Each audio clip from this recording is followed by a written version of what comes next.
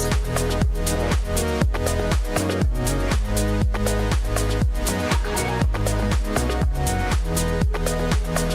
Yeah, the only thing I saw that was weird was it was saying 992. Something random. That's what it's called. I don't know. I'm looking at the spreadsheet, and what I see is the 911 GT3R and a 963 GTP. I don't know. Maybe I'm wrong.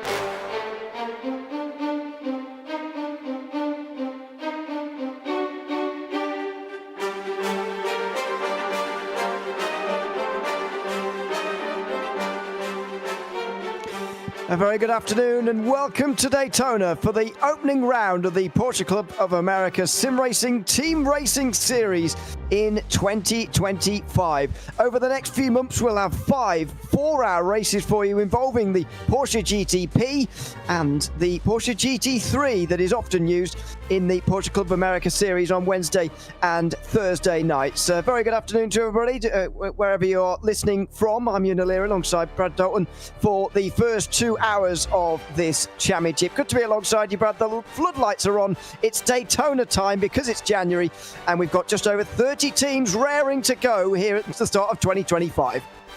Yeah, good morning, good afternoon, good evening, everyone. It's a good Sunday afternoon for me here in the U.S., and it is indeed Daytona time. It's Daytona season, and if you're anyone familiar with sports car racing, you just know the time of year. It's the IMSA Rolex is getting ready to go, and iRacing, of course, in fashion, has to put everything together. And here in PCA, we're going to absolutely send it around here for the next 4 hours and have some fun. I'll be with you for the first half, and me and Ewan are very much looking forward to this. We certainly are, yes. 4 hours of racing coming up. We, of course, are thrilled to have Princess Cruises as the 2025 Porsche Club of America title sponsor here this year as the official cruise vacation partner of Series 13. They provide exclusive offers, including world-leading itineraries across a fleet of 16 elegant ships sailing to more than 330 global destinations. Reach out to the PCA Concierge team to book your next adventure today by calling 833-679-2188. A big thanks to those guys who are with us in 2025 here at the Porsche Club of America. And a big welcome to RaceSpotTV as well. There it is, 70 years of the Porsche Club of America, dating right the way back to 1970. Can't do the math very well. 1955. It's not like it's written there for me. But, no, anyway. not at all. There you go. 70 years of the Porsche Club of America in 2025. A special year ahead for sure. And it is as well for the sim racing contingent of that for sure. This year, we've got the Team Racing Series back to just 4-hour events. In 2024, we had multiple different distances, but these are all 4-hour events, starting here at Daytona in January. 5 weeks' time, we'll be at Road Atlanta. 3 weeks after that, it's at Suzuka. Another 5 weeks after that, it's at Portimao, and another 5 weeks after that, it's Spa. Which is one of the venues we did visit last season. In fact, the only venue that we visited last season in 2024 is Spa. That's going to be the end of our season on May the 18th, and I believe that is going to have some weather-affected running as well, based on what I've seen on the website so far. So that's all to look forward to. Not here tonight, though.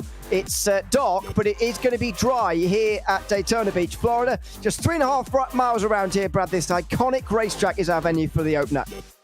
Yeah, Daytona International Speedway, of course, it's the iconic road course here with the Le Mans chicane, with the International Horseshoe, the West Horseshoe, 12 turns, tons of action, plenty of dangerous zones through the Le Mans chicane, through the bus stops, through the braking into turn one. I'll tell you right now, I did some running this morning just to acquaint myself a little bit better with Daytona Road, and the amount of times that I met the wall in turn one or on the exit of the Le Mans chicane, probably more laps than we're going to see here today. So this is a track that everyone knows, everyone loves, and it's going to be amazing to watch these different Pro and Am class cars. Of course, the Porsche 963 and the 911 GT3R being our two cars, and we'll talk about the designations between Pro and Am as the racing goes through, because the format of this series is, of course, going to be what helps make or break things here tonight. 4 different classes. Overall, there are 33 teams entered, encompassing 90 drivers over the course of the teams, and each class, the GTP and GT3 classes, are separated into sub-classes, if you like, Pro and Am in both, and we'll get through the rules of that later on. But for now, qualifying is underway out there on the circuit. It's lone qualifying, just 10 minutes for each team, and indeed one driver from each team to get a lap on the board. At the moment, Thomas Briggs has got the best time in GTP. He's leading the pros as things stand. The AMs are being led by Stallions GTP. That's Jeremy Hall, who's qualified on pole there. I think has completed all his laps as well. We have still yet to see some times come in, though. Can-Am Titan have not set a time yet. They've off-tracked on both of their first 2 attempts. Now, finally, can they get a time on the board with Jason Finch? They can. Where is that going to put them overall? I'll let you know in a second, but they have at least got their time on the board, which is a good start for them. Finch went up to 20th overall. That's 14th as far as a GT3 goes. You might need to ignore some of the left-hand side just for the moment while we try and figure out who is in, who should be where. As Christopher Pies goes over the line there, he's rather up towards the front as things stand, about 10th in the overall GT3s. He's behind one of the AMs, GT3 AMs. He's a GT3 Pro. He has just moved up, though, by the looks of things. No, he stayed where he is. And he's got one more lap in a minute and a half or so. Inclined to say that qualifying might not be that important, actually, but turn one is pretty difficult at Daytona when you're getting underway altogether, and so we could see a real reach for the top positions here in qualifying, because everybody wants to avoid accidents rather than anything else. Yeah, absolutely, Ewan. So watching through what I've seen so far this week, because you can't avoid Daytona anywhere you look in January. That's just how this goes. If you're in sim racing in any capacity, you understand that January is Daytona time. This is where this track really settles in. And one of the things that has been a consistent landmark, surprisingly, is turn one, lap one. And I don't know if it's just the case that a lot of drivers enjoyed their Christmas breaks and a lot of drivers really took the holiday down, or if we're just seeing a big growth into the sport of newer drivers that maybe just, are getting a little antsy early on. But turn one, lap one has been a big contingency point and a big sort of, how do you phrase this? A big hot flash moment for many, many people. And it's been interesting to watch that go through and over and over and over again. But this is a 4-hour race. You can't send it turn one, lap one. Now, granted, you're going to see drivers, be a little bit more aggressive on the race start, but these drivers are going to know that it's a 4-hour race, and whoever is starting for the teams is very much going to be foot off the gas at the start, and it's just about making it to the end. Yeah, that's going to be the first port of call for everybody to just make it to the end before they get with anything else. That is pretty much it for qualifying, though. All 33 teams have qualified, and they've been able to get a time on the board eventually. Jason Finch was the last of them to do so, but he has now managed to get something on the board. So warm-up will now begin, just under 5 minutes for everybody to get accustomed to having other people around them again, because that qualifying session was on your own, and of course the higher fuel loads as well, which people are going to have to get used to on the start of this race at Daytona. 7 GTPs, by the way. I'll go through the split for you. 4 of those are pros, 3 AMs, and then in GT3 we've got 26 of them, 11 pros and 15 AM teams. So this is how they line up. Lenny Holland has taken the pole position for the pros. I'm not sure that's true, actually. Thomas Briggs set a faster lap time than him, and he should be a pro. So I'm not sure that's entirely, this is entirely accurate at the moment, to be honest with you, because we've got 2 GTPs at the top and GT3s everywhere else. So I'm going to ignore that for a second, because I'm not sure that's correct based on where everybody should be. There shouldn't be 2 different car types in the same class, that's for sure. So yeah, we'll have to figure it out. This looks a bit more promising. Shopaholics race team have taken the pole position. That's what I saw in qualifying anyway. Matrix Blonde along bronze, I should say. You can see on the rear end of their car. They are second, ahead of Last Temp GTP. They are third. They won the last 3 GTP races in 2024. They're ahead of SC Team Red. That's the last of the pros. Then you get to the AMs and Stallions GTP, who've taken pole there, just ahead of Kynaran Racing, and then the last of the GTPs in the standings, which is going to be Late Breakers Racing. Then Shane McNeely has taken the pole position in the GT3s. Matrix Black ahead of Crazy Horse Racing, then Gombrok Racing, who are third. That's David Fernandez, who's qualified that car, finished second in the Club Championship in Season 12 of the Porsche Club of America Sim Racing Series. Autocrosses Racing are alongside Flying Lion Racing, 11th and 12th overall on this starting grid. Then a bit further down is SC Team Blue, their GTP counterparts down in 7th. SC Team Blue, I think about 6th in the GT3s. Matrix Silver next, ahead of the first of the GT3 AMs, Imperial Motorsports, who were at the top of the AM GT3s last season. They won that series by 12 points. They've got off to the best possible start here alongside their teammates, the Big Eagle team. Then it's Breaking Bad Racing and Chroma Motorsports. We saw a very late time coming in from them, actually, to get them 18th. Then Can-Am Atlas, who are actually second in the AMs, ahead of Can-Am Titan. That's another team sharing a row. Gombrok Racing and Last 10th Purple are on row 11, ahead of Fresh Motorsports and Stallions GT3. That's Aaron Sunday, who's qualified for them, the Challenge Class champion from Season 12 of the Porsche Club of America Sim Racing Series. Then a bit further down from them, we'll get to them in a few moments' time, because there are still about 9 to go here or so. Mark Foley for the other Stallions team, 25th at a Matrix Gold. Backmarker Motorsports and 3 Amigos are next.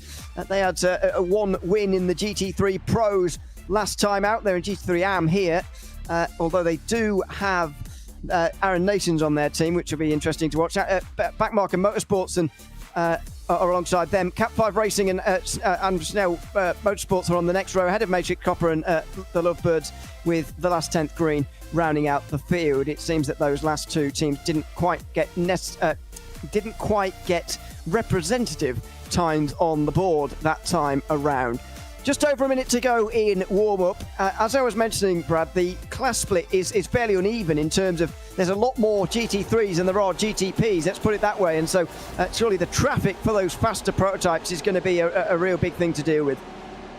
Yeah, it's something, again, it's traffic that can be hard to manage, and you can meet traffic at some of the worst possible places. And the question becomes, do you want to be the faster car or the slower car in this situation? Because one of the things that you really have to look at is getting the pass done on traffic. If you're the faster car, you need to really be smart when you're pulling up to the GT3s. If you're a GT3, you need to be all the way eyes in the mirror once traffic starts mixing. Basically, once we get through the first couple minutes of this race, it's almost as if you just forget everything that happened the first few laps, and then it starts again. It's going to be very exciting to watch how these GTP cars handle with the traffic.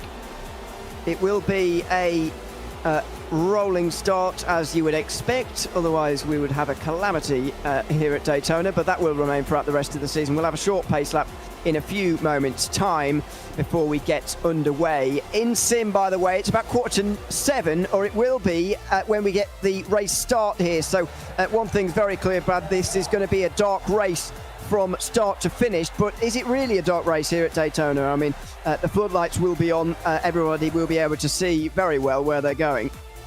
Yeah, they will be, but one of the things with the floodlights is, of course, they're only on 20 to 30% of their maximum brightness. So they're there, but the drivers still have to rely on the headlights. They still need to rely on their knowledge of the racetrack. So while it is still brighter than what you see most, there's still a little bit of that reliance on being smart about driving at night, which is going to be interesting to see as the cars grid up here, and you can really start to see that disparity between GTP and GT3 here, Ewan.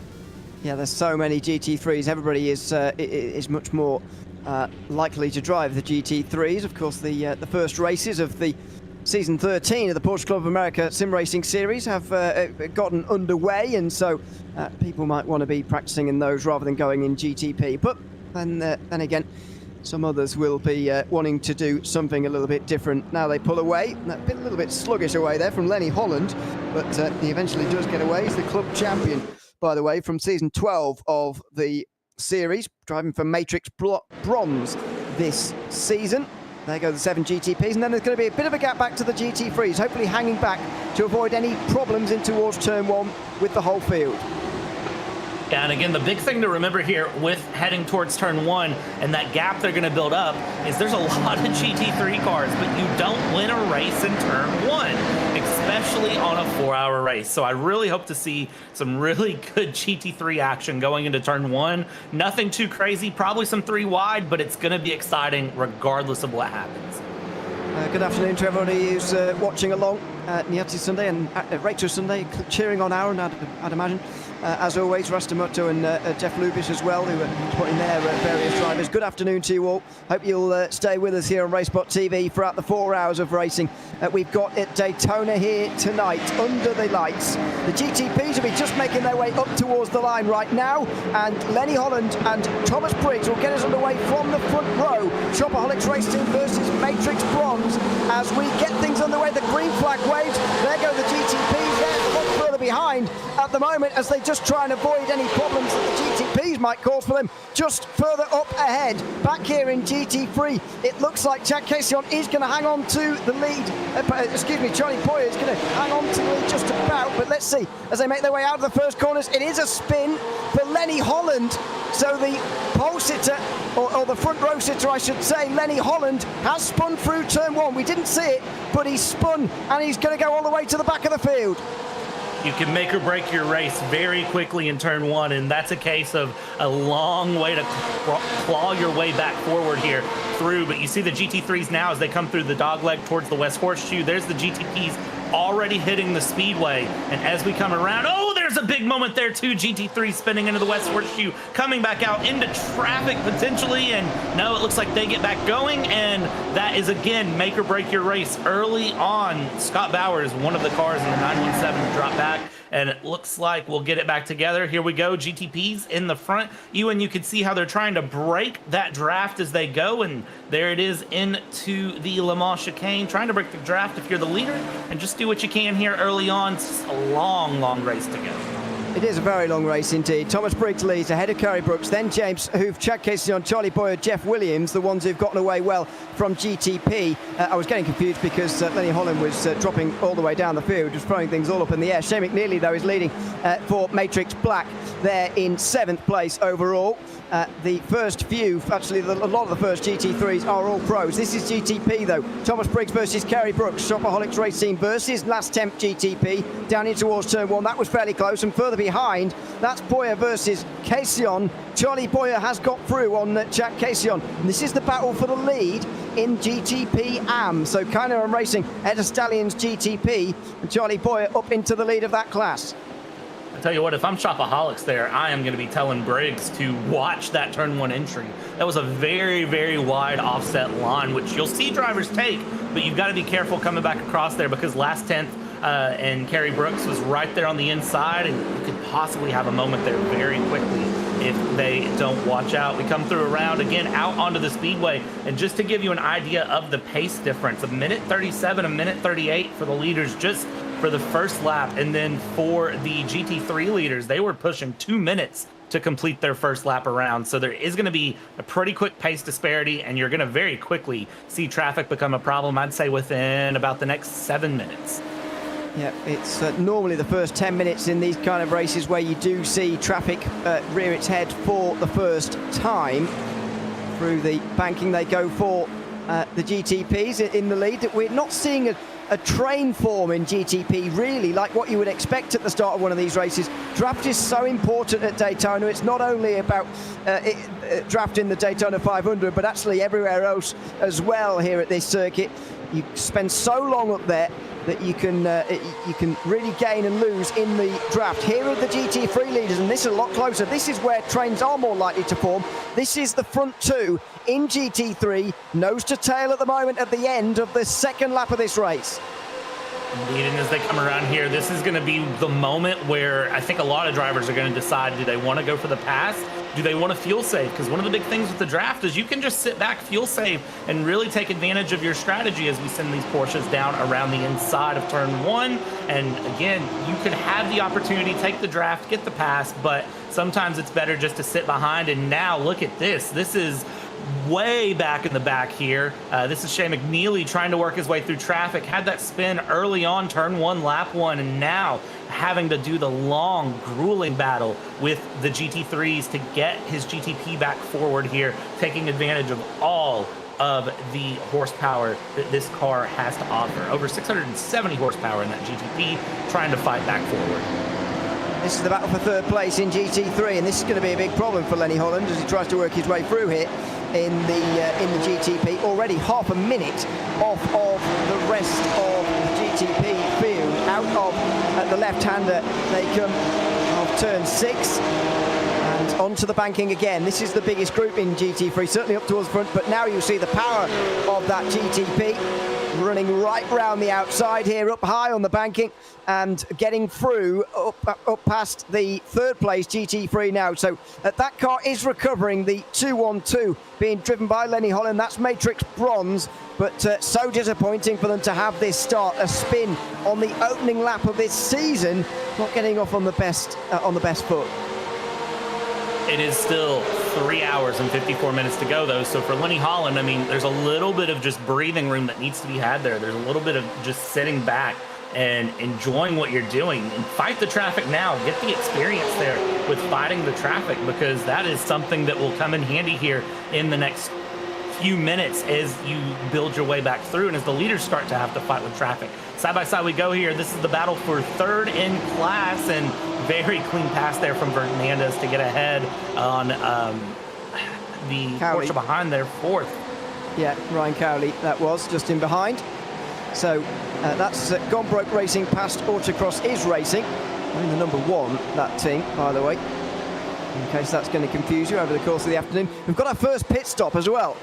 And that is, well, our first actual stop rather than just a drive-through, which Matrix Copper had earlier on. Fresh Motorsports for Scott Bowers is in pit lane. I wonder whether there's been a crash there or whether we have got just just a scheduled thing for whatever reason in the first 10 minutes. That seems quite hard to believe, but they've decided to come down pit lane anyway early on here, and that is that. So just 15 seconds in the box, and then they're back out again. Out onto the banking. We continue to follow these guys for third place. I'm surprised, to be honest, that they're not trying to get some heads together here and try and catch the front two, because right now you'd expect them to want to be in the battle for the lead of this race. They're certainly not. They are miles behind as things stand, and so it's surprising they're not trying to work together to get back up to the leaders again.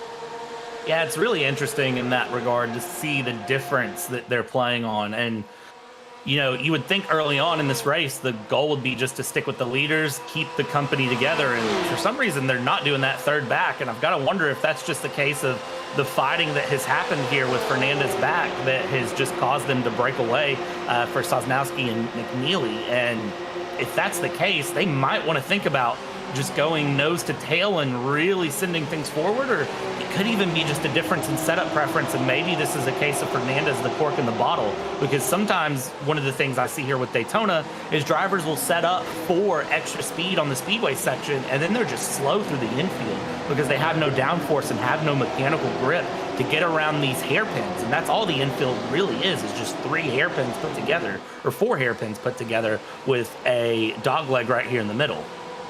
Yeah, it's not very complex. And actually, it's quite good having this race on the 12th of January, I think, because if this was run on the 12th of February, let's say, I think everybody would be really sick of Daytona. There's a lot of racing around here early on in January. You prepare a lot for the iRacing Daytona 24 Hours, which is next Saturday in 6 days' time, if you're doing the European time slot anyway. And it's certainly next weekend anyway, whichever time slot you want to do.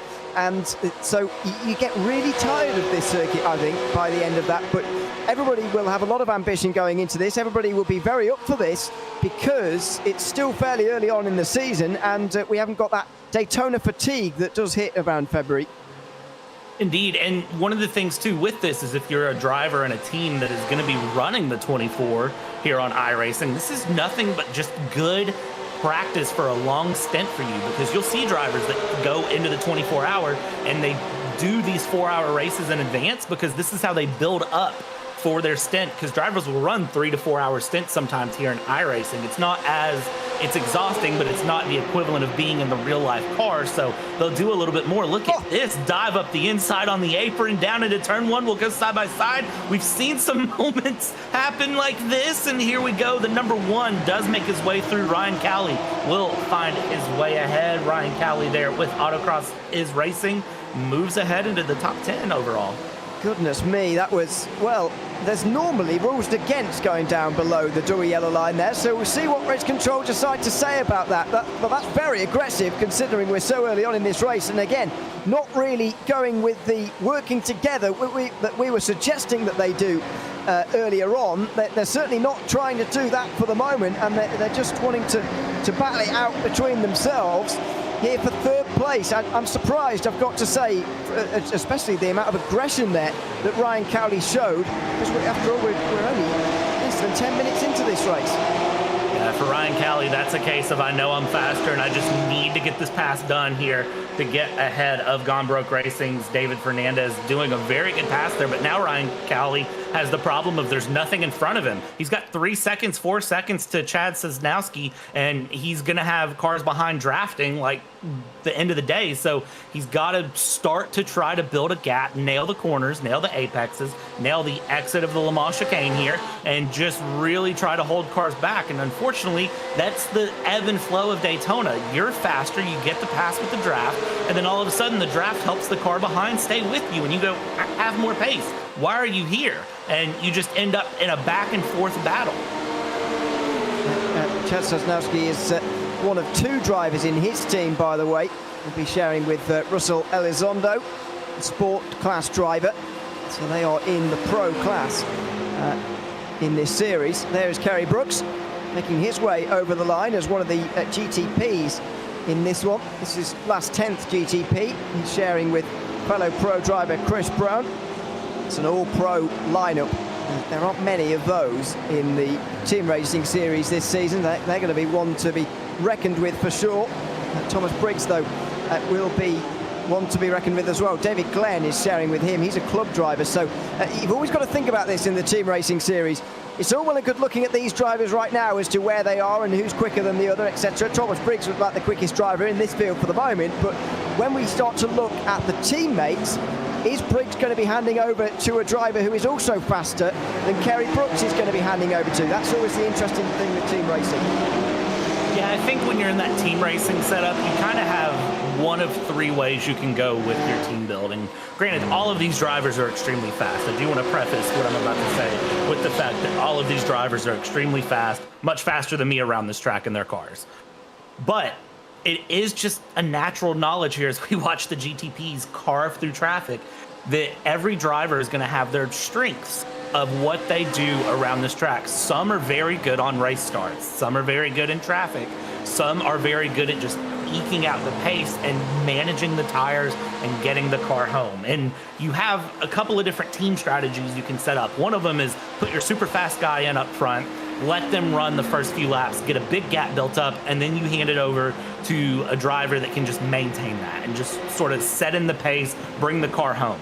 The other option that you get is you get the driver on the second stint that's really fast. And the reason you do that is the first guy just maintains. He just keeps the car nice and smooth and clean and relaxed. Your second driver that goes in is the one that's going to really push, find the time, and bring it home, can, you know, fight the hard battles, and has that really aggressive racecraft. Either way you go is right. It's just kind of a preference of what your team wants to do. And usually that's going to be dictated by who is just more comfortable with race starts. Yeah, absolutely.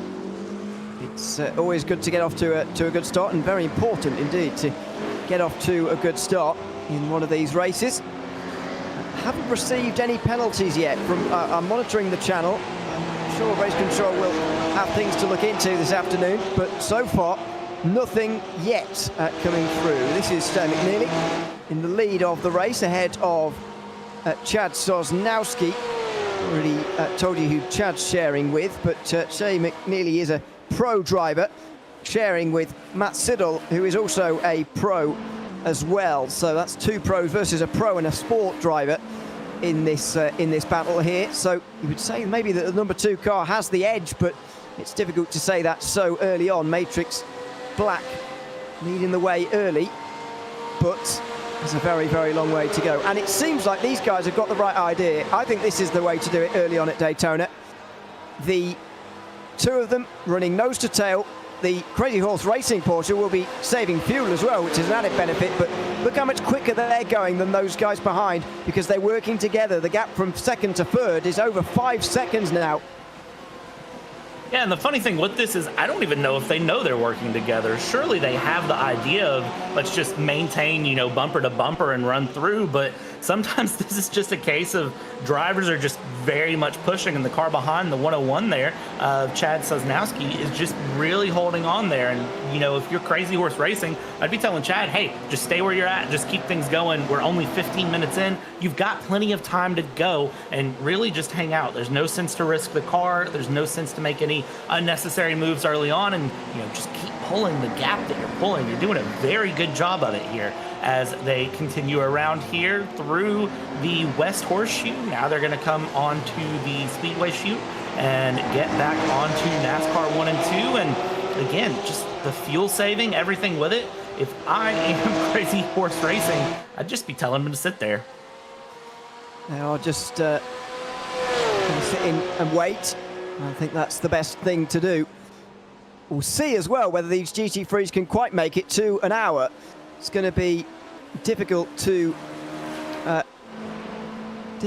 get there, I think, in some places, as we go back here to the battle for 5th place. I think this is down the inside and through goes Christopher Pies. He's been making some place in these last few moments, and he's now up to 5th in the GT3 overall and in pro as well. That's Pies past Jordan Dyer. He's also got past Brett Holmes, I think, on this lap.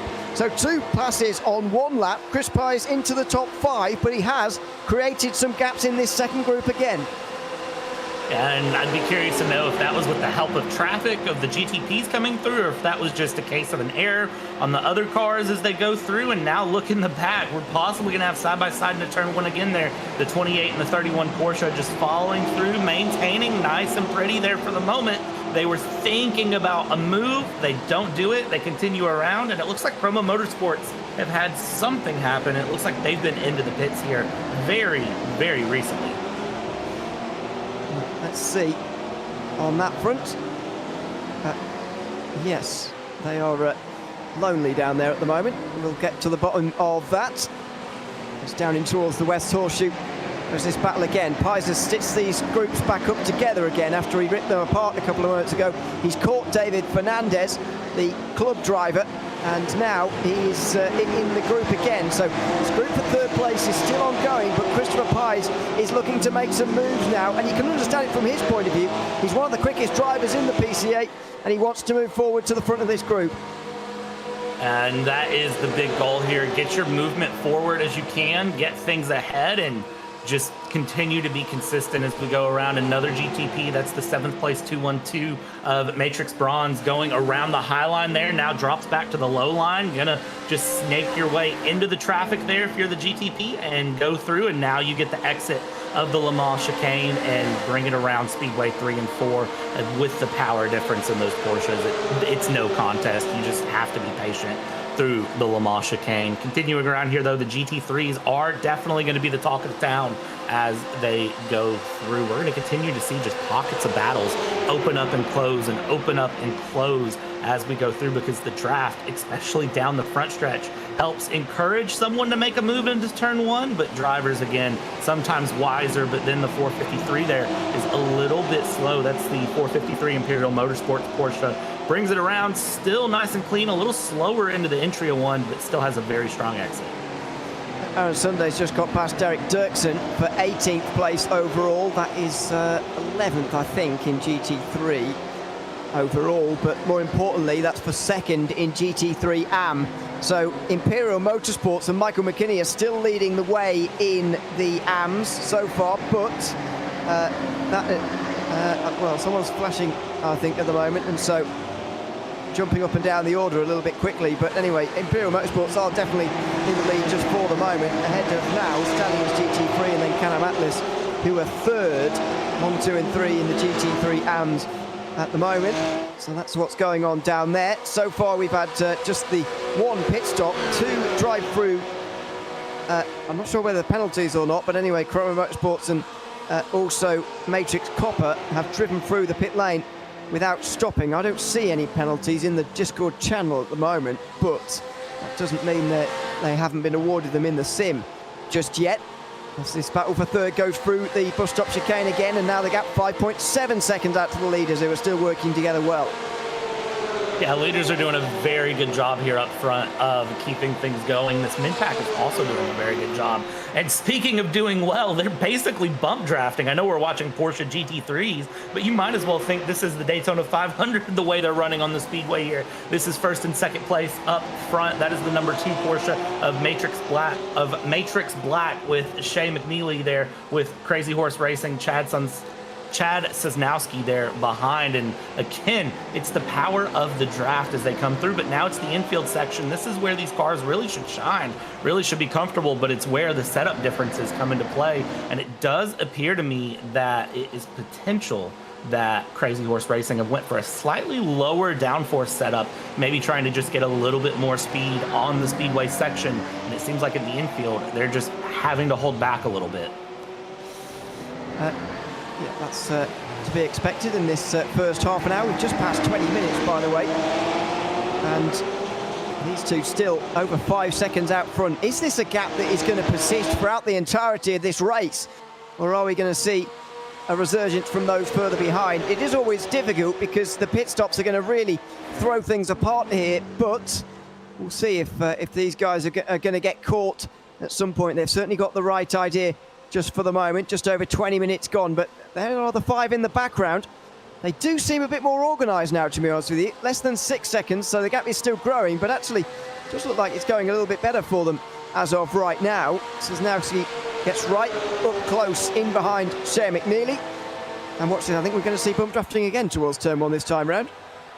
Looking at that gap, still 6.2 seconds, going up to 6.3 here from these front two as they come around, and you could put a piece of paper between them. Look at that as they go down the front stretch. It's beautiful to see here how these Porsche GT3 cars are running, and it's beautiful to see the control that these drivers have coming around, taking the slightly different entries into turn 1, but you can tell that both of them are very comfortable and confident, not only in their cars, but in the competition around them here as they go through. The big thing I worry about with those in third and GT3 back, that pocket that we keep looking back to that's ebbing and flowing around the 5.5 to 6.5 second mark. They've organized themselves, but someone's going to get impatient.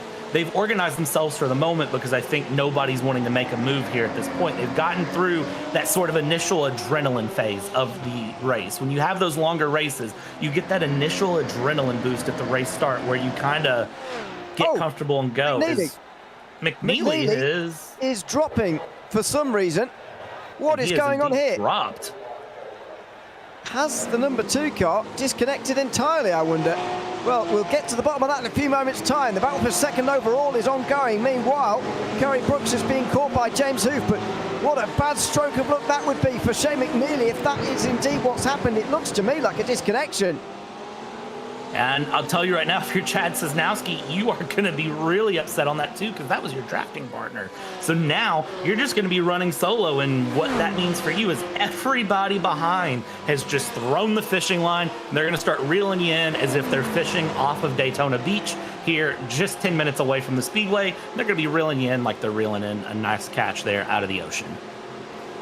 And just as we look at him, Kerry Brooks puts a bit of distance between himself and James Hoof, which is the which happens fairly often, I've got to tell you. We'll get back to them again if they begin to battle. Lenny Holland is beginning his march back through the GTP field, by the way. 7th place for the 212, the Matrix Bronze GTP car, and just a 1.2 seconds behind Chad Casion at the moment. So that battle for 6th place overall is going to be going on fairly shortly. There it is.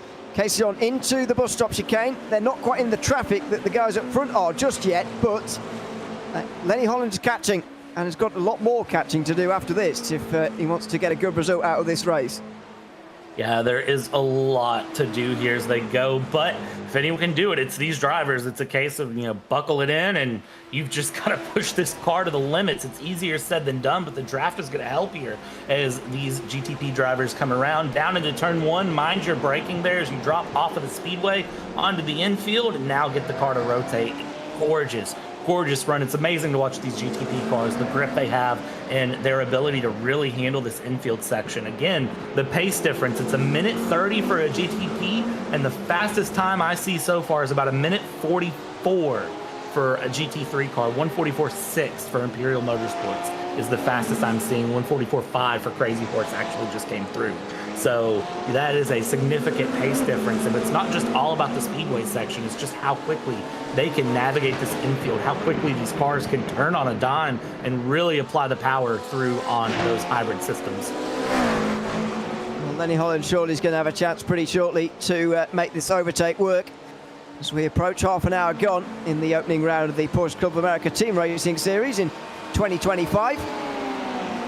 It's Thomas Briggs still leading the way by some distance out front after Lenny Holland spun through turn 1. We still haven't seen what happened, but he spun to the inside. Oh, and he's off again there. You can just see him out of shape in the background. It's not a place you want to have a problem, the bus stop, actually, but he's gathered it up quite well. Lenny Holland, though, loses 2 seconds in a pretty scary moment through that final chicane. Yeah, and thankfully it looks like no damage there for Lenny Holland as he comes through, but losing 2 seconds and counting, it's probably going to go to about 2.5 seconds by the time they hit turn 1. Lots of time lost there from one error, and it looks like that is the case of pushing to catch back up and move your way back through the GTP field. Lenny Holland clearly has the pace to get his team back forward, but unfortunately, I think he's pushing the just pure capabilities of the grip of that car there. Matrix Bronze definitely going to need to tell Lenny, reel it back a tenth of a second. Bring it back a little. Let's get the car to the end. Of course, you've got to get the car to the end to have any sort of a finish.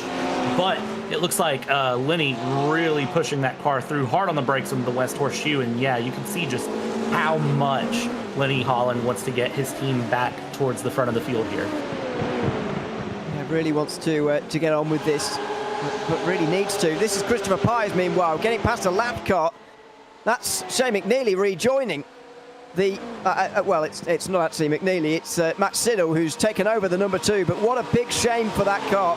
They've dropped a lap down now already as well. They're 2 laps down, excuse me. They're now 2 laps down. So Matt Siddle with a lot of recovering to do, but he's back effectively with the drivers who were chasing his teammate only a few minutes ago. Back in that good position where he's at, and now just needs to keep things going. You see a little bit of traffic there through turn 1. All these Porsches really sorting themselves out and doing a very good job. The one thing I will say that I've noticed is there's still a 7-second lead here for the lead GT3 car. Big amount of time here. Christopher Paez in 3rd in class, just following through at the moment, holding on, doing what he can, and keeping things moving here. These GT3 cars definitely, again, talk of the town here in Daytona tonight, and they are pushing time and time and time again, keeping things moving forward. And still, they're not really catching the leader of the class. 7.3 seconds for Chad Sosnowski in the number 101. It's going to be very interesting to see whether they can hang on to that. Russell Elizondo is going to be getting into that car at some point. He's a sport driver. Sosnowski is a pro. So, in case you're not familiar with the system, the structure in the Porsche Club of America, we've got pro drivers, club drivers, sport drivers, challenge drivers in ascending order with, is that the right way? Anyway, I just said the top one first and the bottom one fourth. I don't know what you'd call that, but anyway, you get what I mean. That's the order that they come in. So, that is how to mark these guys. And so it's going to be very interesting to see when Sosnowski hands over, let's put it that way. Down in towards turn 1 again for this GT3 battle. Ryan Cowley at the head of it for Autocrosses Racing. Then it's Christopher Pies, David Fernandez and Brett Holmes, who are all in this group. Though Holmes is very much clinging onto the back of it. Did he get enough slipstream down the back straight there? Sort of. You can see him just lurking in the number 31 Flying Lion Racing car, just in the background there. But they're still not able to make any inroads on the leader. 7.5 seconds. I'm surprised because they're not even battling anymore. They're not fighting now. That they are seemingly working together, and it's still not working. Yeah, it's a case of they're just being very... I don't know if this is a case of trying to survive at the end or what this might be. I've figured that once we had that dropout there and things started to, we had one solo car, I really thought things would close down, but in fact, the opposite is happening. It's maintaining. At some points, it seems like it's gotten slightly larger here. I don't really understand what is happening here, why that gap isn't closing, especially with the speedway sections, the draft. Again, we talk about it, it's so powerful. I really was expecting it to make a big difference here. Yeah, do take though that tower with a dollop of salt on the left-hand side. We're still getting some of the correct teams into the correct classes, etc. Although 963 AM is correct as far as I can work out at the moment. Oh no, not quite. They are all in the same class, but none of those are actually at 963 AMs. But there are 3 of them, which did fool me there for a second. But anyway, down the straight. Again, no fighting here. Christopher Pies in 2nd place is probably a good place to have him. Not only because he's so quick, he can push whoever's leading the group, but actually he certainly knows what he's doing in terms of trying to work together to close a margin. They have closed it under 7 seconds that time around. In fact, the gap's tumbling down. Sosnowski's gone off at turn 1. He's lost a couple of seconds in one go. I don't think it was a crash or a spin. He just ran wide through turn 1 and lost 2 seconds. And that is a challenge there into turn 1. I've said it over and over again, and I'll continue to say it for the month of January. Turn 1 can be your make or break point. Watch the GDP there, carving through traffic through the dogleg, passing to the inside of the dogleg, and now going around hard on the brakes through the inside there of the West Horseshoe. Very, very good run, and believe it or not, you do see that happen very often in real life. You'll see the GTP drivers get very impatient and just send it around the dogleg, make the passes happen. They are very skillful of just carving their way through traffic. I think it's an innate skill that you have to drive GTPs. You just have to be comfortable sending your car into a hole that exists that you know is going to close, but your car can fit there just quick enough. Yeah, I'm not, actually. That's for sure. I think I did one official IMSA race in my time when I got a GTP, not the Porsche, but I caused so much carnage, I never did it again. There's an art to it, that's for sure. Cole Bess, meanwhile, at turn 1, has just gone for a spin and good avoidance from those behind. And a fair play to Cole, actually, for getting himself off into the pin to the wall on the right-hand side, actually, just out of everybody's way, because he very much could have ended himself in the middle of the road there very quickly. But thankfully, everybody avoids, and we can continue on going. That's a classic turn 1 spin, though, at Daytona, isn't it? It is, and usually you'll see drivers, if they know they're going to spin, they'll just run it a bit wide and try to hold on to it. But if you do spin there, the classic move is get all the way to the wall, hold on, and just sit there, look for a gap, and then you've got to pick that car out in a 180. Here's Chad Casey going around. That's the GTP driver, the number 7 in 6th place in class, going around there, and now getting things back moving. Yeah, he was 6th. He's 7th now after that spin. That lets Lenny Holland through. I think that is the one that actually got Holland through eventually. It certainly looked like his car anyway, as these GT3s just put a fellow GT3 a lap down as well. Holland is catching Jeff Williams, by the way, for 5th place overall. Just again, take those graphics on the left-hand side with a pinch of salt at the moment. Thomas Briggs for Shopaholics Race Team is leading 963 Pro. Kainoram Racing are leading the AMs in 963. In GT3, the leaders are Crazy Horse Racing, Chad Sosnowski, who we've been talking about at length so far. And in GT3 AM, Michael McKinney is leading for Imperial by 6 seconds over Aaron Sunday. That is where we are at the moment in the standings. So you'll have to ignore those on the left-hand side on the tower just for the moment. We're just over half an hour into the opening Porsche Club America Team Racing Series event for 2025. Time to remind you that we're thrilled to have Princess Cruises as the 2025 PCA title sponsor.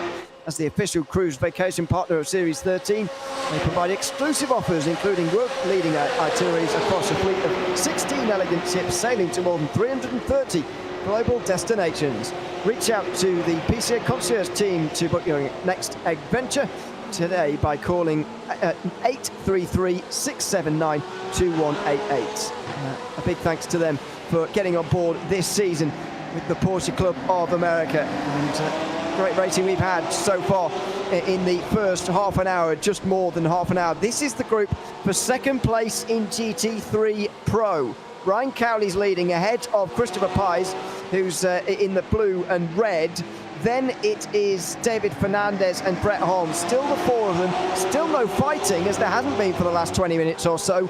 But still, they lose time to Chad Sosnowski.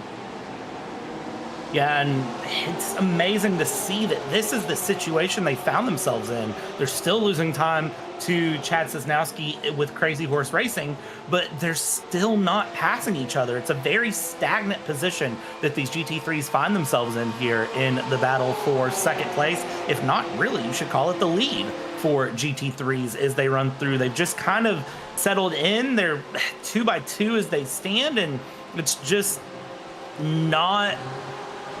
It's not what I expected. I was really expecting as soon as that number 2 Matrix Black car dropped off of the service, I was expecting just the fishing line out and going, but this feels like you're fishing on the beach on a windy Sunday morning and you're catching nothing but kelp. This is amazing to see the position they're in here as we continue around. Down the front stretch we go. There's a GTP in the background bringing his way through, and they're going to go to the high side, send it on in for turn 1, and I always admire the difference in speed between the GTP and the GT3s. It's amazing to see just the pace difference that those 2 cars have. Yeah, it is. The lap times, by the way, 1:30s for GTPs, 1:44s for GT3s. That's what we're seeing here, 14 seconds a lap or so in terms of difference. we can't be too far away from our first scheduled pit stops of the afternoon. The GTPs will not be able to go quite as far as the GT3s you'd think. That's certainly the conventional thinking here for prototype versus GT racing, but in the hypercar era, the prototypes can actually go quite a long way these days. So we'll see what goes on with regards to that, but it's unclear for the moment when they're going to be pitting in. Lenny Holland is right behind Jeff Williams, by the way, in GTP. That's overall 5th position. It's not for a class place, but it is one of the GTP battles. And it looks like Holland is going to edge his way through and does. You'd imagine these AM teams who are getting overtaken by Holland here are not going to put up too much resistance, because after all, they are fighting different races. You would think they wouldn't, but even then, sometimes the AM drivers, you know, they want to get the elbows out a little bit. They want to race a little bit, but they also have to remember, you know, it is AM versus pro. It's the difference in classes, and every once in a while, it's okay just to let the car pass you. But even as racing drivers, you know, you get that mindset of, I don't want to be passed. I don't want a car to go around me, and they will very quickly try to get things going. I'm seeing a couple of cars starting to stop here. It looks like Breaking Bad Racing with Lee Winkler, the number 62 GT3 is in the pits at the moment. I don't see any of the GTP cars going in. I would think the GTPs here within the next 5 minutes should be in, and as you said, the GT3s will probably make it to that hour mark. Well, yeah, that will be the conventional thing, and that's what used to happen, but I don't know if that does happen anymore. So we will wait and see on that front. I'm just seeing, by the way, in the interview waiting room, we've got Shay McNeely waiting, so I'm going to bring McNeely up for a chat here. Matrix Black are down in 30th place at the moment with Matt Siddle. He's gained a couple of places, actually just got past Lee Binkley, who's just come out of the pit lane. Not too far behind these guys we're watching at the moment, but I'll bring Shay in for a chat. Welcome in, Shay. Good to have you with us, although not under the circumstances, of course. Just tell us what happened out there in the first half an hour. Yeah, this really is a shame. My room actually has an issue. It happens once a year, maybe, where my room and my room only loses power. The breaker just flips, and that's me gone. Wow, that's very odd, by the way. I've never heard that happening before to anybody. We called an electrician, even he couldn't figure it out. Okay, crikey. Okay, that's not good news at all. I mean, tell us a little bit about the first half an hour before that went on. You were racing out front and with Chad Sosnowski and getting out front by quite some distance, actually. How were you feeling the opening part of the race was going? Honestly, it was really good. We were pulling away from the rest of the pack, us top two, and we were kind of just hoping we'd sit in that for, you know, the next hour, 2 hours, and build a comfortable gap and then just run away with it. But it seems like that might be more of a hard-fought ending now. Yeah, what is the plan from this point on? Because you are down in 30th place, just moved up to 30th, actually. How are you going to take on the rest of this race?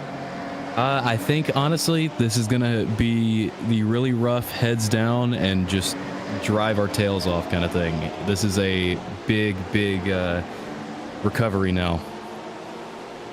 Will you be getting back in the car? When might that be? I'll probably be getting back in the car towards the end. I think Matt's going to run 1 or 2 stints, and then I'll be back in. All right, we look forward to seeing you back out there. Shay, thanks for coming to chat to us. A good luck for the rest of the race. Sounds good. Thank you.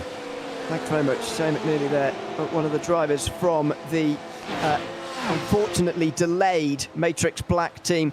Matt Siddle now driving there for a couple of stints, as I say, might be to be expected. It's such a shame for Shay and the team, isn't it, really? They were running so well out front, disconnection, power cut where he is, and there's not a lot you can do about these things. It's not, but it is one of the things with endurance racing. It's kind of, you know, we don't get mechanical failures in that regard. So sometimes it's the real life mechanical failure that can come back and bite you. You know, in real life, it would be maybe a flat tire. Maybe it would be an upshift not working right. It'd be a button on the steering wheel not working, the radio going out. You know, in real life sim racing, sometimes it is the case of, you know, power flicker, internet, you know, cuts out for a moment. It's, you know, some sort of glitch with the system that maybe a teammate didn't register. There's a number of things that can reflect back into this that add into sort of the pressure of it. You can do everything right, but sometimes, you just have to find that way to gather back from something that happened. But in this case, they're doing a very good job of bringing the team back, bringing the car back, and they just got to keep pushing, keep persevering, and still 3 hours, 19 minutes to go, so it's not like you're throwing away a 5-lap race. Plenty of time to get through. Absolutely. There is an instant limit, by the way, to this race. 50 points for every race this season before you get your first drive-through penalty.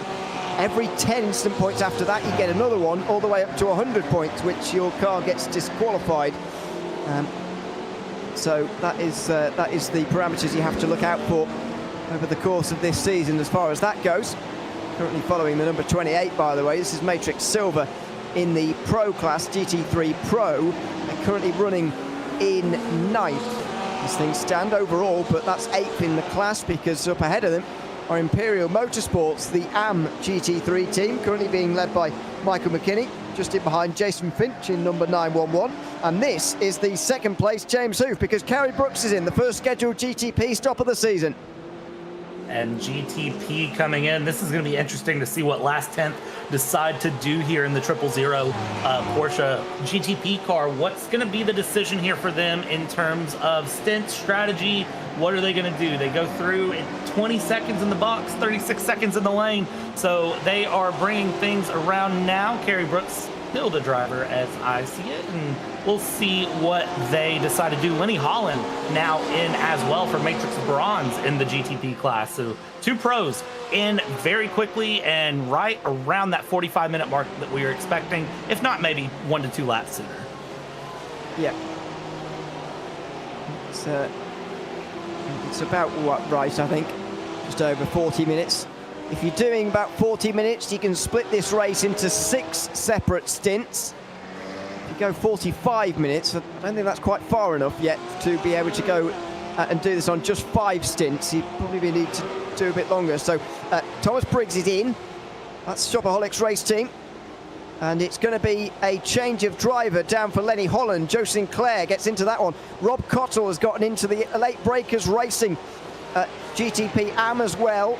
Thomas Briggs pulls to a stop, as does James Hoof, who you can see in the background there in the red, white and black.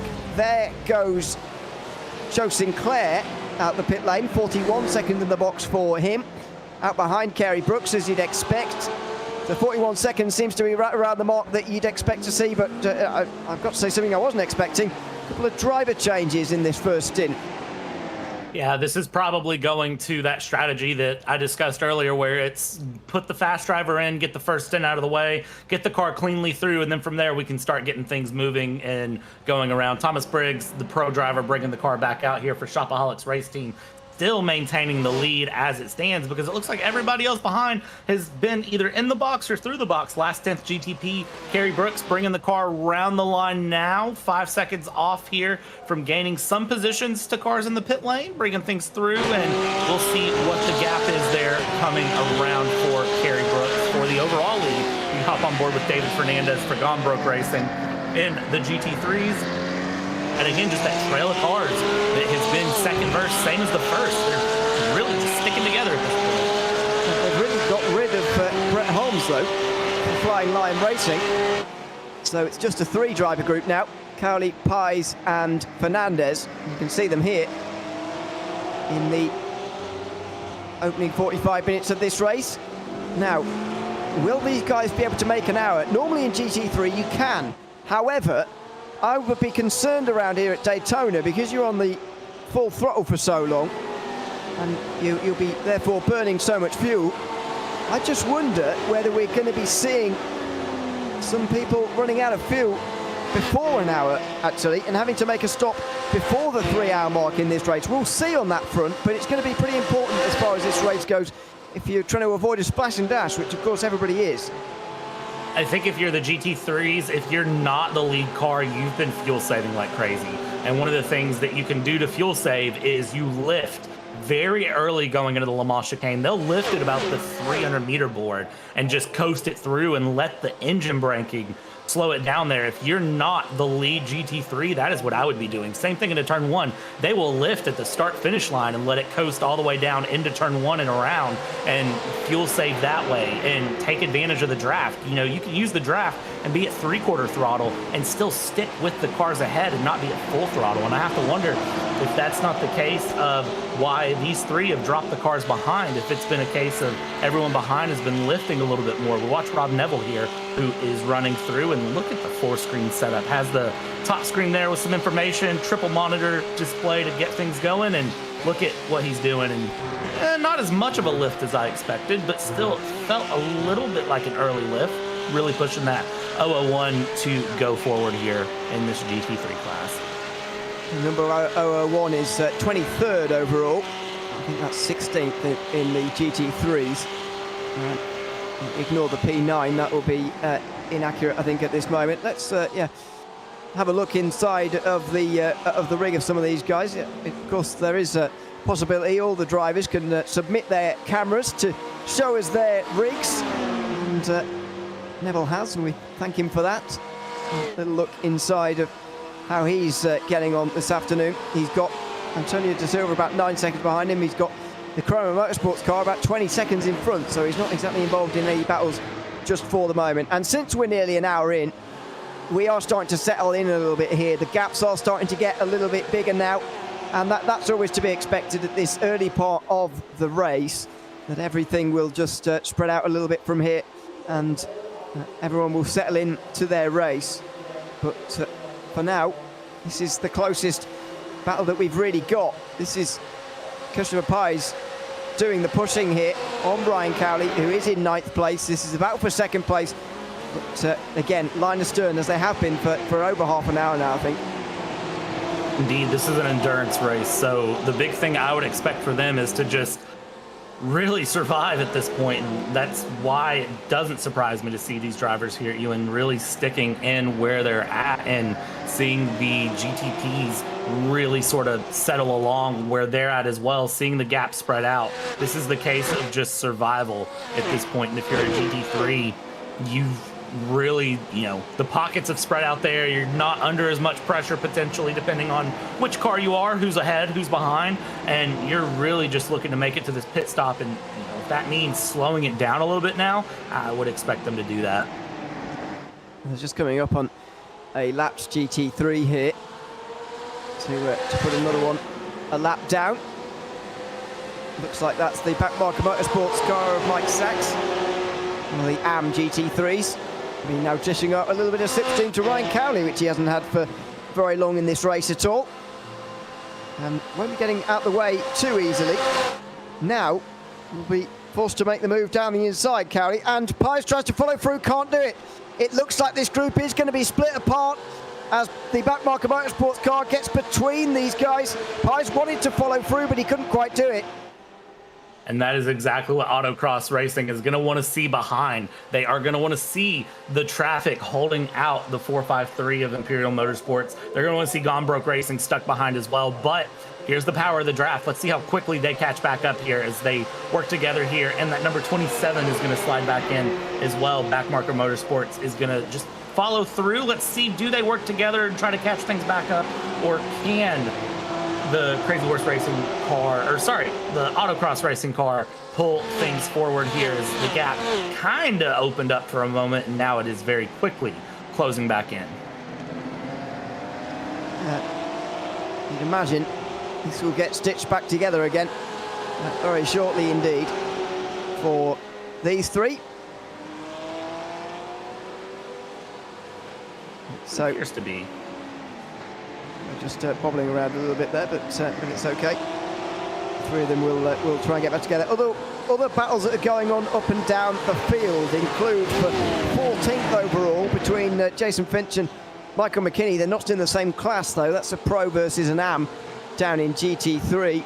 Three driver group going on for 19th overall as well. Gone Broke Racing is ahead of Matrix Gold and Stallions GT3 as well. It's Mark Foley in the 20. They're all GT3s, by the way. That's the battle for GT3 AMs. That is the battle for 4th place in GT3 AM down there. And then a little bit further down than that is Scott Bowers, who's now behind Jason Brodigan. He's actually got off this lap, I think, Scott Bowers, in the Fresher Motorsports 917, and has dropped down to 27th. Not sure quite what's gone on there, but a 2-minute lap time. Has he come into the pit lane? No, he must have had that on the circuit. That is a little bit slower than what you'd hope in any car, actually. Two minutes for Scott Bowers, who drops down the order to 27th. I'll tell you, just looking up and down the leaderboard at lap times, a lot of drivers are running about 3 seconds a lap slower in the GT3 category, especially. I'm seeing some drivers that their best is a 144, 145, and they're running 148 consistently. Mach Schnell Motorsports with Antonio Da Silva, specifically the driver that I see that is running about 3 seconds a lap slower. So 2 minutes is slower than really I would expect a driver to do, but seeing those GT3s be at around the 147, 148 mark, that is indicating to me that they're really fuel saving. They're really trying to stretch this first stint, and they're really pushing for the hour mark. Ewan, I have a feeling that drivers aren't going to make it all the way to an hour. Here's the replay of Scott Bowers. Le Mans chicane, and gathers it up, avoids the wall, but man, that is unfortunate. You don't often avoid the wall when you go for a spin like that, so fair enough for that. Chris Pires now gets down the inside, and he's going to get to second here.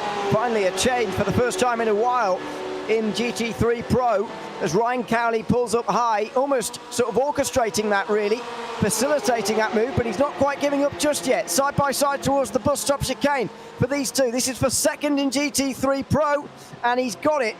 Chris Pires is through into second place. That is up from where he qualified, by the way, by quite some distance. He's done a very good job as far as that goes. Ryan Cowley down to third, with David Fernandez just watching on from fourth and third place in that group.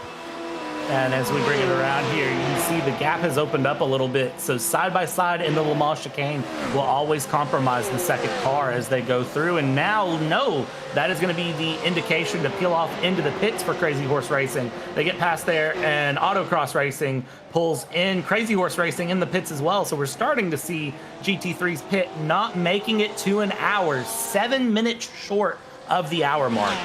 It's a long way short, isn't it? It's a very long way short. So we're not going to see them making it to the end of the race on just 3 stops. It's going to be 4. And I think when there is this amount of fuel saving that would have to be done to get yourself to the end with just 3 stops, I think everybody just thinks, well, let's not bother with any of this fuel saving. Let's just go out hard and try and see how fast we can go and not worry about the fuel saving, because we're never going to make it anyway. Look at the sea of GT3s that are in. It is everyone from Crazy Horse Racing all the way down through Matrix Gold, all the way to 22nd overall. Look at this. This is a busy pit lane, so most GT3s not making it, which makes me wonder, those cars further back, such as Matrix Copper, such as Last 10th Purple, such as the Three Amigos, such as Fresh Motorsports, have they played the ultimate strategy card? Are they going to save an entire pit stop by just managing fuel, managing their strategy? Are they going to somehow find their way from the mid to back pack of this race all the way up to the front just because they decided to pace themselves early on and save the fuel for a pit stop? It's going to be interesting to see if they can go the next 6 minutes. But realistically, if you think about it, even if they save 2 minutes worth of fuel here, they just need to save 6 minutes across the race if they were to stop, within the next couple of laps. Let's see how many are left to stop. Trying to just do the maths at the moment. Could only be just a few of them. So we've seen a lot of these teams decide that it is worth coming in earlier rather than later, sooner rather than later, and that is unsurprising, perhaps. David Fernandez and Chris Pires are now into the pit lane. Russell Elizondo is now in place of Chad Sosnowski. So will that lead start to bleed some time for the 101 when they retake it here? And surely they are going to retake the lead here in a few moments' time. Fernandez and Pires in the pit lane. We're following Gerald Gregory in the 31. He's a little bit further behind those guys up towards the front of the field. Fernandez and Pires should find himself around the people they were with before. Whether they're still together at the end of this pit stop remains to be seen. 42, yeah, that seems about right for the two of them. They'll come out together, but will Elizondo get past them? You would have thought so. J.R. Gregory probably won't in the Flying Lion racing car. I'd imagine he'll join them just at the back. He'll join him right in behind them, I think, is what's going to happen here. Nope, he is going to be quite a long way behind them, and it looks like Pais and Fernandez is this tower on the left-hand side, it's to be believed, have gotten out in front by quite some distance. It does look like that here as we come through the Flying Lion racing car here. Very comfortable with J.R. Gregory moving around and through, trying to keep the car moving and just really get settled in here for this next round. We've got 3 hours, 3 minutes to go, so we're an hour down. We have 3 hours to go here in this race, and, you know, this is really the point where drivers have to dial it back. As a race car driver, the hardest thing is to remember that this is a 4-hour-long race. You want to push, you want to run, you want to move your way forward, and you want to fight like it's the final lap. But what you have to do is remember there's still plenty of time here. First pit stops have just went through, and you've got to go through. But the other thing, Ewan, that you have to remember too is that driver fatigue and just fatigue of the car, fatigue of the teams in general may start to come into play. We might start seeing slightly silly mistakes. We might start to see some drivers lock up the tires. We might start to see drivers miss their apexes. We might start to see incident counts become a problem. It just, you never know with these races how things go. But again, these drivers are all more skilled than me. If it was me, I wouldn't have made the first pit stop. So all of these drivers are going to know what they need to do to survive to the 4 hours. Sorry for interrupting. Someone was basically stationary there on the exit of the bus stop, and I'm not entirely sure why, to be honest with you. I'm not sure who that was either. No, I'm not. No, our timing screen has gone away, so I'm not going to be able to get that just for the moment. But yeah, someone was running very, very slowly indeed. Well, the first round of pit stops of the season are complete. I'm not sure that we're going to see another race this season where the GT3 struggle to make it to the hour mark. The other circuits are quite well facilitating for you to make it. These races this season, by the way, all 4 hours in length this time around. So that is what we've got to look forward to. Those on the left-hand side there are indeed the classes, I believe, correctly ordered now. So you can see that Thomas Briggs is leading, 963 Pro. Charlie Boyer is leading the AMS. GT3 Pro being led by David Fernandez and Christopher Pais now. Elizondo and Heimbusch are fighting for third, further behind. And Michael McKinney's been caught a bit in the lead of GT3 AM. So those are correct now, I believe, on the left-hand side. But a couple of surprises. Change of lead in the GT3 Pro standings, and suddenly the AM in GT3 is way closer than I was expecting. It's very close all the way through, much closer than, again, you know, as you were expecting, as I was expecting. There's a lot there. I think the big thing that's shocking me right now is 963 Pro looking at Shopaholics versus last 10th. 5.5 seconds separating them, and I would say that 5.5 seconds is not enough of a gap for Shopaholics to feel comfortable. That is going to start to close in very quickly. If Kerry Brooks just wanted to, you know, think of SpongeBob SquarePants with the big toe just lightly pressing the gas, if you wanted to just a little bit more, I have a feeling that gap could close in a matter of laps. Just around an hour gone now in this opening round of the season. It's the Porsche Club of America Team Racing Series here at Daytona. This is round one. Road Atlanta is to come next in about 5 weeks' time in February. So very much hope that you can join us for that here on RaceSpotTV on Sunday afternoons. The overall lead has really closed in the last few moments as well. Less than 5 seconds now at the margin. 9 tenths gained by Kerry Brooks last lap on Thomas Briggs, and it's a bit unexplainable to me really at the moment, quite what's going on in that lead of the race. Briggs was miles out in front not so long ago, but now he's being caught quite quickly. Yeah, I don't know either. That's one of the things I'm really looking at, and the only thing I can sort of come through as the gap is now 6.5 seconds. The only thing I can think is there's a lot of pace management going, and all of a sudden the gap is really opening up. Traffic must have come into play or something for the 000 there, because now it's 8 seconds. Now it's continuing to go up. This is This is amazing to see. 8.3. I don't know what's happened there with the last 10th GTP, but that gap very much opened up, and now just as quick as it opened up, it's going to just start compressing again. Yeah, it is. It's very interesting and a bit unexplainable. The battle for the lead in GT3 Pro is either side by side. Oh no, they're nose to tail. There they are. I thought they were side by side for a second. They're not quite. They are absolutely nose to tail. So are we going to get another 50 minutes or so of these two running round? And Christopher Pies pushing somebody again. David Fernandez this time round is being pushed, but he's gone wide at turn 1, and Christopher Pies is going to try and take the lead and has taken it through turn 2 and 3. Christopher Pies has completed his run to the front of the field and now leads in GT3 Pro. I'll tell you right now, that is not the first time we're going to see those two pass back and forth for position this race. They're going to very much continue to do this over and over and over again across this next 50 minutes or so until their next set of pit stops. Because here's the thing, Imperial Motorsports and Gone Broke Racing are going to just be sort of biting their fingernails at this point and really holding on. And here comes the number 17 race leader there, Thomas Briggs. So it is traffic that's really hurting Thomas Briggs in terms of that gap as he comes around on the speedway section. But man, if you're GT3 pros, you are biting your nails right now. If you're Imperial Motorsports or Gone Broke, you got to just hold your breath and hold on, because these two are going to go back and forth time and time and time again.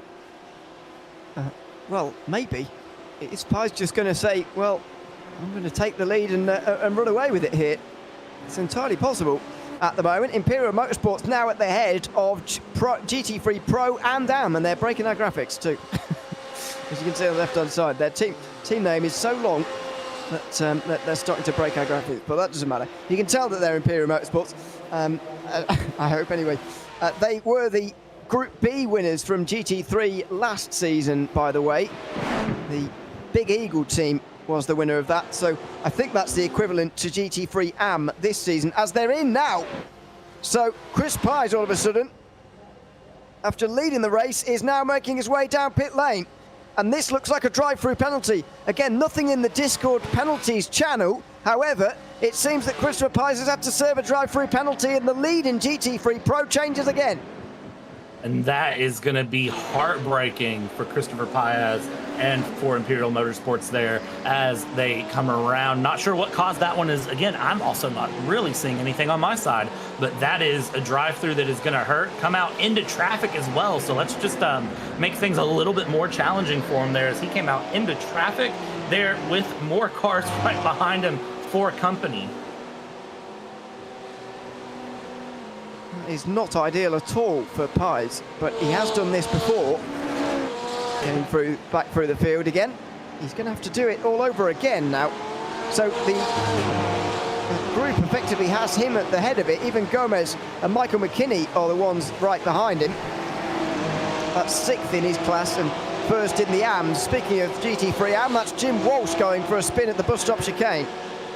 It looked like from that angle, Jim Walsh might have had a little bit of help. It was hard to tell, but there was a car right nose to tail with him there when he lost grip. It was either a little bit of help or a little bit too much curb on the inside as they come around here. Down the back stretch we go. Hard on the brakes will go for the 453 into the Le Mans chicane, or the bus stop chicane. Everyone uses that interchangeably. I believe officially it is called the Le Mans chicane, but everyone knows it is a bus stop chicane because, well, we're at Daytona. We're in Florida, so the U.S. standards apply, which is going to mean we call it a bus stop. I think the bus stop works well. It's not called the Le Mans chicane in my mind. Let's put it that way. I much prefer the bus stop. We'll just keep it that way. That'd be great. As you've noticed so far, to be honest, I've just been completely ignoring the conventional corner names, but it doesn't matter, does it? Down towards turn 1, Pies holding on at the head of this group. It's one of the pro drivers is Pies, one of the very fastest actually in the PCA series. He's sharing with Matt Quinn this season, another pro driver, an all-pro team, Imperial Motorsports Pro. They do have an AM team, Michael McKinney and Dean Chapman, who are leading the way in that class. This is Russell Elizondo and Kellen Heimbuscher. They were fighting for 3rd earlier, now fighting for 2nd. Or maybe I should rephrase that to working together to try and catch 1st, which is probably a bit more accurate. Yeah, and that is definitely what they need to do here. Gap 8.8 seconds to Gonbrook Racing here in the lead that they need to catch up with. It looks like they are doing a very good job here of kind of keeping each other comfortable, but they do honestly need to close that up nose to tail a little bit more, use the draft a little bit more, and really push things forward. Again, I think this is all a difference in car setup at this point. I think some cars are set up for lower downforce, more high speed on the speedway section. I think some cars are more set up for an overall balanced run, and it does look like, as it stands, it's just a very give and take depending on which way you are. But either way, the cars look comfortable as they come around here. It's closing up a little bit more, but they're still losing time. It's bizarre. It is. I can't quite get my head around why groups of people are not catching solo drivers at the moment. But anyway, that's what's happening in this race. Gonbrook Racing leading the way then in GT3 Pro after that drive-through penalty. Crazy Horse Racing in second, as you're seeing here, just ahead of Autocross's Racing and Kellen Heimbusch. So that is a driver change. Russell Elizondo is as well. So they are now nearly 10 seconds behind David Fernandez, who they were in a group with earlier on before those pit stops decided to shake things up. 3.6 seconds, 3.5 is the battle for the lead of the race. Thomas Briggs raced out to a very big margin, but he's been reeled in recent laps. Not sure really what it's down to, probably traffic, some of it, but there is the gap. Kerry Brooks, 3.5 seconds away, and he's having a good end to this second stint, is Kerry Brooks. I would agree with that. It's a very good run here for the stint for Last Stint GTP as they go through, and again, just trying to be within, striking distance and be comfortable with where they're at. And I would say that, if you're running through right now in the gap 3 seconds, it's very nice, but this is also a little bit of, I think, that game of traffic giveth and traffic taketh away. So if you're meeting traffic at a bad time, if you're meeting traffic at a good time, it can affect your race in seconds upon seconds. We saw that earlier when I was wondering why Last Stint randomly went from 4 seconds to 8, almost 9 seconds back, and then all of a sudden closed again. And we see it right now. Gap now 3.8 seconds when it was almost under 3 as we come around to the speedway section yet again for Shopaholic. Still in the lead. Thomas Briggs still pretty comfortable here, but maybe starting to get a little less comfortable as that gap is around 4 seconds. This is Ben Buckley in the 002 on replay, I think, and just spinning up the rears on the exit of turn 4 and going around into the grass. And he will get back going again on the straight between turns 3 and 4, but just losing a bit of time, spinning around, getting back going again. I mean, people often think, don't they, in GT3 you can really stamp on the throttle because you've got traction control, but it won't save you from everything. You've got to still modulate the throttle a little bit, and Ben Buckley unfortunately did not do that. The last 10th green have now dropped to 14th in GT3 AM. Yeah, one of the big things that you learn when you're really starting to learn sports car racing is the idea of being very careful with your throttle and the string theory and really cruising your car around on a string. As you turn, you want to be up. As you straighten out the wheel, you accelerate, and that's what really lets cars look like they're cruising their way around a track and be comfortable. This is Jason Brodigan, meanwhile, the Three Amigos team. They won the GT3 Pro race at Interlagos last season, although the classes weren't quite called the same in the team racing series last season. I think that's how it worked, though. The Three Amigos team certainly did win at Interlagos, that much I do know. And Aaron Nasons is on their team this season. He's a sport class driver. He was the champion of season 12 in the sport class. And he's not been driving so far today, but he is sharing with Jason Brodigan and Robert Walton. Nason's a club class driver now. That's moved up to the second division of Porsche Club America Racing. And it sort of speaks to the thing you were talking about earlier on, Brad, about having who you want to start the car, if you like, in each of these occasions.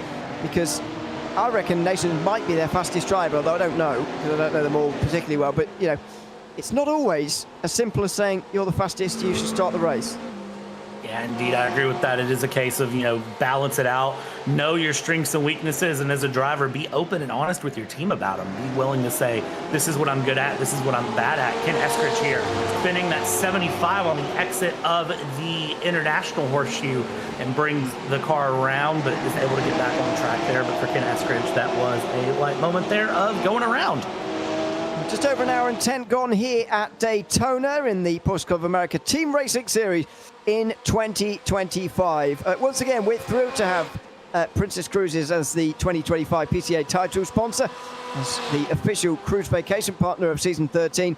They provide exclusive offers, including world-leading itineraries across a fleet of 16 elegant ships sailing to more than 330 global destinations. Reach out to the PCA concierge team to book your next adventure today by calling 833-679-2188. Big thanks to those guys for being with us this season in the Porsche Club of America. Of course, if you're not familiar with the Porsche Club of America Sim Racing Series, it's not just a team racing championship that's taking place over 5 Sundays in the first half of 2025, but we're racing every Wednesday and Thursday night as well in 4 different divisions based on driver skill, each of them more competitive and just as competitive as the last. So a big thanks to those for sponsoring these broadcasts. It's great to have them all on RaceSpotTV this season in 2024. We're just doing one event here or there, but glad to be here for more of those events on this occasion. This is the opening team racing series of the event, of the season, I should say, here at Daytona. It's a great place to start as we approach the end of the first third of this race. It has flown by, Brad, I've got to say. Just under an hour and 15 gone, and we are motoring through this race very quickly indeed. We are indeed. It's going very quick through to see the drivers going around. It's one of those things that I feel like we just started this broadcast 5 minutes ago. I really do. And seeing what happened, it's it's amazing to see the cars continuing through, the drivers going around and seeing things, just be nice and stable. We haven't had any of those big moments. We haven't had anything, absolutely devastating happen to people's races. We've had some spins here and there that have been unfortunate, but nobody's absolutely washed the car out and ruined the car. So it's interesting to see that everybody for the most part has been nice and consistent and stable, and it goes to show the effort, the preparation that teams and drivers put into this Daytona event. They take this very seriously when you come into the Rolex and into the Daytona 24. This is a very serious event, a very prestigious, and again, all these drivers are probably using this as training for the 24 hours coming up in 6 days time. Yeah, that is a great point. I mean, how much in terms of practice do you think people will have done in that case before this event? Because it may be seen, this event, as you say, as a bit of a warm-up to the Daytona 24 Hour. Do you think people will still have been putting the hours in before this race, or will they sort of be learning on the job, if you like, because there's a very long race ahead of us here today? Yeah, I hope they're not just sort of learning on the fly. You would think that, they're going to be running a lot of practice sessions. They're going to be doing a lot of things to really be comfortable and get things going and, keep things moving. But it's a case of really, I think this is one of the few practical moments that they're going to take to practice and be comfortable for the 24.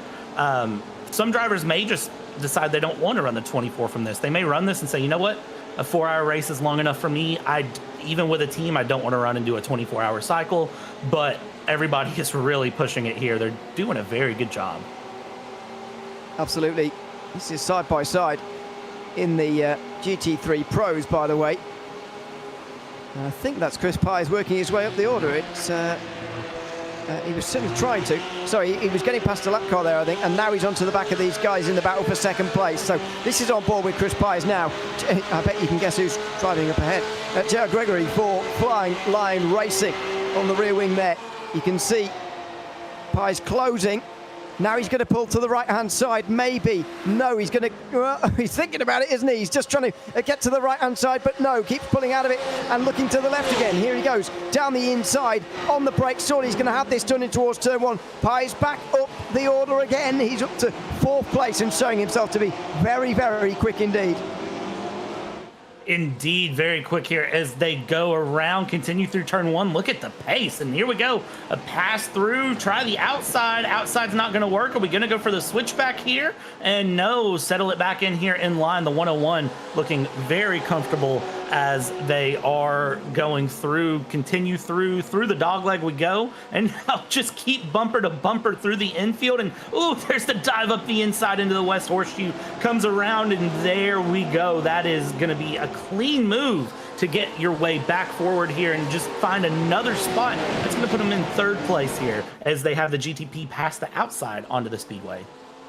They've got a lot of grip, those GTPs, to be able to do that, and they sweep on by very quickly indeed. So how quickly is Pies going to get rid of the rest of them here? It's only Kellen Heimbuscher now who is in the way, but a second up the road. Get the feeling that Heimbuscher will have seen this coming and thought, better try and get ahead here of Christian Pies and stay away from him, because he might well overtake me, but Russell Elizondo wasn't able to keep him behind for very long. Crazy Horse Racing now are in behind.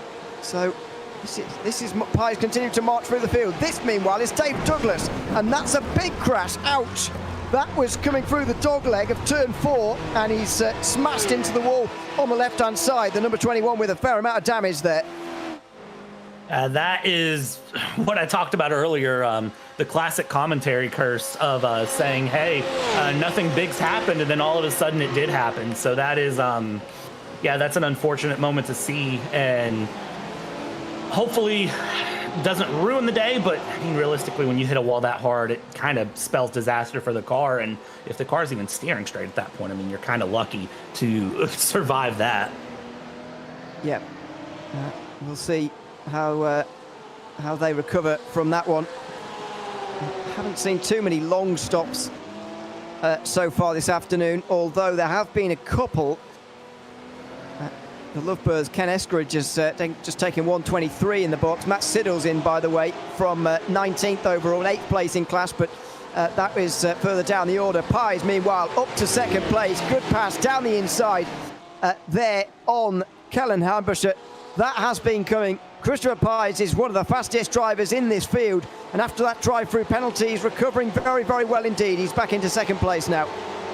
Yeah, back into second place he goes, recovering beautifully from that drive-through, but 10.5 seconds is the gap here as it stands. So we continue along, moving along here and trying to close in time as quickly as possible and get things going. Looking very, very smooth here through the Le Mans chicane and continuing along, keeping things moving, and we just go one after the other. 2 hours, 41 minutes left to go in this race.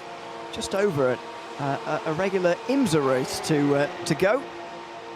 These races this season, all 4 hours in length in the Team Racing Series in 2025. Down on the brakes again here. The American flag you can see in the background is belonging to Ivan Gomez. That's Can-Am Titan, number 911. Late on the brakes, round the outside for Gomez here. And he's going to make it by the looks of things. If he can hold it there, and he'll be dead level through the chicane. Oh, no contact! No! Oh, it's going to be a big crash, I'm afraid. Across the course he goes in the 31. J.R. Gregory there has to gather himself up, and he does stop himself from going onto the other side of the road. But that was contact with Ivan Gomez and the Can-Am Titan number 911. And I'm afraid that was very close to disaster for the both of them.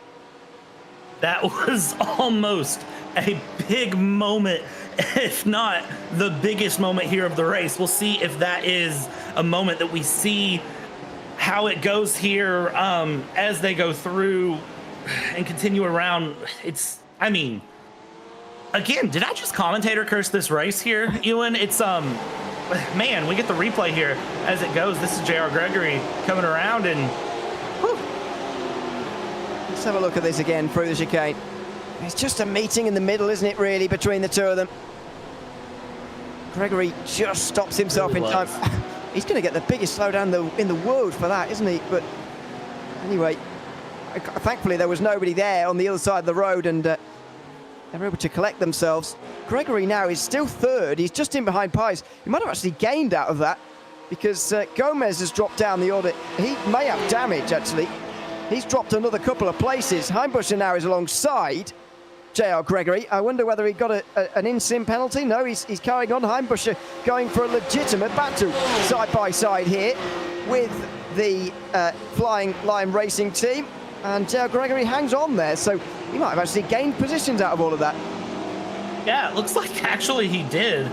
So that was a impressive moment to see there. I wasn't expecting him to gain positions out of that, but you know what? Sometimes that's the way to do it here as we go around 2 hours, 39 minutes to go. Everybody being a little less patient than they have been. So they've, you know, I feel like things have really opened up here. We've settled into that middle part of the second stint, and drivers have really started to push it.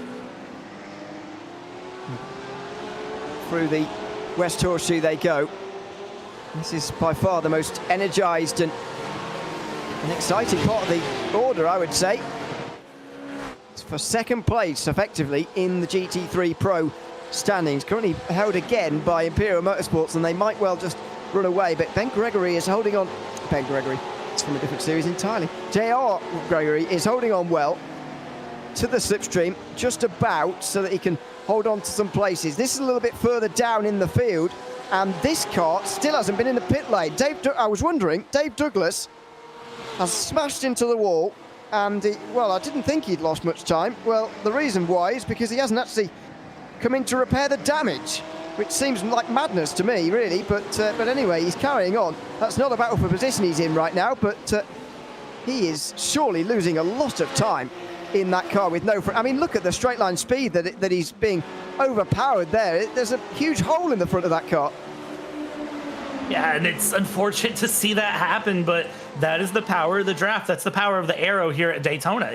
I mean, it's such an important part of the car, of the setup, and any sort of damage can ruin it. I mean, it can cost seconds a lap. It's not a case of tenths. It's a case of entire seconds a lap that happen. It's not a light thing here. I know we talk about aero, we talk about the draft, and we see the power of it, but you know, when we say it, it's absolutely the most powerful thing here with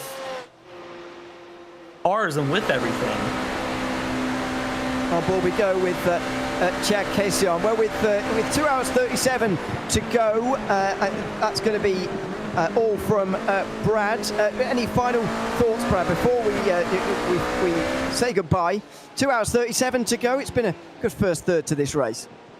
Been an amazing third to this race, Ewan. It's going to be a fun rest of the race here as we go. I'm excited to see how this race concludes here for the day. It's Daytona season through and through, and it's amazing to see everyone taking part in Daytona in some capacity, especially here in PCA as they go. I love seeing the Porsches out and about. Thanks very much, Brad. Thanks very much for your contribution. The first third of this race, the 4 hours of Daytona, in the first round of the Porsche Club America Team Racing Series in 2025. Still myself, Ian O'Leary, with you until the finish. However, now I'm joined by Ron Mounds for the next half an hour or so. Good to be back alongside you, Ron, in the Porsche Club of America. We've got team racing this time around, and we're very much settling into the middle third of this race. And one of the big features that I hope is going to be a feature of this middle third is some GTP battles, because we haven't had too many of them so far, but here is one immediately on the screen at the moment. Stallions GTP working their way up to second place, head of Late Breakers Racing. It's what these races are all about. GTP's going toe-to-toe here at Daytona. Yeah, and managing that traffic, it's such a big factor in these multi-class sports car races, and we're going to see it get put on full display here in a couple of moments' time as we may see some battling hang down into turn one. Side by side, have a look down the inside. The Late Breakers Racing living up to their name on that occasion and working themselves back through in towards turn number one. That was Rob Cottle, the new driver into that 22, up to sixth place ahead of Chad Casion, part of the Stallions GTP team. The battle for second place in the GTP AMS. However, it is a long way behind the leaders. Kyner Racing a long way out ahead of these guys. It's an exciting battle though between these two as they get low on fuel and we close in on pit stops here in GTP.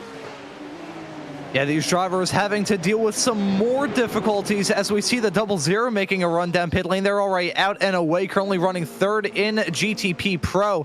But as we see this AM battle continue to heat up, I'm curious here, Ewan, as to whether or not we're going to start to see the GT3 drivers kind of decide more of this fight as we see some more GT3 traffic to contend with heading down into the bus stop chicane. It looks like it's not going to be too big of a factor, but shallowing up that approach into the bus stop chicane, that's going to be another big thing that these drivers have to worry about. Always important to see how well these drivers can manage that traffic dilemma.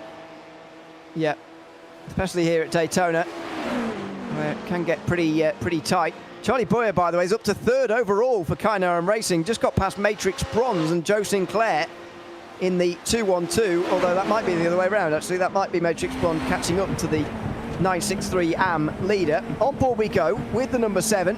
This is going to be a great view as to just how to control one of these Porsches through here at Daytona. This is exactly what it's all about. Multi-class racing under the lights at its best. On board with one of these prototypes, fighting with another prototype while darting between GT3 traffic. And there's over 20 GT3s, by the way, 26 GT3s still out there on the circuit for these teams to duck and dive through.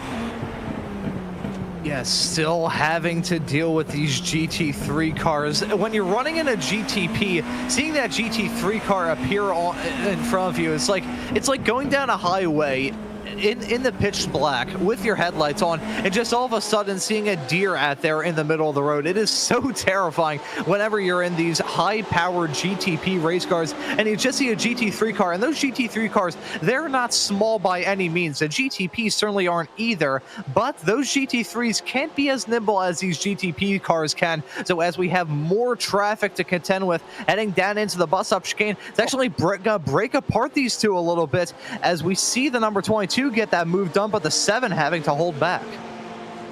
He just loses 3/4 of a second or so and has to try and gain that back again. There is pit stops up ahead, by the way. These guys are allowed down, so they might be able to go one lap further, actually, than the drivers pitting in just ahead of them. Yes, they are. So they will have done roughly 45 minutes in these first 2 stints of the race. But Shopaholics race team are in from the lead, and at times the gap was down as low as 5 seconds there for Thomas Briggs.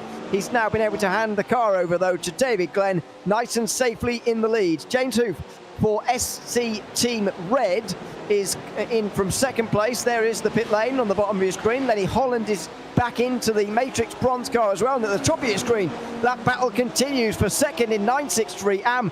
This is looking very, very good indeed in towards the West Horseshoe, but again, I think traffic just getting in the way a little bit of Stallions GTP at the moment, not quite going their way. That's going to break them apart yet again. So Stallions really getting the short end of the stick in terms of these GT3 interactions. But I think they finally found themselves in a little bit of a good window here. And I don't think they'll have to deal with another GT3 car for about, we'll say a half a lap. That seems like very little, but in a battle like this, it can make a big difference. As a leader in GTP, AM has made the call to come down pit lane, the 9 team in. This is on schedule for number 9, and I would expect these 2 cars to do the same as well. Chris Brown, by the way, is into the last 10th GTP, number 000, and their pit stop was about 3 seconds shorter. The gap only 4 seconds for the overall lead of this race. In fact, it's lower than that. It's just dipping below 4 seconds now, as these 2 GTPs are going to make their way in. They're absolutely side by side.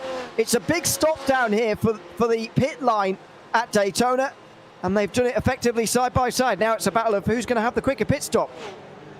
Yeah, it all comes down to this. Those iRacing pit crews, have they drank enough Red Bull to be able to get these cars serviced out and away without losing out on a whole lot of time? And let's see, will these drivers be able to hit the marks? They both do very, very well. Cottle maybe going to get out of that car. Jeff Williams getting into the number 22 Late Breakers Racing GTP car as another driver swap for the Stallions cars. Casey McDonald getting into the 7. So let's see who's going to exit out first. The 22 down off the jacks. Let's see how long will they be stopped. Let's see how long the 7 is going to be stopped as well. The 7 spending more time up on the jacks. They're now finally down. Let's see who's going to exit out in front of who. These 2 pit stops should be dictated by fuel, and they should both need a full tank, so there might not be that much difference between the 2 of them. They should be getting going pretty much identically here, and they do, although Williams was a bit quicker there out of the box, and so that is a good stop from the number 22 team. They'll get a bit further ahead of the number 7, and Late Breakers Racing will have that bit of breathing room here in the battle for second place in 963 AM. I think the more concerning thing for them though, not only for this race, but maybe the season as a whole, they're nearly 3/4 of a minute behind the number 9 team, who are leading in 963 AM. And you can see these two exiting out, trying to deal with this outlap as gingerly as they possibly can here, Ewan. This has been a factor all throughout the race. These GTPs coming out of the pits under the lights with basically no tire temperature at all. Let's see which one of these racers will be able to handle this outlap with the most amount of grace as you possibly can. Grace in massive air quotes. I'll tell you what, Ewan, and I'll be brutally honest, seeing some of these GTP cars, these high-powered race cars, trying to exit the pits with cold, greasy tires on a track like this reminds me of the time that I went ice skating, and have it be known that that is not a good comparison at all. These drivers are struggling out of the pits. It's a good analogy, because after a while you get used to it.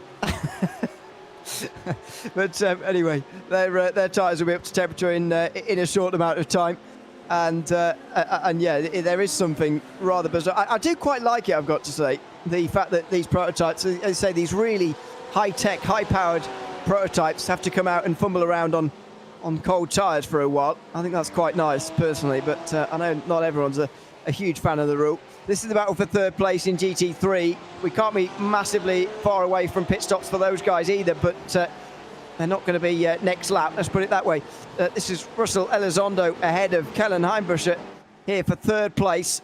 The group in GT3 is spread apart a lot further here. Christopher Pies is motoring at the moment. He's up to second place. Just over 6 seconds is the gap now in GT3 Pro.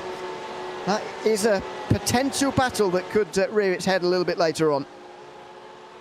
Yeah, these battles slowly but surely building. I mean, they've got a whole lot of time left to have that pressure begin to rise. We've still got 2 hours and 27.5 minutes left on the clock. So it's not game, set, match at all in this race. Still have plenty of time. I gotta say, the good part of multi-class sports car racing, the fact in both of our pro classes, we've still got some rather close battles for the lead. Mainly in GTP Pro, as you can see, the number 17 and 00 separated by about 0.6 of a second at the moment.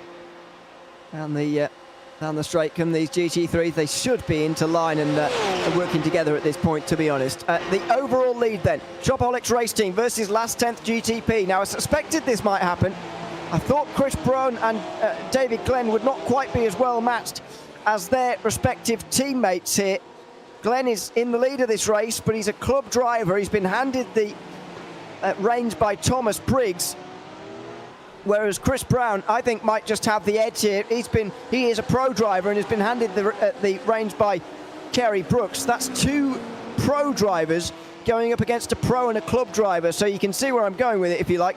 I think Glenn is going to have to just hang on throughout this stint, do his driving to the best of his ability, try and keep Brown behind him for as long as possible, but I'm not sure how long he's going to be able to defend here. Already in towards turn 6, he's forced to take the defensive line as they pass a GT3 as well. This is a big stint for David Glenn coming up here in the number 17. You can see that shimmy sham from Glenn in that number 17 car, trying to do everything in his power to hold back the 000 right behind him. But I feel like it may be a losing battle. More GT3 traffic and contend with, heading through onto the high banks, now onto that back straightaway. It looks like they won't have any traffic-related difficulties. Heading through the bus stop, but they're still going to be covered by practically nothing. Heading through here, let's see who's going to get the good exit, who's going to get the bad exit. Have to worry about the slowdowns as well. Heading through the bus stop, because that is a game ender for some of these racers. But looking through, looks like they're going to stay the line of stern for now, with the 000 slowly but surely reeling in that gap. But the draft coming off the back of one of these Porsche 963 GTP race cars is not enough to have that gap disappear within the blink of an eye. Have to be a little bit bold and aggressive, heading through the braking zone to one with some more traffic to deal with, holding up the 17. This may be the shot. The 00 needs more contact. Contact with the 001 and the lead change as well. Last 10th GTP at the front of the race here at Daytona as a result of contact, as David Glenn tried to go round the outside of the 001 GT3 driven by Rob Neville. That was Last 10th purple. So it's effectively teammates. Last 10th in GT3, helping their GTP counterparts to take the lead of the overall race. Now, there was nothing malicious in terms of teamwork going on there. It's just an ironic coincidence, really. However, this is the incident that effectively has cost Shopaholics Race Team the lead. It's a spin for the Porsche. I think they just ran wide and spun on their own. I don't actually think there was contact with David Glenn. It just forced him a long way wide, and it allowed the 000 to get to the lead of this race. Of all the incidents to take place, that was possibly the most heartbreaking one for the 17, but still not over yet. Reeling in that gap slowly but surely, back down to about a second between those two race cars, dealing with some traffic still. It's those close quarters GT3 encounters that come back to bite these drivers on the butt, and we saw that get put on full display a couple of moments ago. It's those battles, those interclass side-by-side bouts that occasionally lend itself to some very big accidents. Thankfully not big in terms of the nature of the crash, but big in terms of its implications. But I will say, 17 team on damage recovery as a 000 gang held up by traffic still. Now that gap's below a second, so it's still not over yet for these two. Absolutely not. Oh, it might be now, though. Oh, he's broken too late for turn 4, and he's lost some time, David Glenn. That will be that as far as the lead battle goes for now. Last 10th GTP will consolidate that lead as Shopaholics Race Team just go a little bit deeper on the brakes. David Glenn there was trying to go around the outside of a GT3 in the International Horseshoe, and it's just so difficult when you're on the outside of that corner. You get your wheels in the grass, you will for sure find yourself losing a lot of time, and that's exactly what just happened there to the former race leaders. Yeah, once that one mistake hits you, they just start to feel like they pile up. As you can see, a big crash heading through in the GT3 field. That may have been, you can see Randy Teague in the 495. I'm not sure if you saw this as well, Ewan, but I think as we saw that side-by-side racing with the 000 and the 17 a couple of moments ago, I think I saw that slow 495 car on the inside heading through the tri-oval. So I think that may have, I wouldn't say it set up the disaster, for lack of a better term, between the 000 and the 17, but that would explain why that car was very slow on the inside line. I saw that as well, yeah, and that is the explanation as to why. It looked like there was a bit of previous between those two teams, though, didn't it, and those two cars, because they were sort of bouncing off each other down the front straight, and you don't often get that unless you've had some sort of incident. That's what happened to Glenn. It's such a narrow margin, it's such fine margins. However, just clips the grass on the outside line, comes to a crawl, basically, and, well, he's back going again now, but he's lost 3 seconds, and I'm not sure he's going to get those 3 seconds back. Yeah, that is a pretty big mountain to try and climb if you are the 17 Shopaholics Race Team car, but we still got a whole lot of time left to go. 2 hours and 21 minutes and 45 seconds left on the clock. I've had a lot of this race go by already. These drivers whittling away the laps. It feels like a never-ending race, but 4 hours can go by in the blink of an eye, and some of these drivers certainly not wasting any opportunity that falls into their lap, as we may see a fight here in the GT3s. Yeah, this is what this race has been about so far. GT3 battles have been our entertainment for the most part, and Russell Elizondo and Kellen Heimbuscher and their teams have been very much part of it. This is for 3rd place in GT3, and just in behind them, by the way, is Michael McKinney, the GT3 AM leader, who I think would really rather not have this going on up in front of him at the moment, because this is effectively all going to just slow him down, and he would rather extend his 11-second lead over Stallion's GT3. Not able to do that. Instead, he sat behind these two watching their battle for 3rd place. Yeah, I gotta say, though, of all the views to have on a Sunday, that's a pretty good view to have as your competitors go side by side. I don't know about you, Ewan, but whenever I'm behind the wheel and I see a big fight go on right in front of me, it's really hard not to keep tabs on, just look at it with a little bit of curiosity going on. And looking at some of these cars battling. I just want to note here real quick, the #1 team, Autocross, is racing. As a little bit of a personal meaning to me. I, for the longest time, was an autocrosser with the Sports Car Club of America. So nice to see some autocross appreciation here in this 4-hour-long race for the Porsche Club of America here exclusively on RaceSpotTV. And this fighting has been exceptional thus far this race.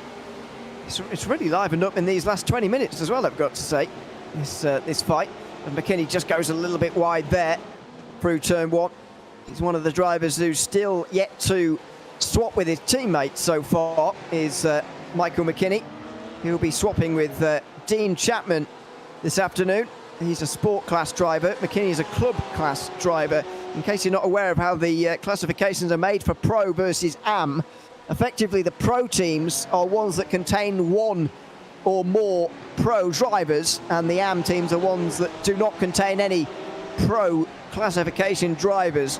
So there is no sort of minimum requirement of challenge drivers or whatever. It's just the minimum of one pro driver that gets you into the pro class here in the Porsche Club of America.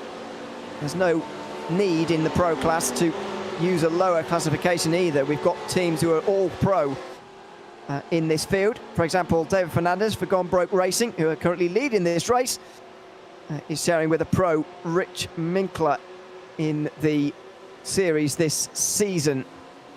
Into the bus stop comes this battle for third again, and we're not too far away from GT3 pit stops. I wonder how that's going to affect these two guys as they battle away. There is the amount of pit stops on the left-hand side of your screen.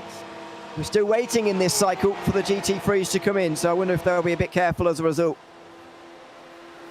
Yeah, I am very curious as to how exactly these GT3 drivers are going to try and tackle these pit stops as they try and tackle each other out there on the racetrack. You can see that number 1 Porsche trying to get the move done around the outside into turn number 1, not close enough, going to back out of it. But if these two start to battle, we could see the car a little bit farther in the back, a shot, get involved in this battle. We've seen a lot of battles going on up and down this grid, and I think we both have experience in terms of small battles that turn into massive hornet's nest of race cars just because two drivers decide to go and battle tooth and nail, bringing more cars into that fight and snowballs from there. So who knows, we may be able to see something like that, something very similar to that happen in this GT3 pack that we're following right now. And they've just caught up to a lap car as well here, just stays out the way, and he's having to go defensive here in the 101 is Russell Elizondo. Got Heimbucher right in behind him, just trying to overtake for the moment. Michael McKinney right in behind. You can just see sat there and along and waiting with just 2 hours and 17 to go. Just like to remind you, of course, that we're thrilled once again to have Princess Cruises as the 2025 PCA title sponsor, as the official cruise vacation partner of Series 13. They provide exclusive offers, including world-leading itineraries across a fleet of 16 elegant ships sailing to more than 330 global destinations. Reach out to the PCA concierge team to book your next adventure today by calling 833-679-2188. A big thanks to those guys for coming on board this season as we continue with the opening round of the Team Racing Series of 2025. The number 1 car on the outside line, Heimbucher, looking for the move in towards turn 1. They're at the end of their stint, but they are not quite done with the battling just yet. 2 hours 16 to go, and Heimbucher gave it another go there at turn 1. Couldn't quite do it just. And not close enough to get that move done, but still plenty of opportunities left to go for these racers to try and get some good moves. I'll answer this here real quick, Ewan. In terms of the overtaking opportunities that these drivers are going to try and utilize, if you were one of these drivers out there on the racetrack, what would you probably say is your favorite corner to try and go for a move on? Would it be heading down into turn number 1, or would it be one of the horseshoes? I think turn 1 is probably the best place, but I think just some of these places are very deceptive actually here at Daytona in how they are more difficult than they seem actually to make passes on. You're coming off the banking when you're coming through at turn 1 at huge speed. That's down towards the bottom end of the track map. You can see down the bottom there. The horseshoes, yeah, they're pretty deep braking zones, but they are not, or they don't have real long straights leading up to them, so it's very difficult indeed. And the bus stop chicane, you're really not braking very much at all, so it's pretty difficult. I think this track can be a little bit deceptive with some of these overtaking chances. As I say, it's a little bit more difficult than it seems sometimes. Yeah, it is surprisingly difficult trying to get some moves done around this racetrack, despite the fact it's a modern day motorsports facility. Daytona International Speedway, probably one of the premier racing venues, not just in the US, but in the world as well. It does have that old school flavor to it still, heading through the infield. That's kind of a marquee of a lot of road oval circuits that you see at stateside, even ones that are rather well put together and popular, like the Charlotte Roval, for instance. You have these infield sections that kind of have an odd, it's either a street circuit feel to them, or it feels like it was designed well back in the day. The Daytona Roval, I mean, for lack of a better time and trying to get the specifics laid down, just about unchanged ever since it was built all the way back in the 50s. So you still have that old school flavor heading through the infield. Yeah, it's, I've got to say, not a really flowing circuit that you love driving on your own, Daytona, I think, but it is great for racing. The time you spend up on the banking really helps as far as slipstreaming goes, and that helps the racing, of course, as well. So it's a fantastic circuit to go racing at. It's very glad that we're here for the opening round of this season in 2025. David Fernandez, meanwhile, is not quite so glad about what's happening in his rearview mirrors, because he is being caught very quickly by Christopher Pies. We're getting close to pit stops again here, and Pies will be pitting in at the same time as Fernandez, you would expect. But will he be coming in ahead of him or behind? Because that dark and gold car just in the background there is Chris Pies, and this battle may well just rear its head in the final minutes of this second stint of the race. That it certainly will, and having a battle to contend with as you're thinking about the ensuing round of pit stops, it clouds a driver's mind even more. You got a lot of stuff that these drivers are thinking about as we see some racers coming down pit lane here, and these two running up towards the front in GT3M, and this is going to be really important. It certainly is. Into the pit lane. They all trail one by one.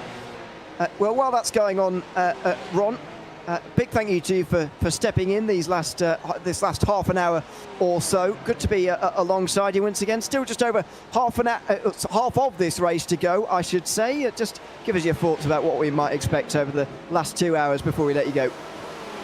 Well, I think it's going to see a whole lot of great battling. That interclass dynamic still going to be a huge factor in deciding who's going to finish first, and these drivers need to keep a calm, cool, and collected head on their shoulders to make sure they can just make it to the final 4 minutes. No worries about being a good contender with 4 hours left to go. You got to be up towards the front with 4 minutes left to go, and these drivers really having to keep tabs on that. All right, thanks very much, Ron, for joining me in the last half an hour or so. And we will, I'm sure, speak to Ron again later on in either this season or on the regular Wednesday and Thursday nights we have here on RaceSpotTV for the Porsche Club of America. It's still myself, Ian O'Leary, this time joined by Dara Thacker alongside me. You joined at an exciting time, Dara. That was the battle for the lead. Dave Fernandez is still going to hang on to it, but into the pit lane comes Imperial Motorsports. Christopher Pies was coming quickly there, but not quite quickly enough to do it before his pit stop, and now he makes his second stop of the day. Might be getting out of the car. Yeah, and we're at the stage of the race that I think teams and drivers are going to be particularly focusing on to get themselves into some good positions going into the second half of this race. Good evening, you. I jumped straight in there. Good evening to you. Good everyone at home as well. But yeah, looking forward to this ending to the race. Yeah, just over 2 hours to go. We're about halfway through. It's been flying by, actually, this opening round of the season. They're all 4-hour races this season, by the way. There was some variation of distance last season in the team racing series, the Porsche Club of America. The opening round of the season was at 6 hours, then 4 hours for round 2, 4 hours for round 3, 6 hours for round 4, and 10 hours the final race of the season. We're just doing the 4 hours. I think it's a good distance, actually, for this kind of thing. So we go back to second place in 963 AM. This is Jeff Williams versus Casey McDonald. I think the drivers have changed in these teams, but the battle hasn't really.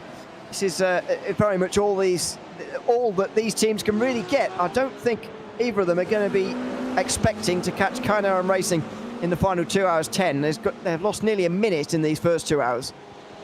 Yeah, I think for Kynar, you have to prevent any kind of big mistake at this stage of the race. 54 seconds built up over the course of the first 2 hours is quite an imperious margin. for the likes of Williams and McDonald to look at and try and chase down. I think this is really the battle for P2.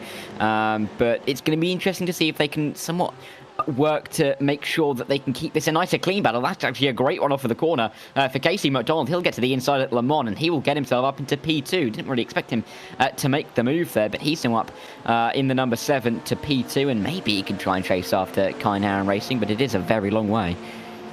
We were just talking with Ron about where the likely places to make the moves are. Well, that wasn't one of them, actually, but he's done it anyway. Into the pit lane comes David Fernandez, and there's going to be a driver change down there for Gombrowicz Racing. I think Rich Minkler is in. So we are seeing the halfway driver changes there for Imperial and Gombrowicz Racing, because Matt Quinn is into the Imperial car, and we've got Rich Minkler into the Gombrowicz Racing car. So that's the important battle at the top of GT3. GT3 Pro, that is. Matt Quinn did a 41.5 second pit stop first time around. You can see the time ticking up on the tower on the left-hand side of your screen for Gombrowicz Racing. 41.5 or less? No, it is 42.4. I reckon they're going to lose the lead here in the 09. Watch for the black and gold coming through on the left-hand side. Watch for it coming off the banking here in a few moments' time. There it is. There is the Porsche just on the brakes now. The pit lane goes a long way round the left-hand side here, by the way. There goes Minkler. He's going to be into the lead here. He's going to be into second place. Minkler is just off the pit limiter now. And Matt Quinn just about gets in front by a pretty small margin. Yeah, really fine margins are going to define this race, and that could be a really big moment for the Imperial Motorsports car. Matt Quinn will be delighted, I'm sure, to get himself out into the lead. Gombrowicz know what they have to do, though. There's a very clear goal. It's right directly in front of them, and we'll have to see how this is played out. Of course, pitting a little bit later, we'll see if that can impact their race coming towards the checkered flag in a couple of hours' time. But for now, they really have to focus on trying to get back into the lead of the race, or at least staying pretty close. Well, that's not going to help. That was a GTP going down the inside, and this has not been a good outlap, I'm afraid, for Gombrowicz Racing. That gap a lot bigger now after GTP diving down the inside. There's also a bit of a bigger gap in 963 AM. Jeff Williams has just served a drive-through penalty for causing an incident with number 917. That is Fresh Motorsports. Andrew McCune is at the wheel of that one now. Still yet to make their second pit stop of the day, actually, but they are quite a few laps down on the lead. They're about 3 or 4 laps down on the lead of the race. So penalty being served down there for Jeff Williams. He's done his penalties now, though, and he's nearly half a minute off. This is McCune. Meanwhile, in 917, going for a slightly bizarre spin at the chicane there. Can't really explain that, to be honest with you. No, but at least getting it righted. No real damage on the car. That'll be helpful. Sorry, I just looked at it again. I can work it out now. He got hit by the 22 car. That we were seeing the reason for the penalty, and that was it. There, it was pretty. People watching at home would think, "What is he not seeing the same thing as me?" No, is the answer. I wasn't looking at the same thing as you. Effectively, just got hit. That's how easy it is. It's not. The reason I was confused is it's not a normal place to drop it on your own, is it? You've got to have some help to go around through the chicane there. Almost impressive to find yourself going around there on your own. I think that would be something that me and you, or you could manage. This is a better angle of another incident involving Kevin Schultz down here. He's going to get basically turned across the nose by himself there. 3 cars into one's never going to go into the second horseshoe, and that's how he's found himself spun around. McCune, we're going to see again for the 917 coming into the Le Mans chicane. That car just isn't happy with him, and he's going to go around there, and he's going to find himself just off the racing line. Scarier places to be in that chicane, but got to be careful rejoining the circuit. Oh my word. Oh, he's just sat on the last apex there. Dear, oh dear. He's now got underway again, thankfully, but he's not been enjoying his last few minutes. That rear end did not look happy with him at all. We haven't seen many battles in GT3 AM, but here is one. This is for 4th place between Patrick Adamczyk in the Can-Am Atlas car and the Stallions GT3 car being driven by Steve Komatz at the moment. There they are. Both AM drivers themselves as well. AM, of course, denoted by the fact they're not pro, effectively. All of the non-pro drivers are called AMs. Adamczyk is sharing with Derek Dirksen in this one, both club class drivers. And Steve Komatz is sharing with Mark Foley. They're both club class drivers as well. And they're sharing with Brian Stern as well. It's a 3-driver team. Actually, it got just the one 5-driver team here.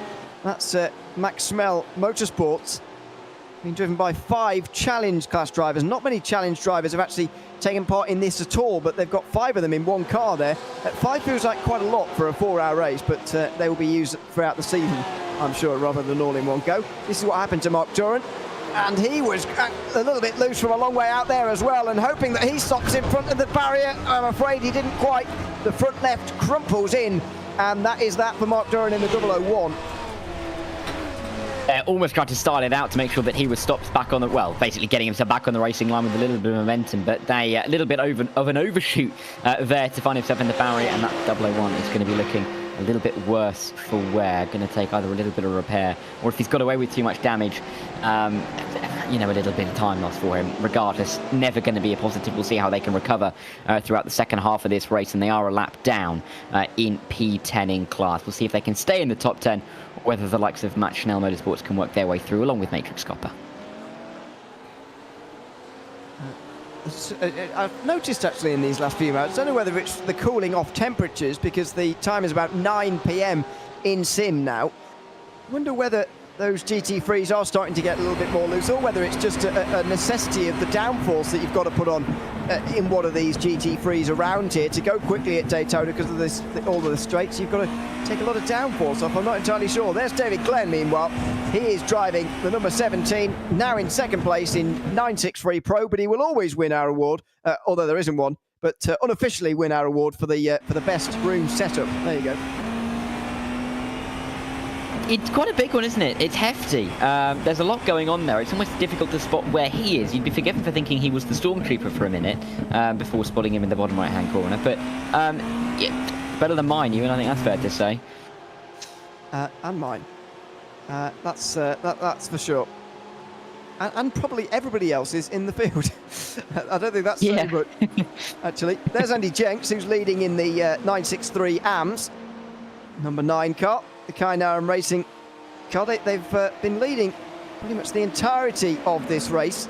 Charlie Boyer got off to a good start. That's it. This is a 4-driver team, by the way. So 3 club drivers, Charlie and David Boyer, along with Andy Jenks, who's driving here. That's the 2nd division of Porsche Club of America. And then Colin Mazzola, who is a sport class driver. That's the 3rd division of driving here in this series. On board with Jenks here, because he's about to put the late breakers Racing number 22 1 lap down, and this is a bit of a psychological blow rather than a legitimate one. There's no cautions or safety cars in this series, so this is a psychological blow rather than a physical one. Exactly, and we're going to see that play out, or we're going to see it play out very shortly indeed around the horseshoe. Is it going to happen to the second of the 2 horseshoes? We will see. But Andy Jenks, I mean, what kind of positive is this for Kainaram Racing? They're overtaking or lapping one of the cars that would be standing on the same podium as them. Still over 2 hours on the clock. I mean, it has been an incredible drive so far by the team, and Andy Jenks, I'm sure, will be loving this moment, getting ever closer around the banking. Should get this done sooner rather than later. Maybe not down in towards Le Mans. It's a very difficult point to make any kind of sense. He'll get a better run off of the banking, has the inside line, and have another car ticked off in terms of the amount of cars that they've lapped. Now all they've got to do is chase after the number 7 Stallions GTPX team, and they'll have lapped the rest of the entire field. And you'd have to say that that doesn't feel like it's going to be terribly far off, albeit they're about half a minute up the road. Yeah, it's quite a long way, but wouldn't bet against them doing it. This is Team Chapman for Imperial Motorsports Handsome Hawk. We've got all sorts of funky team names, additions of this team. Behind him is Matrix Silver. So this is an overall position battle for 12th place, 13th, no, 11th. Wow, 3rd time lucky. 11th place overall, but it's not for a class position. Jordan Dyer right behind for Matrix Silver. He's looking to try and get through, and Chapman's not that far behind. Russell Elizondo. It says a lot about this team that the AM team are knocking on the door of an overall podium in the Porsche GT3 class. A fantastic job from them so far. Yeah, and see how they can, if they can do it towards the end. Imperial Motorsports clearly with a good setup for this series, and we'll have to see how this can work out throughout the season for them. But a really, really positive opening couple of hours for them. There's no doubt about that.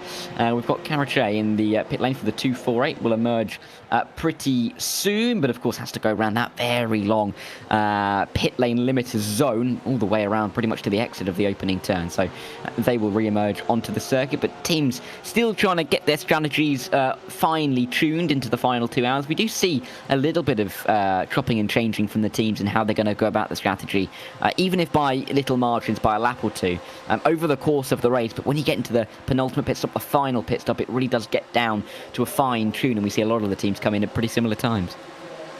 Yeah, this is in towards turn number 1. This battle pretty much side by side here between Schultz and Siddle. And Siddle going to go around the outside with Schultz trying to hang on from the inside line.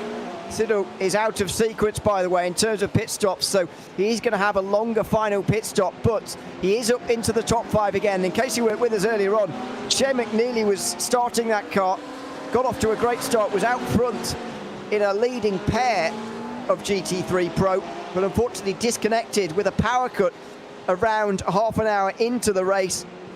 Unscheduled pit stop had to be made. Matt Siddle had to do his driving a lot earlier than he was expecting this afternoon, and so that car now is very out of sequence. They are doing a great job to recover to the top 5, but they will have a long stop to serve compared to everybody else a little bit later on in the race. Yeah, so they've got that hanging over their head, and you never really like to have anything hanging over your head as a team.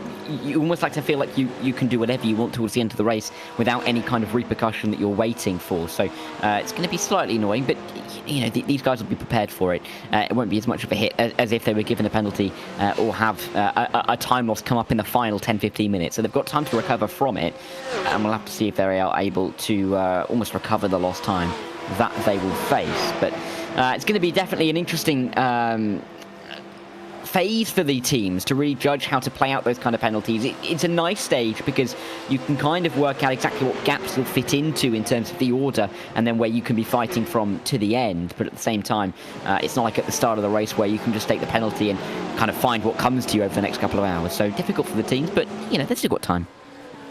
Jordan Dyer has just taken 4th place in the class, or he's still holding 4th place, as you say. He's taken 4th overall in GT, past Dean Chapman. It was pretty easy, but Chapman certainly thinking about other things at this stage rather than the battle for 4th overall.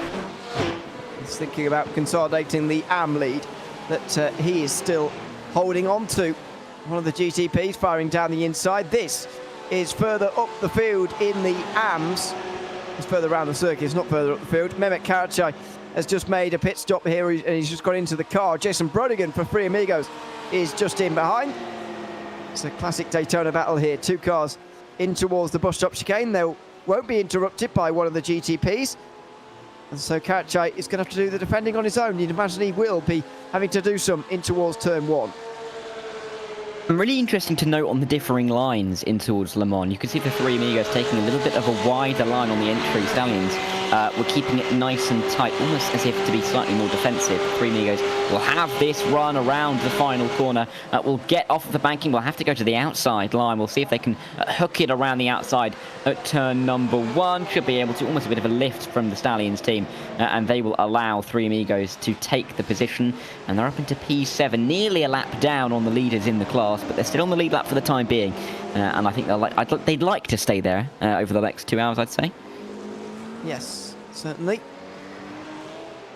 So 1 hour 56 remaining here in this race. Remind you again that we're thrilled to have Princess Cruises as the 2025 PCA title sponsor, as the official cruise vacation partner of Series 13. They provide exclusive offers, including world-leading itineraries across a fleet of 16 elegant ships, sailing to more than 330 global destinations. Reach out to the PCA concierge team to book your next adventure today by calling 833-679-2188. A big thanks to those again for their help this season. 1 hour 55 to go in the 2025 Team Racing Series opener. The Porsche Club of America, Russell Elizondo is doing the middle part of the race for Crazy Horse Racing. You'd imagine he will be handing over again at the end of this stint to Chad Sosnowski, who led a lot of laps earlier on. But unfortunately, he's going to hand this car over in third place, and that's if he can keep Jordan Dyer behind, along with Dean Chapman as well, who he's currently towing around this circuit. Yeah, these guys almost in pretty much in a nice little train coming towards the bus stop chicane, and not too close that you're going to be upsetting the too much the air for the cars behind, but far enough away that you're not going to be worried that they're going to be overtaking you. So nice margin, particularly to try and manage in this battle. The 101 will stay ahead for the time being, but that gap will naturally close as around the banking the slipstream effect comes more and more into effect, and it's such a long time at full throttle. It's no surprise that the Matrix Silver team are getting ever closer to the back of this group. They've got to be careful though, because that Imperial Motorsports car is just in behind. It did get a little bit dangerous there across the start-finish line. Around the outside though, can we see a move all the way? Matrix Silver looking to try and do it, but it's very rare to see a move happen in the GT3s, tiptoeing it around the outside at turn number 1, and we won't see it once again. But this is for third and fourth, but they've got the 5th overall car just in behind them, and that's the AM car of the Imperial Motorsports Handsome Hawk. Yes, they looked like they were just weaving around to sort of drive into each other there on the track. Couldn't really work out what they were doing, but doing their best to cause a crash, it looked like at one stage. Thankfully, they all get away with it. Speaking of crashes, by the way, we haven't had anyone retire so far from this race. We have had some longer stops for a certain few teams. SC Team Blue just had a quite long stop down in the number 29 team, but they do have a faster pair in this series. That's been used by a fair amount of the teams. Fortunately, some of the teams have had to take a second longer stop, and it has meant they're a long way down the field. Battle for third will rear its head again here by the looks of things. Jordan Dyer right in the slipstream on the way towards the bus stop chicane. He pokes out. He's not going to go for the move though quite. That's what I was discussing with Ron. It is a little bit too small of a braking zone, the bus stop, really, to be able to make a move. It's barely a braking zone, and even less so in the LMP3s, of course. So definitely difficult for these guys working their way through. So it's never a corner where you want to be making any kind of big send. It's never a corner where you want to put pressure on yourself to make a move, because if it comes off, fantastic, you've got it done. If it doesn't come off, results can be catastrophic. We are really talking an ending of the race for some of these teams, and running up in a podium position, not something I think these guys would be willing to risk, especially with so long left in the session. And Jordan Dyer looking to make the move for the Matrix Silver team. He has been for quite a while, but I feel like he's going to be looking for a little bit longer. It may take a bit of a mistake from the 101, just to see if he can pop a nose up the inside somewhere. There aren't really too many heavy braking zones on this circuit, particularly at the end of straights, so it is really difficult to force an overtake or to really lunge a move, and we're seeing it in full effect here at the time, for the time being.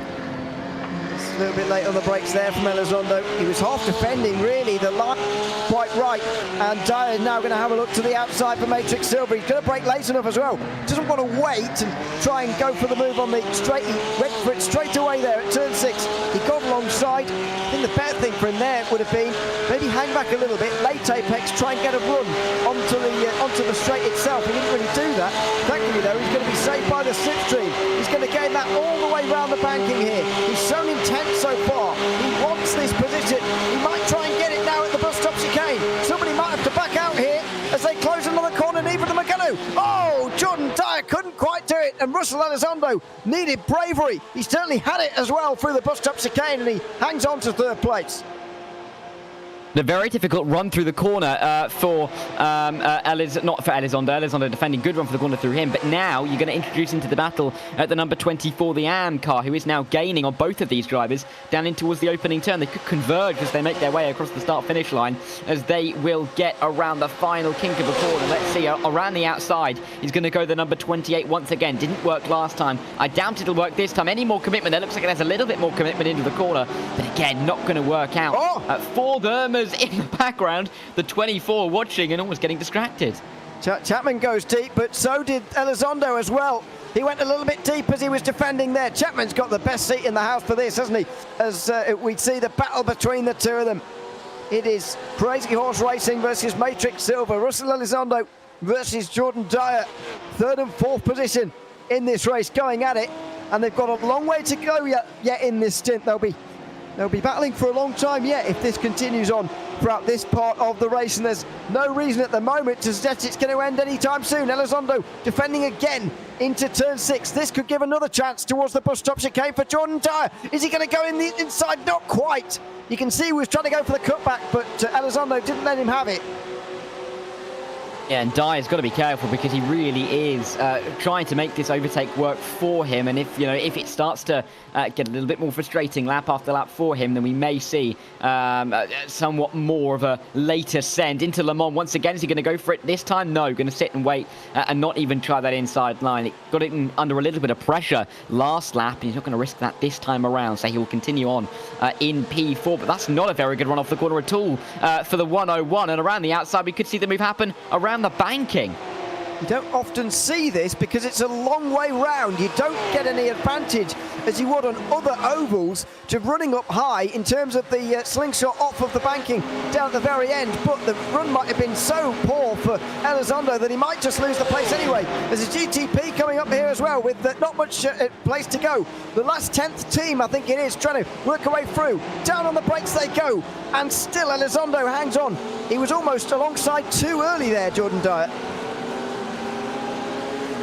Yeah, and Jordan Dyer is just trying every single trick in the book here at Daytona. He's got to be careful around the outside there. Again, there's a couple of of the prototype cars coming through to make this ever more confusing as they will work their way to the inside of the dog leg, and that will make sure that they stay well out of the way, but it's not going to help Elizondo's run at all. And here comes Dyer, move to the inside of the horseshoe. Oh, he's broken much later. I thought for a second he was going to go right into the back of the 101. Manages to keep out of the rear end of that GT3, but it's just getting desperate at this point. Certainly is. A Shopaholics race team come into the pit lane. That was Kerry Brooks, who was stuck behind for a while, by the way. Brooks, part of the last 10th racing team, and so he was the leader, but he pitted and now is losing a lot of time, or did lose a lot of time, on his outlap. So will they make a driver change down there? Will David Glenn get out? And will they get the lead as a result of that? They will make a driver change, I think. Thomas Briggs is getting into that car. He is indeed. The pole sitter returning back to the car as Elizondo spins. Elizondo spins through the bus stop and he smacks into the wall as well. The Crazy Horse Racing Porsche is out of contention for a podium this afternoon after a big spin for Russell Elizondo. It's a huge shame for him, as he just got it loose on the exit of the bus stop chicane. He nosed it into the barriers, and that'll be that for his podium charge. And clearly the pressure really was starting to affect him, because that is just a mistake that you wouldn't necessarily expect, and he wouldn't expect himself to make. But Elizondo driving defensively for the last few laps, and it's not going to work out well for him. We'll come down pit road surely. No, we'll stay out this time. Maybe there's a little less damage on the car than the visuals would suggest. He loses it in through the first part of the chicane. Can't collect it up and can't stop the car from smashing into the barrier. That front end, I would have thought, is looking a little bit worse for wear, but clearly it's not too bad to come into the pit lane. I think what they might do is just hang on for a moment until they know they can make 2 stops and make it to the end of the race, because they don't want to end up making a splash and dash when the damage isn't that bad. That they are losing time, but they'd lose a lot more by doing a splash and dash, so I think that's what they're going to continue on with. These two teams have got a top 5 position now as a result of this. This is Jason Finch versus Kevin Schultz for 4th place, Can-Am Titan versus Autocrosses Racing, and so all of a sudden both of these two are enjoying a top 5, whereas previously this was the battle for 5th position. But just shows you how on edge these cars are. I really think these teams have been trimming the Porsche GT3s down so much to be fast in a straight line that sometimes it's pretty difficult through the corners. And that's the trade-off that you're always going to face. As a team coming into this race, of course, the discussions will have been had about how they're going to go about setting up the car. Are they going to prioritize that straight line speed? I think the majority will have gone with yes, because once one or two decide to go a little bit heavier on the straight line speed, it almost encourages some of the others to go for it on the straight line speed. Teams don't want to be losing out time in chunks on the straight. Even if they're gaining it back in the corners, it really does put pressure on performing in the corners, and it's far easier to put your foot down and drive in a straight line than it is to nail every single apex. So I feel like that's probably one of the important factors that teams will have looked at and decided on, as we see Casey McDonald coming to the pit lane. P2 in the AM class at the moment for Stallions, and we'll see if how they can do. Also, reversal in the pit lane for the 963. Frost there, just missing the box slightly. Gets back into position, and he'll be getting service now as well from third in the class. But, it's very much GTP pit stop time now. They'll still need 2 more pit stops after this one, though, as we follow Patrick Adamczyk now up to 2nd place in the GT3 AMs. Now, where has well, yeah, some of the others in GT3 AM have just dropped down a little bit. So in the lead, it's still Imperial, then it's Can-Am Atlas who are here, and then Gone Racing a third, then Stallions GT3 and Backmarker Motorsports rounding out the top 5. But there's Patrick Adamczyk in the very Canadian livery, number 912. Doing a good job, 2nd place at the moment. It does look like, though, the GT3 AM leading battle is one of those that is closest to being settled here. Half a minute with just 1 hour 44 remaining. Yeah, and still a long way for these battles to maybe develop into something a little bit closer, particularly in the AM categories for the time being, as we see Joe Sinclair go around and just about clip that rear right into the wall. Not too hard of a hit, but still not insignificant, I'm sure, for the 2-1-2, and the amount of time and momentum lost there will cost them quite a bit. But for the time being, we're not seeing too much in the way of dramatic leading battles. Definitely closer in the pro classes than the AM classes, no doubt about that. But again, how many times have we seen in endurance races where gaps can be wide for the first pretty much 3 hours, and well, in this kind of length of race, 3 hours 45 minutes, and then it tightens up in the final 50 minutes. We see a last lap battle. It can happen, and hopefully we get something similar. But a few of these teams will back themselves to get a little bit closer to the front, but some of the front running teams are going to be looking behind them thinking, can they maintain that gap? Can they stretch it out? Can they just make sure that they don't make mistakes to lose it?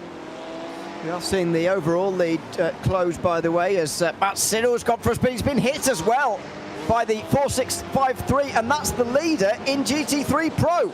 The leader in GT3 Pro, Matt Quinn, just went straight into the side of the Matrix Black car that was being driven by Matt Siddle. And that is a huge moment as far as this race goes. There is yet another twist and turn in the offing for us this afternoon. Rich Mickler is going to have seen that.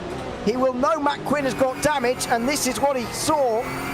Not a lot he could have done. He was getting on the power, Quinn, to come out the corner, and just went straight into the side of the number 2. That is a frustrating moment. Not really his fault, but it's going to cost him a heap of time now.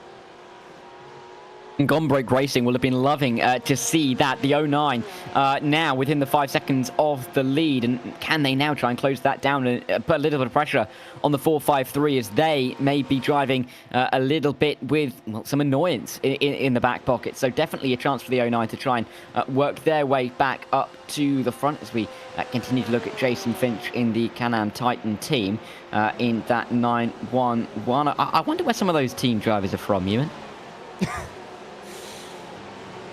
I wonder. Yes. It's not much of a... I've got to say, it's a good livery, isn't it? I mean, yeah, it is. You can only really get away with these things in the American flag, but there you go. It does look good. They've made it look good. So well done for that. Although, I must say, from the rear, it's looking a little bit similar to the Canadian one. But anyway, that's not their fault. That's just the flags. Into the pit lane for Matt Owens, 4th place, as there... Was there damage there? Oh, well, there's certainly emotional damage as he overshoots his pit box and has to reverse in. He gets up onto the Jackson, changes out the driver with Chris Sherburn now, who joins in. I'm waiting for a lap time, by the way, from Matt Quinn on this lap time. Very eager to see whether the Imperial Motorsports car is damaged or not in the lead of GT3 Pro. It's going to be a big story for the remainder of this race. The gap there isn't coming down heavily, but it's not increasing again, and it is coming down a little bit, it's fair to say. The gap was, as they may be coming down pit road, actually, and they are indeed, so wow. they will be in from the lead, and is that damage to repair for the 4-5-3 as we see them come down pit lane? I will quickly mention about liveries and flags, or as we see Andy Jenks is it going for a spin? It is coming out of the horseshoe onto the banking. Is that there was a team of Dutch drivers I remember commentating on who had put the Dutch flag down the side of the car, but from one side it made out the French flag, so it was a very confusing thing. That is not good. No. We've had a penalty for the number 2, by the way. I think Siddle's still in the pit lane. Oh, he's back out again now. He needed 3 minutes to repair his car, but he's going to be back in again pretty shortly. He's got a penalty for causing an incident with the 4-5-3. Now, there are there are fast repairs, I should say, in this series, and so it's not going to cost them extra time. But Imperial Motorsports will now have an off-sequence pit stop. Effectively, this is their short stop, when everyone else is doing a splash and dash later on. They'll be doing a full stop effectively, and they'll be hoping their car can go 2 stints of 50 minutes, which they should be able to manage. Should be the ideal strategy from here on out, and I think that will be plan A for them, and let's see if they can deliver on that. Of course, the annoyance is always going to be there if you have to change that strategy towards the end, especially if you're running well, as we've seen with the 4-5-3. So definitely some problems for them, but we'll have to see if they can recover. For Kevin Schultz and the Autocrossers Racing team, of course, fantastic name for a team. The number 1 car will be trying to chase after that P3 and is doing a decent job keeping very much tabs with the 911 not too far in front. We'll have to see if this battle starts to develop, because I think that gap stayed pretty stagnant for the last few laps, but it can start to close as Chris Sherburn goes for a little bit of a tour down around this circuit. Not a great start to his stint on that occasion. Meanwhile, while all that's going on and we continue to follow the battles out there on the circuit, this is Sherburn actually alongside. We'll just cover this first of all between he and Cromer Motorsports. Sherburn for 7th place, or is 7th place in the AMS, and Cromer are 9th in the Pros. So that's a non what would you say, non-class battle, but it is an overall battle, and those do matter in the season, in the points. I was going to bring in Shane McNeely to talk to us a little bit about Matt Siddle's incident in the last few moments, but they're back in the pit lane first of all, and somebody is oh no, that's because they're serving their penalty. Now race controller chatting to him, so we might not be able to pull him in just for the next few moments. We'll do that in short order as we now follow a battle for 10th place in the AMS. Mike Patterson versus excuse me, I'm looking at the wrong people. Mark Duran and Ed Trippett, I should say. These are the AMS in the GT3s. Trippett looking right, and no, can't quite do it on the way towards turn 1. Trippett is heading the Max Snell Motorsports team, a team of 5 challenge class drivers, taking it to some of the other drivers who are as high as the 2nd division in the club class, which is a couple of steps up from challenge. So it's impressive that they're trying to give it to these guys, and they're trying to get into the top 10 now. Yeah, definitely an exciting team looking forwards. The rest of this season, we'll see what they can do in this battle. Would be a good starting test. Of course, Mark Doran for the last 10th purple team coming under a little bit of pressure, but Trippett just trying to turn the screw a little bit, get involved with the wing mirrors, even if you're offline by a touch, and make sure you get those headlights flashing directly into the wing mirrors. Of course, in a road car, people at home, of course, if you see someone behind you trying to overtake, they often try and make sure that their lights are firmly in your line of sight, and I think that's what Ed Trippett's going to be doing now, just to try and force a bit of a mistake. We saw it in the battle earlier on towards the front of the GT3 field. Let's see if it happens again in the mid-pack. Now, the overall lead is getting a lot closer. Last 10th Racing, who are the reigning champions of the GTP class, by the way, the 963 class, I should call it more accurately. They are leading this race with 1 hour 36 to go, but Thomas Briggs is making inroads. 1.1 seconds 3 laps ago, and the last 2 laps are pretty much offset themselves. 2.5 seconds over the gap.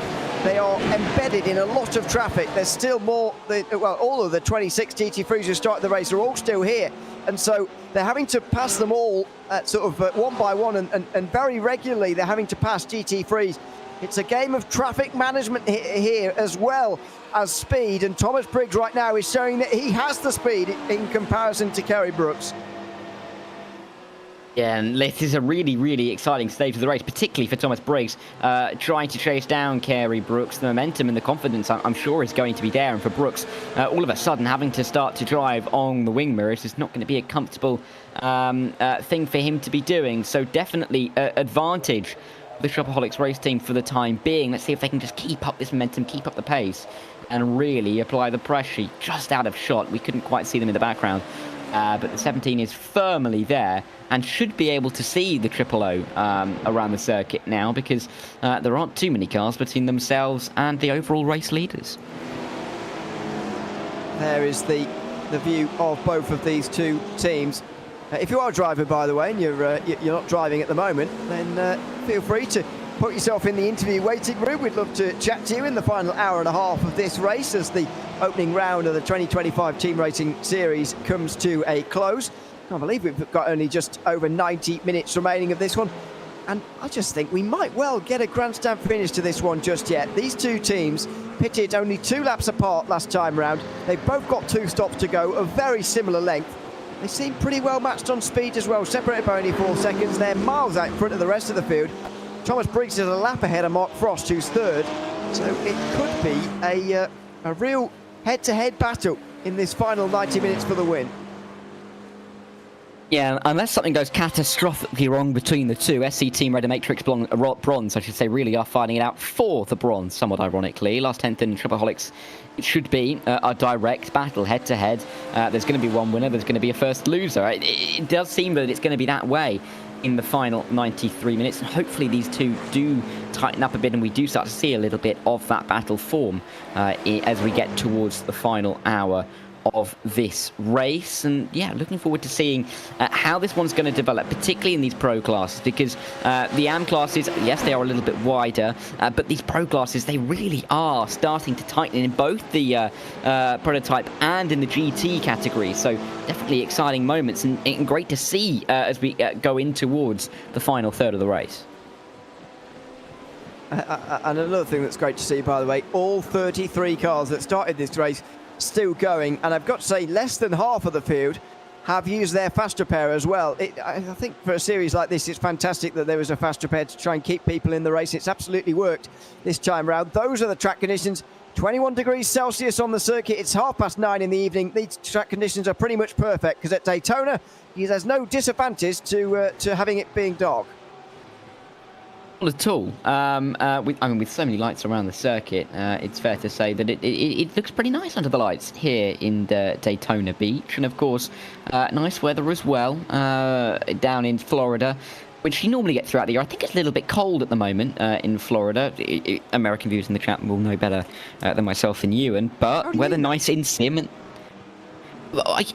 because we know this, Ewan, I'm a nerd. We both know this. And yeah, I think it's pretty cold. I will check that for you, but I think it's cold in Florida. That's a random comment. It's 23 degrees today, according to Google. Oh, is it? In Florida. It was cold then. That's not cold. Hang on, Daytona Beach right now, it's 12 centigrade, which is 54 Fahrenheit, which isn't particularly warm for Florida. I'll take it. Sitting here in 2 degrees myself. Anyway.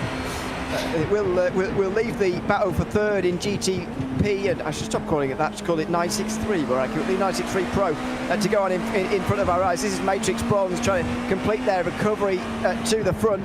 They're not going to complete it right back to the top 2 where they were earlier, but they will get back on the podium. Joe Sinclair down the inside of the International Horseshoe, and he's up onto the podium, which he'll try and hold on to in the final hour and a half. Yeah, let's see if he can keep himself there for the time being. And for Matrix Bronze, getting the bronze, I don't think would be a terribly bad result. I'm going to very quickly follow up to my point before.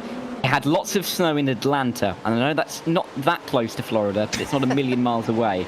And I think that's what I was thinking of. It's about as close as where you are to me, to be honest, and that's not close. So that's pretty close, to be fair. Probably fair. Anyway, America's a big place. Yes, this is a replay of the move. Nice move down the inside from Joe Sinclair, and he's up onto the podium where they may well stay. Christopher Pies, I'm glad, has heard me say if you want to come and have a chat, then please do, and I'm glad to say we can bring him in now. Welcoming Chris, good to have you with us. And, well, congratulations on your stint earlier on. It was great to watch you out there. However, things have gone slightly wrong for Matt in the last few moments. Just tell us what he's been saying to you, if anything, since that incident happened at the International Horseshoe a few minutes ago.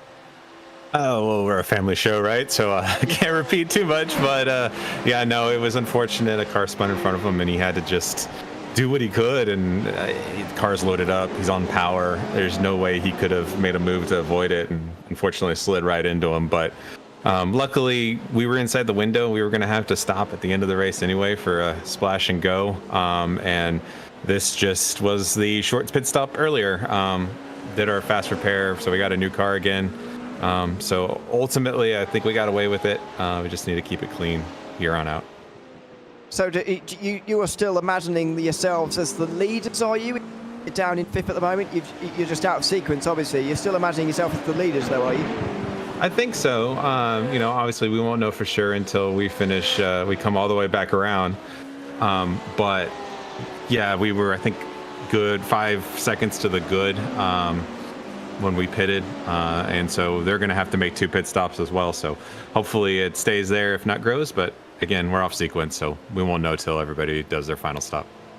Let's go on to your stint a little bit. You did some driving earlier on, in case people didn't see, and you had to bounce around a little bit. You're up and down like a yo-yo at times. Had penalty to serve. You came back from that, though. You're now back in the lead. Just how were you feeling out there at Daytona? What was your reflection on your stint? Yeah, no, the car we're running and the setup we're running, it feels really, really solid. The car really likes about mid-stint fuel levels where it's a little lighter. It gets really fast. And so I'm really vibing with it out there. And I think it showed with the kind of the march to the field twice. Unfortunate with the penalty, but, you know, it happens. That's racing. And we had a lot of time left in the race to try to make it up. And kind of surprised myself that I was able to get back up to the leader's bumper after that penalty. But yeah, everybody's being respectful. A lot of cars out there. It's always good to see, and it's a good time, and it's good practice also for the 24 that's coming up next weekend as well. How much practice, by the way, did you do before this race, with knowing that the Daytona 20 is coming up? Is this effectively being used as a practice session, or have you prepared for this one as well? Yeah, no, I mean, we prepared. The nice thing about this, especially with PCA, is we had the sprint race, at least in the pro and club classes this past week. So that was practice for this race, and then this is longer practice for the 24.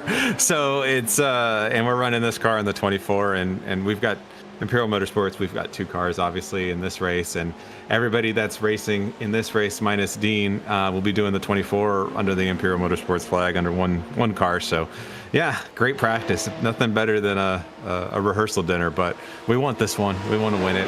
We're proud to be in the PCA, and we're proud to race in these races. So it's important to us. You're going to be like me at the end of January, absolutely sick of Daytona, I would imagine, after all this racing. But anyway, hopefully you'll enjoy it this weekend. Just on the rest of the season, actually, before I let you go, you mentioned that everyone's going to have to make a splash and dash here, and that's become obvious throughout this race. But is that something you expect to happen again throughout this season, or is it just a Daytona thing? Well, it's going to be interesting because these GT3 cars tend to go 57 minutes thereabouts on average. It's not quite an hour unless you're really, really trying to save. So 4 hours puts you in that weird little, is there going to be a splash at the end? Is there not? It's going to be very track dependent. Places like here at Daytona, I'm not sure if we're going to Road America this year, but tracks like that just have a lot of wide open, there's really no chance in making it on with one less fuel stop. But I would say a normal track, it's going to be close, but you'd probably have to end up saving the equivalent of at least a lap per stint if you're going to make it, which is a viable strategy. So it'll be interesting to see how people play it. But again, here at Daytona, I think everybody's pretty much running flat out. There's no point in saving. Absolutely. Are we going to be seeing you out there again tonight? I don't think so. I think Quinn's going to bring it home. He's doing a great job, and so I think I get to play cheerleader from here on out. All right, well, we'll let you get on to your cheerleading. Thanks very much for coming to chat to us, Christian, and good luck to your team for the rest of the race. Thanks, Ewan. Thanks very much, Christian Prize there in the Imperial team. Still seeing themselves as the leaders of GT3 Pro. We'll see how that goes for the rest of today, but they have, of course, had to make their earlier stop after a crash at the International Horseshoe. The other GT3 should be making a pit stop before not too long. That's the actual leader. Gone Broke Racing, Rich Minkler, be going up head-to-head with Imperial to try and win this race in the last hour of 25. Well, that was going on, Dara, while I was chatting to Chris. The battle for the lead has been getting very close. Kerry Brooks was only half a second ahead of Thomas Briggs at one stage, now back out to 1.1, but he will be looking over his shoulder very nervously at the moment. Yeah, that gap coming down every single lap, and it is now getting to the stage where the triple O is going to be heavily concerned. There, you can just about see the right-hand side of Thomas Briggs' car, and there he is in full shot right behind our leaders in the overall classification. So really dramatic times in this race now as the gap continues to come down. There's not too much that Thomas Briggs, that Kerry Brooks can do at the moment, and now with Thomas Briggs firmly in that slipstream around the banking, the gap is going to close and close and close like a tow rope attached between those two cars, and Briggs just pulling himself, slowly but surely in towards the leading car. Got to be careful to pick your way through on some GT3s though, and around the outside goes the number 17. A little bit easier to go around the outside than go through the middle. I wasn't expecting him to do that, but and I don't think he would have done if he hadn't had anyone other than second place right behind. This, meanwhile, is the Chroma Motorsports car going for a spin at turn one. That looked like classic GT3 through turn one with slightly too much speed, to be honest. Rejoins nicely, doesn't quite get into the side of the 911, which is a good thing. But yeah, classic GT3 spin really as last 10th just lose a little bit of time into the West Horseshoe. Can they get this GT3 before turn 6? Yes, and they will preserve a little bit of space going into the next lap. Yeah, and here's a little battle 495 going around, it seems, and that is a hefty hit into the wall for the 495. We'll have to see if they can recover it from there, but not what you want to see at this stage of the race. They're going to be right the ways down the order now and well outside our top, I believe, the top 8. So not a good time for them, but these moments do happen here at Daytona. They do. Now then, Briggs has got a very good run at the bus stop. Oh, look at this. He's already crawling through the banking, side by side for the lead with just over a third of this race remaining. Kerry Brooks couldn't do much about that, and he can't hold back Thomas Briggs surely in towards turn one, even though he's got the inside line. Oh, Briggs there knew exactly how long the car was. He just pulled in front of the 000, and he's got the lead now. Brooks looks to the outside. He can't respond. Thomas Briggs returns the car to the lead, although it's not over just yet. Here comes Brooks again into the International Horseshoe. He looks up the inside. He's going to go for it. Briggs is going to give him a little bit of space on the inside line, and he's going to get the lead again. Brooks has got the lead back only moments after he'd lost it. We've got a race on our hands here with just over an hour and 20 to go. Yeah, and the 17 nearly completely scared off the racing line there. Really weird to see. There was no contact at all between the 000 and the 17, but an easy move in the end down the inside by Lars Tent. They're back into the lead of the race, and Shopaholics have got to do it all over again. Thomas Briggs has done it already once. He knows exactly what he needs to be doing, but Kerry Brooks clearly being tenacious in his defense and therefore attack to get the race lead back. An incredible little moment between these two. Clearly, this race is going to be far from over with over an hour and 20 minutes remaining. Now, Brooks has been caught fairly comprehensively by Briggs, to be honest. I'm not sure how viable it is that he can hang on for so long, but he's going to try. He's going to have to try. A very similar situation is upon us again through NASCAR turns 3 and 4, though this time Briggs decides not to run round the outside on the banking, instead goes up late. He comes back in the slipstream, then goes up again. He's not really got a great slingshot, to be honest. He's not as far alongside on the outside line this time in towards turn number 1. Is he going to be able to make it work, maybe? Late on the brakes, he's so wide, he's off the circuit, and he makes the move work. Well, that's going to be discussed afterwards, I suspect, as they go side by side through the chicane into the International Horseshoe. Thomas Briggs gets the lead, but that is a dubious overtake, surely, as he went off the road to start to create it. Brooks is not going to go down quietly. We've already seen that. Surely he's going to have another look down the inside here. Maybe not quite. He will be right behind, but, well, I'm not sure Briggs should be allowed to keep that, to be honest. He was fully off the road there at turn 1. I was amazed they didn't make contact down at the International Horseshoe. Brooks went a little bit deeper into the corner, and on the exit they nearly made quite a hefty bit of contact. Now he's trying to use the traffic to his advantage. Inside line he will have as they make their way onto the banking. It's just about covered off as they make their way through NASCAR's 1 and 2. Thomas Briggs is just about going to cover it off, but there is clearly some desire from Kerry Brooks to get this race lead back. He's not going down without a fight. They'll come through the Le Mans chicane now with a little bit of traffic directly in front of them. Being a prototype, it won't hold them up terribly much, but really dramatic scenes in the last couple of minutes. Well, Lisa Eskridge just getting too late on the brakes there as the GTP tried to get around the outside of her. Unfortunately, goes for a spin. That car running down in 32nd overall anyway, and second last. Cat 5 Racing are the only ones below them now, and they've just taken a long tow as far as I can see. Briggs off the road again there, going round the outside of another GTP. Brooks lost a lot of time behind it, not sure what it was doing, but for me there, that's 2 overtakes in 2 laps from Thomas Briggs off the circuit. Yeah, Briggs is making it work wherever he can. We'll have to see if anything is said about the use of wherever he can, or whether he has just been able to find parts of the racetrack that others aren't using. We'll have to find out how that lands in the final 80 minutes of this race. But for the time being, in the lead, if there's any kind of repercussion, you'll want to get that gap out as much as you can, and that'll be the focus, regardless or if they're expecting a penalty or not. It's just to eke that gap out as much as they possibly can, and we'll have to see if he can disappear up the road.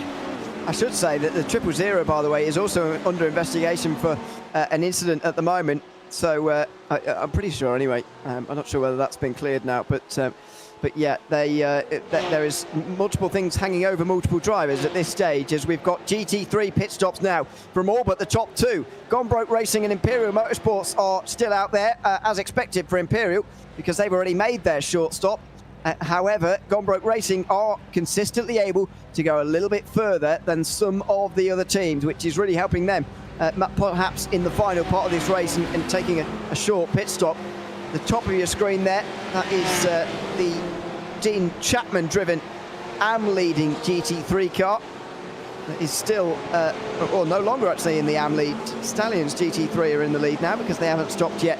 So it's all changed down in GT3. As in GTP, there's a rejoining car there. That's SC Team Red getting back onto the circuit, but they are going to be caught by Stallions GTP, I would imagine. That's a battle for 4th place overall and not for a class position, as Rob Rose struggles on cold tyres.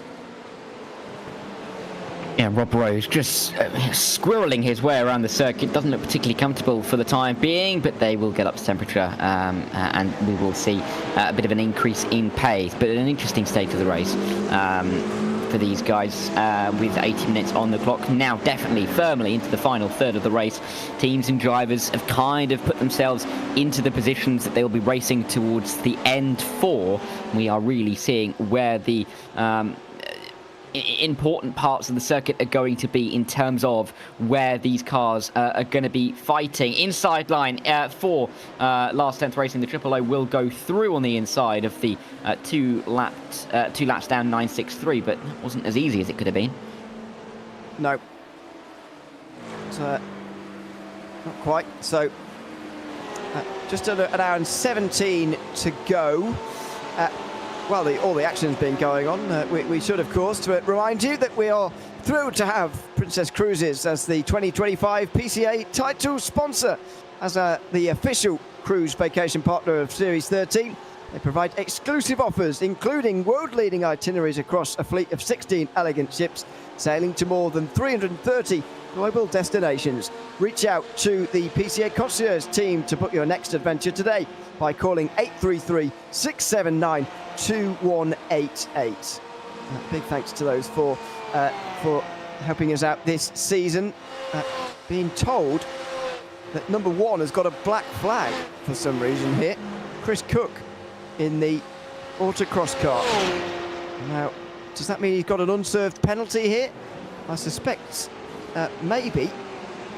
That's what's showing up according to our producer. We'll get to the bottom of that here in a few moments' time. They're currently running in 7th place in the GT3. Should remind you that 50 incident points is a drive-through penalty here, other than the stewards' penalties that are given out, of course. That should be enough over 4 hours at Daytona. You shouldn't be getting out to 50 incident points. No, and that would be sad for the number one. Maybe the team name wasn't. Maybe autocross isn't racing, according to the race director. We'll have to see what's going on with that one. But yeah. we'll have to confirm that somehow. But it would be gutting to get a black flag at this point in the race, particularly with not too much seemingly going on for the number one car, which is interesting if they therefore picked up quite a few incident points. Rich Minkler makes his pit stop finally for Gone Broke Racing. That gives Imperial the lead again, but will their pit stop be 20 seconds odd shorter than the pit stop for Gone Broke Racing? Now let's do a little bit of maths here and think about this. Matt Quinn's short pit stop was 24.7 seconds. That saved him 17 seconds over Minkler. Now if Minkler does the same, then he's only going to be 6 seconds behind Imperial Motorsports. However, if he can get his pit stop down to about 18 seconds or so, then maybe we've got a race on here. It's just a case really of how much fuel they're going to have to put in. There'll be nearly 20 minutes to go. It's about a third of a tank. I reckon 18 seconds in the boxes is not impossible at all here. We'll have to see whether Imperial Motorsports really are the leaders right now, or whether Gone Broke Racing's pit stop will be short enough to see them into the lead. I think the advantage at the moment for Imperial Motorsports is the fact that they clearly had the pace throughout the first half of the race. There's a reason that we are still talking about them being in contention for a win, despite being involved in a decently big collision. So they've definitely got the pace advantage on their side, and as we've been talking, that gap has grown out to 24.5 seconds, which is looking good for the 453, and the maths will forever, it will increasingly favour them in terms of the pit stops. And even if Gone Broke Racing can get the pit stop down to a fine T, are Imperial Motorsports just going to have enough of a pace over the last hour and a quarter to make it work for them anyway? So interesting to see what will happen on that front as we see Chris Cook come out of the pit lane in that number one car. They haven't stopped or been black flagged yet, seemingly. Or was that a drive-through? No? 16 seconds in the box and he's back out again? Don't know quite what's going on there, but there's a look at his rig anyway. Triple screen. He's using AirPods, I think, for headphones. That's not a... I wouldn't advise that, especially, but I like his steering wheel. That's good. And he's settling in for possibly the end of this stint. He's clearly one of those as well that likes to drive in the dark. And I'm not sure I would agree with him, to be honest. But there you go. He is how he is. And, he's comfortable like that, clearly. And pushes on with an hour and 12 to go. Going to push the last part of the race behind him. This is Dean Chapman in the number 24 Imperial Motorsports Handsome Hawk car. They're leading by over half a minute. They are in control. They've got the biggest lead of any of the 4 classes here this afternoon. It's looking good for them, but there's still quite a way to go. Yeah, there's no mean feat to get home in the next 72 minutes. Still in the lead for Dean Chapman and the Handsome Hawk team. And it's such a big field as well in the GT3 rounds, 15 cars. Impressive, really impressive that gap is well over half of a minute. So great to see Chapman doing so well. Of course, running well in the overall order for the GT3s as well. So it's been really impressive for them to kick off their 2025 here at Daytona in fine form. The difficulty for them is just to keep the concentration dialed right up and to make sure that they can get home with as much of an advantage as is possible, because we've seen with leaders in the GT3 Pros, you don't have to be near other cars in your class to get caught up in some incidents. So that's definitely going to be on their minds, particularly considering that they're teammates, all things considered. Exactly. It's going to be very interesting indeed to see if they can make it to the end. Now then, that's a spin for Mehmet Karachai. recently got into that number 248 because of technical problems for another driver. Anthony DiVincenzo, the all-challenge class drivers car, has not assigned pit limiter to his steering wheel by the looks of that, and he has had to tow back to pit lane. That's a classic Daytona 24-hour mistake to make, actually. Once remember someone doing that around the 24 hours that happens in somewhere in northern France sometimes, and they had to do an entire lap of that circuit on the pit limiter before returning back to pit lane, which is a bit of a palaver. Looks like that's what happened to DiVincenzo there, and instead of driving round at about 60 k's, he decides to tow back to pit lane, which is probably the quicker way to do it. I think, though, in that scenario, that's more getting a real sense of what the Mulsanne is like on a normal day, isn't it? So at least there's that silver lining. Every cloud, eh, Ewan? But it's never a good thing when drivers forget little bits like that. But hey, when we were talking a little bit earlier to some drivers, they were saying that this is in preparation for the 24 coming up next weekend, so or at least some preparation, so drivers will be able to smooth out those little mistakes, and they can get in towards the 24 next week without any kind of little incidents or little errors like that, because they do creep in. But drivers practice, and that's why. Kerry Brooks, drive-through penalty for the 000. This could decide the race. The last 10th GTP team in the 963 Pro class have got a drive-through for cause of incident with their teammates. The 001, last 10th purple, Mark Duran currently driving that one. They make contact coming through the chicane just after turn 1, and Kerry Brooks has got a drive-through penalty. That might well settle the race. And it's gutting for the 111 to pick up a penalty in such circumstances, but they'll come down pit road now, and they will see all of that time disappear in front of their eyes. The Tripaholics are in dreamland at the moment. That gap is now going to be absolutely huge. Lisa Eskridge continuing the struggles down at the International Horseshoe, going around once again in the 75, making sure that there's a safe rejoin at least. We'll see the last 10th GTP get out of the pit lane now. He's still not off the limiter. So much time will have been lost. That gap now likely to be about 40 seconds or so. I think it'll be a little bit less than that, but it's not going to be a small gap. Oh yeah, no less than that. Yeah, just under half a minute it's going to be. So, you know, not impossible at all for that gap to come back again at 25 seconds. However, that looks like it might well be that, and they'll know last time that they are in a race this season. They won the last 3 races in the GTP 963 class in the last Team Racing Championship in 2024. That was through races at Interlagos, Kota and Fuji. They know, though, that streak is being broken here this afternoon by the looks of things, and they've got a race on this season if they want to repeat that title from 1 year ago. See if they can try and recover some of this time, because the Triple O's, I'm going to be terribly pleased about, particularly about the manner of the incident, particularly with being a teammate. So difficult times for them as they work their way through. Hopefully, we'll get to see what exactly happened from a couple of different angles to get that penalty. But for the number 17 car, going well, was in second place, tried to gain up to the lead, slowly but surely gained, and then overtook for the lead. We saw a little bit of a tussle over 2-3 laps to decide who was going to hold on to the lead, and then that penalty really extending that advantage for the Tripaholics race team. So good news for them, but for last 10th who are in the pit lane again, it's really bad news. Oh, they are, yeah. This might be a scheduled pit stop, though, I think. And we're about that time as Steve Komatz has got a slowdown penalty for cutting the course at the bus stop chicane, and he will lose second to Derek Dirksen, who's back in the Canadian livery, number 912, and so that's a change for second in the GT3, and Canam Atlas have got themselves up to second. I'm surprised we've not seen more, actually, of that, of slowdowns coming through that bus stop chicane right towards the very end of the lap, but there you go. That's exactly how it can cost you a position there. With just over an hour to go, Comas has got to try and earn that second place back again.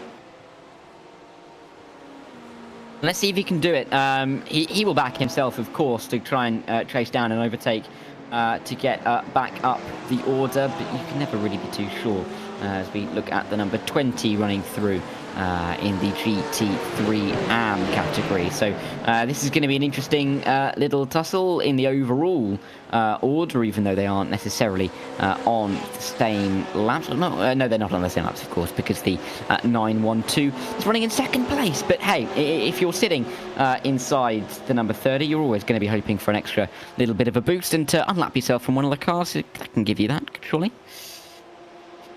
Down towards the bus stop they go. Mehmet Karaçay's in, by the way, after his spin not so long ago. That's a longer stop than what you'd expect normally. That stop is going up towards a minute now for 248. We'll see where they come out, but it's not good news for them, I'm afraid, down there. With only 1 hour and 5 to regain that time. Through 3 and 4 they go, and towards the line. For a second is going to stay the same at this time around. The defending champions, by the way, of this equivalent class is Imperial Motorsports, who are leading the way again here today.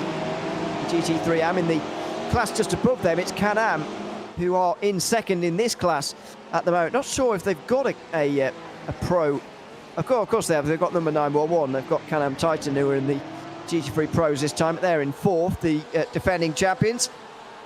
And last 10th in second in the GTPs, the 963 class, as defending champions as well.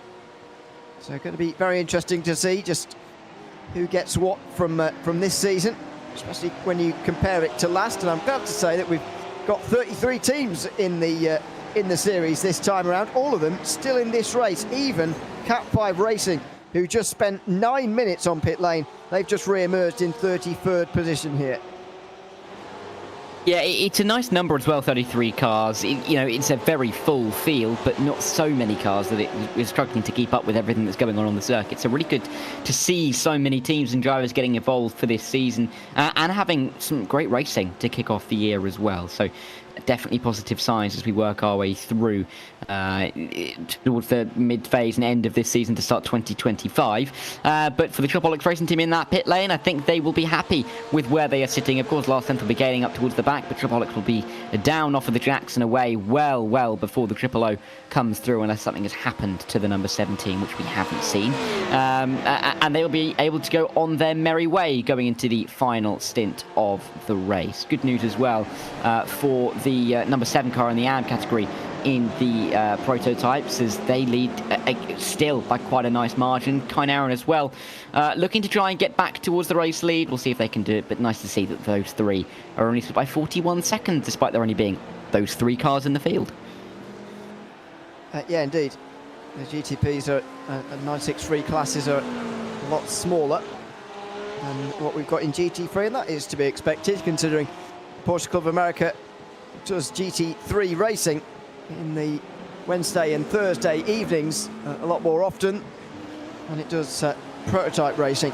So we had the PCA 24 last summer, did have prototypes, did also have the RSR as well, which is one of my favourite cars. That's Brett Holmes in the number 31, who has gone straight on into, oh, this is going to be awkward, isn't it? The turning circle on these cars are not good, and so Holmes does get himself through eventually, but that's going to cost him a lot of time. Flying Line Racing now down to 6th place in GT3 Pro. And GT3 Pro has been quite a chaotic class, it's fair to say, up and down the field. There's been a lot of movement up and down the order, but that midfield area is where we've seen a lot of the battling commence throughout this race. And it'd be surprising to see those 2 positions swap around with just over an hour to go, but with pretty much 3/4 of the race done. I think now teams are focusing on how to get to the end, making sure their fuel numbers are exact, keeping themselves on top of every little strategy point that they need to make sure that there's no need for something like a splash and dash towards the end, to make sure there's no little errors in terms of the strategy, and make sure the pace is keeping high and maybe getting a couple of positions doing so.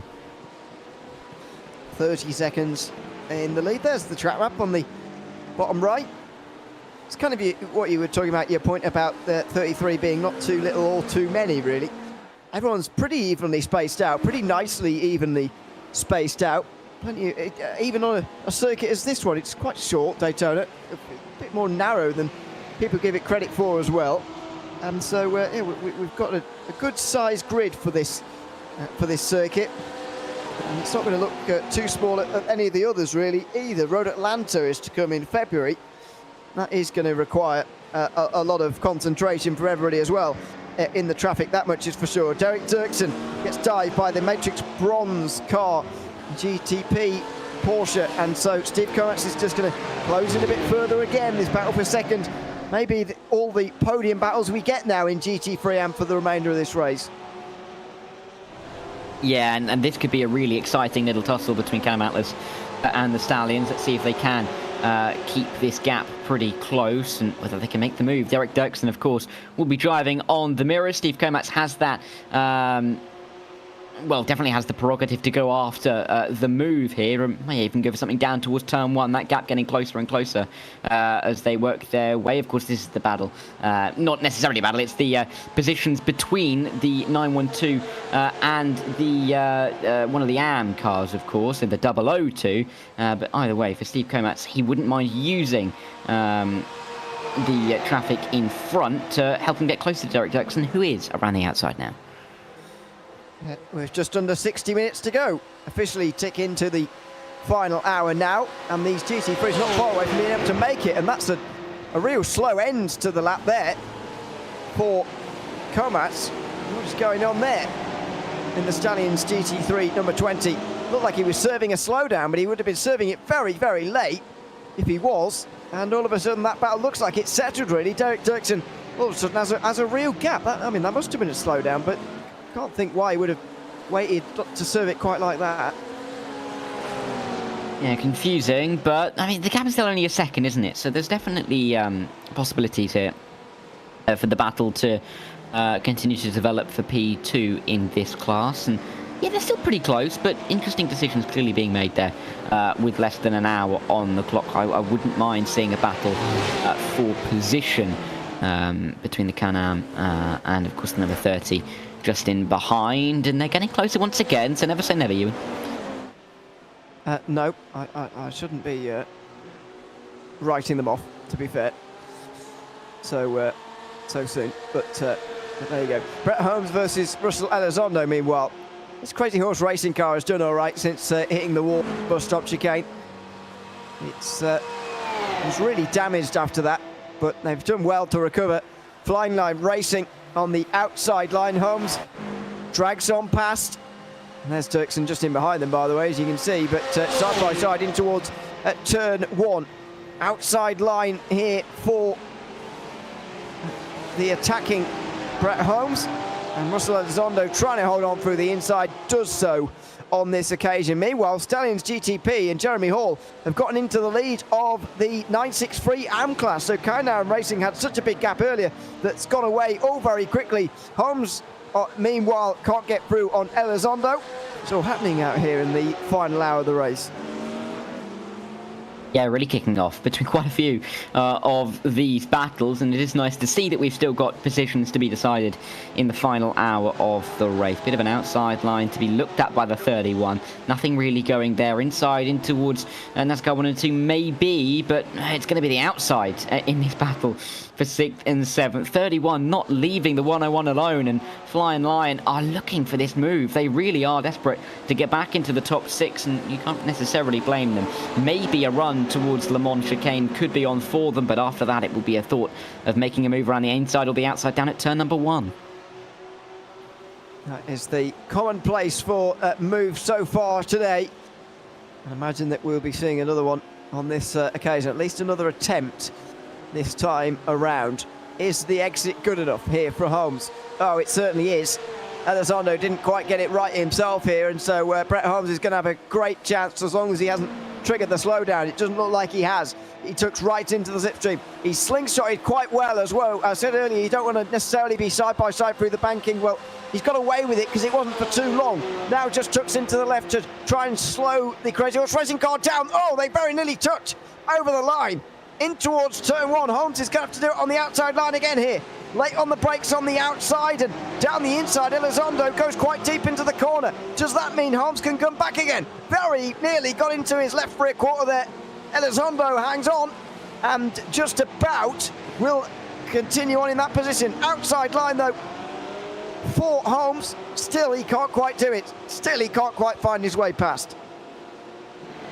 Yeah, and this really is going to be quite the tussle as we get ourselves into the final hour of the race. Is there any kind of move to be made in the infield section now? It's difficult after the international horseshoe to really send it anywhere, but going at the second of the two horseshoes maybe down as they make their way onto the banking for the 31 and flying line. Just, ducking and diving, weaving around in the mirrors, trying to get a better run and should have a much better exit onto the banking than the 101. Will they be able to gain enough to make any kind of move down in towards the Le Mans chicane? We'll see, but that gap is going to close and close and close. Not sure it's enough to have any kind of send down into the fastest chicane of the lap, but definitely again close enough to have a shot at turn 1. Here they go. It's going to be follow the leader through the bus stop and a chance on the exit. If traffic doesn't get involved, well, that's not going to help Elizondo at all. He had to tuck to the right very quickly to try and avoid an accident there. And Brett Holmes is going to motor on by. That is going to be easy in the end. Although Elizondo's still on the inside and he's got the slipstream as well. Maybe there is going to be a chance for him to hang on. The two of them are going to have to stay to the left here as one of the GTPs comes back past. Elizondo still holds the slipstream. The lap car's going to stay on its own line because it is not involved in this. And Elizondo drags back past again. After making that error at the bus stop chicane and getting caught behind the lap car, he was able to use it to hold on, but not into turn 1. He brakes too late and hands Brett Holmes the position on a plate. And there we go then, the 31. Great move to get it done, and let's see if they can try and build on this momentum and try and get away, maybe using one of the AM drivers to get in between, but they're going to smartly keep out of the way, stay on the inside line to keep this battle alive in the pro category. But great to see these guys going forwards and backwards for 5th and 6th, going to and fro. We never really knew which way that was going to go. Great racing from the both of them. And let's see if Flying Line can get away. Crazy Horse is still going to be involved in this. They've made the move once already. They're going to have to do it again. And Elizondo has got it all to do. Holmes just has to try and defend this position, but that's far easier said than done.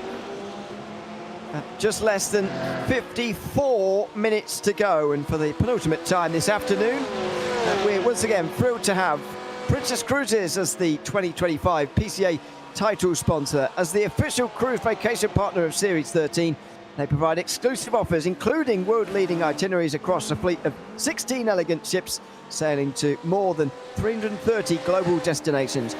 Reach out to the PCA concierge team to book your next adventure today by calling 833-679-2188. A big thanks to those guys again for sponsoring the series. So then, final hour, last throws for anybody who wants to get a result out of this. Leading overall is the Shopaholics race team with David Glenn, who's gotten in place of Thomas Briggs. Chris Brown is going to be catching him, you would imagine, if the first stint for those two is anything to go by, but the gap is half a minute. The lead is held in 963 AM by Stallions GTP. Jeremy Hall, he is losing time at the moment to Kainar Racing. David Boyer trying to get that lead back for the number 9 team because they held it pretty much all day. In GT3 Pro, Matt Quinn's still in the lead and he's extending the lead as well on low fuel. 35 seconds, surely is putting this race to bed in that class, as in GT3 AM, it looks like Imperial Motorsports might go 2 for 2. Dean Chapman's leading there by some distance. As we go back to look at Chris Brown, just under 30 seconds the gap. He will close in these final 52 minutes, but he might just be given too much to do here. Yeah, going to have to be closing at a pace of, what, about a second a lap, if not more than that, as we get towards the end of this race. It's a very difficult feat to pull off, I think, for the 17. They just have to make sure they don't have a collision anywhere, because the Triple O has just got almost far too much to do from here to get themselves back to the front of the field. The silver lining, it's fair to say, for last 10th GTP is that they have so much of a gap back to Matrix Bronze that they could probably have quite a large crash and still be in P2, but they'll never want to do that themselves. Let's see how they manage to negotiate their way through the bus stop, and seem pretty okay working their way through there for Chris Brown. But it is a difficult place to be in, no doubt about that. Yeah, absolutely. They've got a lot of work to do from here on in as Russell Elizondo comes in. Now, this might be a driver change. coming in here. Or is it a drive-through penalty? No, it is a driver change. So, up on the jacks they go. And Russell Elizondo is going to change out of that one. And Chad Sosnowski's going to take that car to the end. They're trying to give Chad the longest run to the end, if you like. They didn't want to put him in well, I don't know why they didn't want to put him in for about an hour 15 at the end there. But anyway, they've decided to pit early in this stint, do their short stop now, and go 50 minutes to the flag on this tank of fuel and these tyres as well. Sosnowski, who led a lot of laps earlier on for that car, is going to be taking that one to the finish. Yeah, and this is going to be a trip to the end for him. A shortish stint. 50 minutes is by no means the longest stint that some drivers will be doing over the coming couple of weeks, but still can get to the end. And with what kind of pace? David Glenn also just focusing on getting to the end here. No mistakes is the key for the number 17 car. And they'll be shopping, I'm sure, for some trophies to put in their cabinet. You never know, you and they may get to go on a Caribbean cruise, depending on how happy the team are with the win. Absolutely, if that's your area of choice. If that floats your boat, if you will. Oh, give it up. Very good. Oh, the Shopaholics race team are certainly hoping that this is going to be their day. 49 minutes to go, and it looks like it might well be, although they are losing time. Look how nervous Thomas Briggs is going to be at this stage. Once again, if you are a driver, by the way, and you want to come and have a chat with us, feel free to. We'll drag you in. If you put yourself in the interview waiting room in the PCA Discord, we'll drag you in for a chat in this final hour as we wind down. 13 seconds between Stallions GTP and Kainar Racing, as off in front of the leader goes one of the GT3s. I have a feeling that challenge class team, Max Snell Motorsports, I think that was Anthony DiVincenzo who just span in front of the leader there. But either way, they are a long way down in 11th place in the GT3 AM class, and they've got a lap behind them, so they shouldn't be too concerned about losing a place. As they were saying, 13 seconds is the gap between Stallions and Kainar Racing. That's coming down. It looks like the number 19 might be able to get that win after all, but they've still got some work to do to try and get it back again. Yeah, it's a long way back again, but I think that gap will be decreasing at a faster rate than what we could be seeing from some of the other teams, or some of the other gaps for the lead. It's interesting that the closest gap for the lead is that it is the battle in the AM class. So we saw about an hour ago how both AM classes had wider lead margins than both the pro classes, but that has clearly changed and nearly flipped over with the prototype pro class being nearly 30 seconds and the GT3 AM class being 32. If that goes up around, then it really will be a full change. But for the time being, Kai Naran looking to get back to the lead ahead of Stallions, but Stallions trying to control it. Difficult to really judge where this one's going to go over the final 47 minutes, but as we get through the next 10 laps, you'll really be able to get a better picture of if some of these teams are gaining anywhere near enough. It was Anthony DiVincenzo who just went for a spin there, up on the curb on the outside. You don't really want to be going out that wide anyway, out the International Horseshoe. It's partly because of that curb, but also because it's just not quite the fastest way to do it. That's what happened to Rob Cottle. Oh dear! He might have been having some technical problems on his end there, because he did find the wall for the team currently last in 963 AM. Yeah, not good at all. And Ken Eskridge down there for the 75 team, who really haven't enjoyed the infield section today, having a horrible time over the last hour or so. They're down in 13th. We'll see if they can recover, but that got a little bit tetchy for Stallions down at the International Horseshoe. Yeah. I was a bit nervous there as well. Oh, there it is. Ouch! Ken Eskridge. Big contact with the wall, and I don't think he's repaired it yet either, based on what we just saw when this car passed it. I think that car is soldiering on just to the fuel mark, but they've got there now. This is the leader, Matt Quinn, making his stop. 39 seconds in the box, and he's on his way. 46 minutes to go. Is he 46 minutes away from a first win of the season for Imperial to continue last season's success in the AM class. They're now going to try and take one in the pros as well, as they did in the last 2 rounds of last season. Let's see if Imperial can do it. Matt Quinn out in 4th place, and he's in a decent position to try and do this, but you just don't know until Gone Broke Racing have made their final stop, which will be a lot shorter than those 39 seconds. Yeah, there's no doubt about that, but we're going to have to give it a moment and wait and see how they're going to go for their final pit stop, but we're not a million miles away from it, there's no doubt about that, as we only do have that 45 minutes left on the clock. It's about, as we see off this road, is at the 33, it is Jim Walsh, a lap down already for the Matrix Copper team, and they're not going to be picking up much better than Copper in this race in terms of their silverware, limping back around, and that is an unhealthy looking car. Going rather slowly at the moment. See if there's anything more to this story. He's going very quick there and noses it into the wall. Oh, hello. What's going on there? We've not put it into reverse, by the way. That's just bounced off the wall very bizarrely indeed.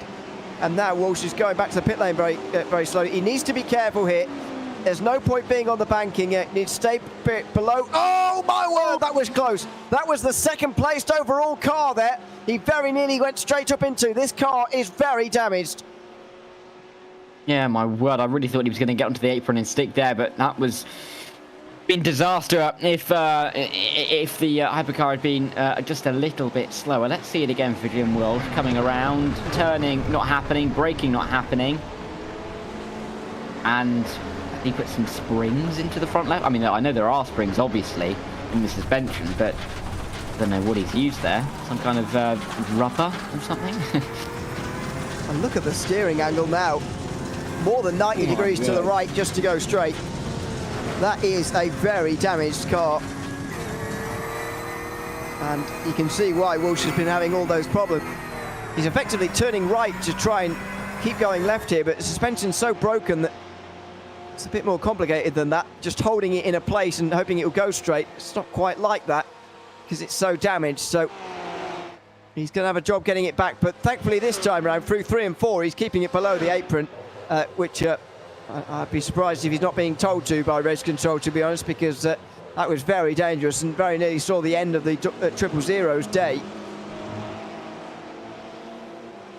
That could have been an absolute disaster, an abject disaster for them, and I don't think they could have, the 000 could have held themselves too much at fault for that one either, so really lucky to get away with it, but whew, that was scary. I think if we had any kind of, just see on the apron there, if we had any kind of, stoppage, safety car, pace car, that kind of thing, we may have seen one there, but as it is, we continue on, and luckily enough, the last 10th GTP gets through and survives that little surprise that we had for them. Sandra McEwen been up to here. He looks already damaged prior to this clip, actually, doesn't he? Yeah. Something doesn't quite look right about that car, and he does tow back to pit lane as well. So a couple of cars getting damaged here late on, and that Fresh Motorsports car that was Andrew McEwen was driving has now been down a pit lane for 1:40 as he's just towed it back. Matrix Copper make their way in now as well with Jim Walsh. He's making some repairs. Hopefully those two cars get out for the end of the race, if nothing else, because they've made it this far. They hopefully will make it to the final 42 minutes and cross the line with the checker flag waving. There is David Glenn, the bottom right of your screen, and in the main part is the pit lane where Andrew McEwen is receiving repairs, but there's David Glenn. He will be concentrating so hard now. He's been handed the car in the lead for the 2nd time this afternoon, and he'll be hoping that this time he can hang on to the lead, unlike last time where he lost it when he was given the lead by Thomas Briggs. It is quite imposing, isn't it, for David Glenn? I think if he made any kind of mistake, it's almost like he's got some kind of well, there's definitely something there that would serve as the punishment for making a mistake. But it's so big, that Stormtrooper. I can't get over.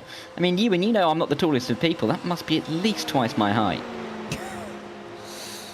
It's hard to know because the only perspective is a man sitting down. So.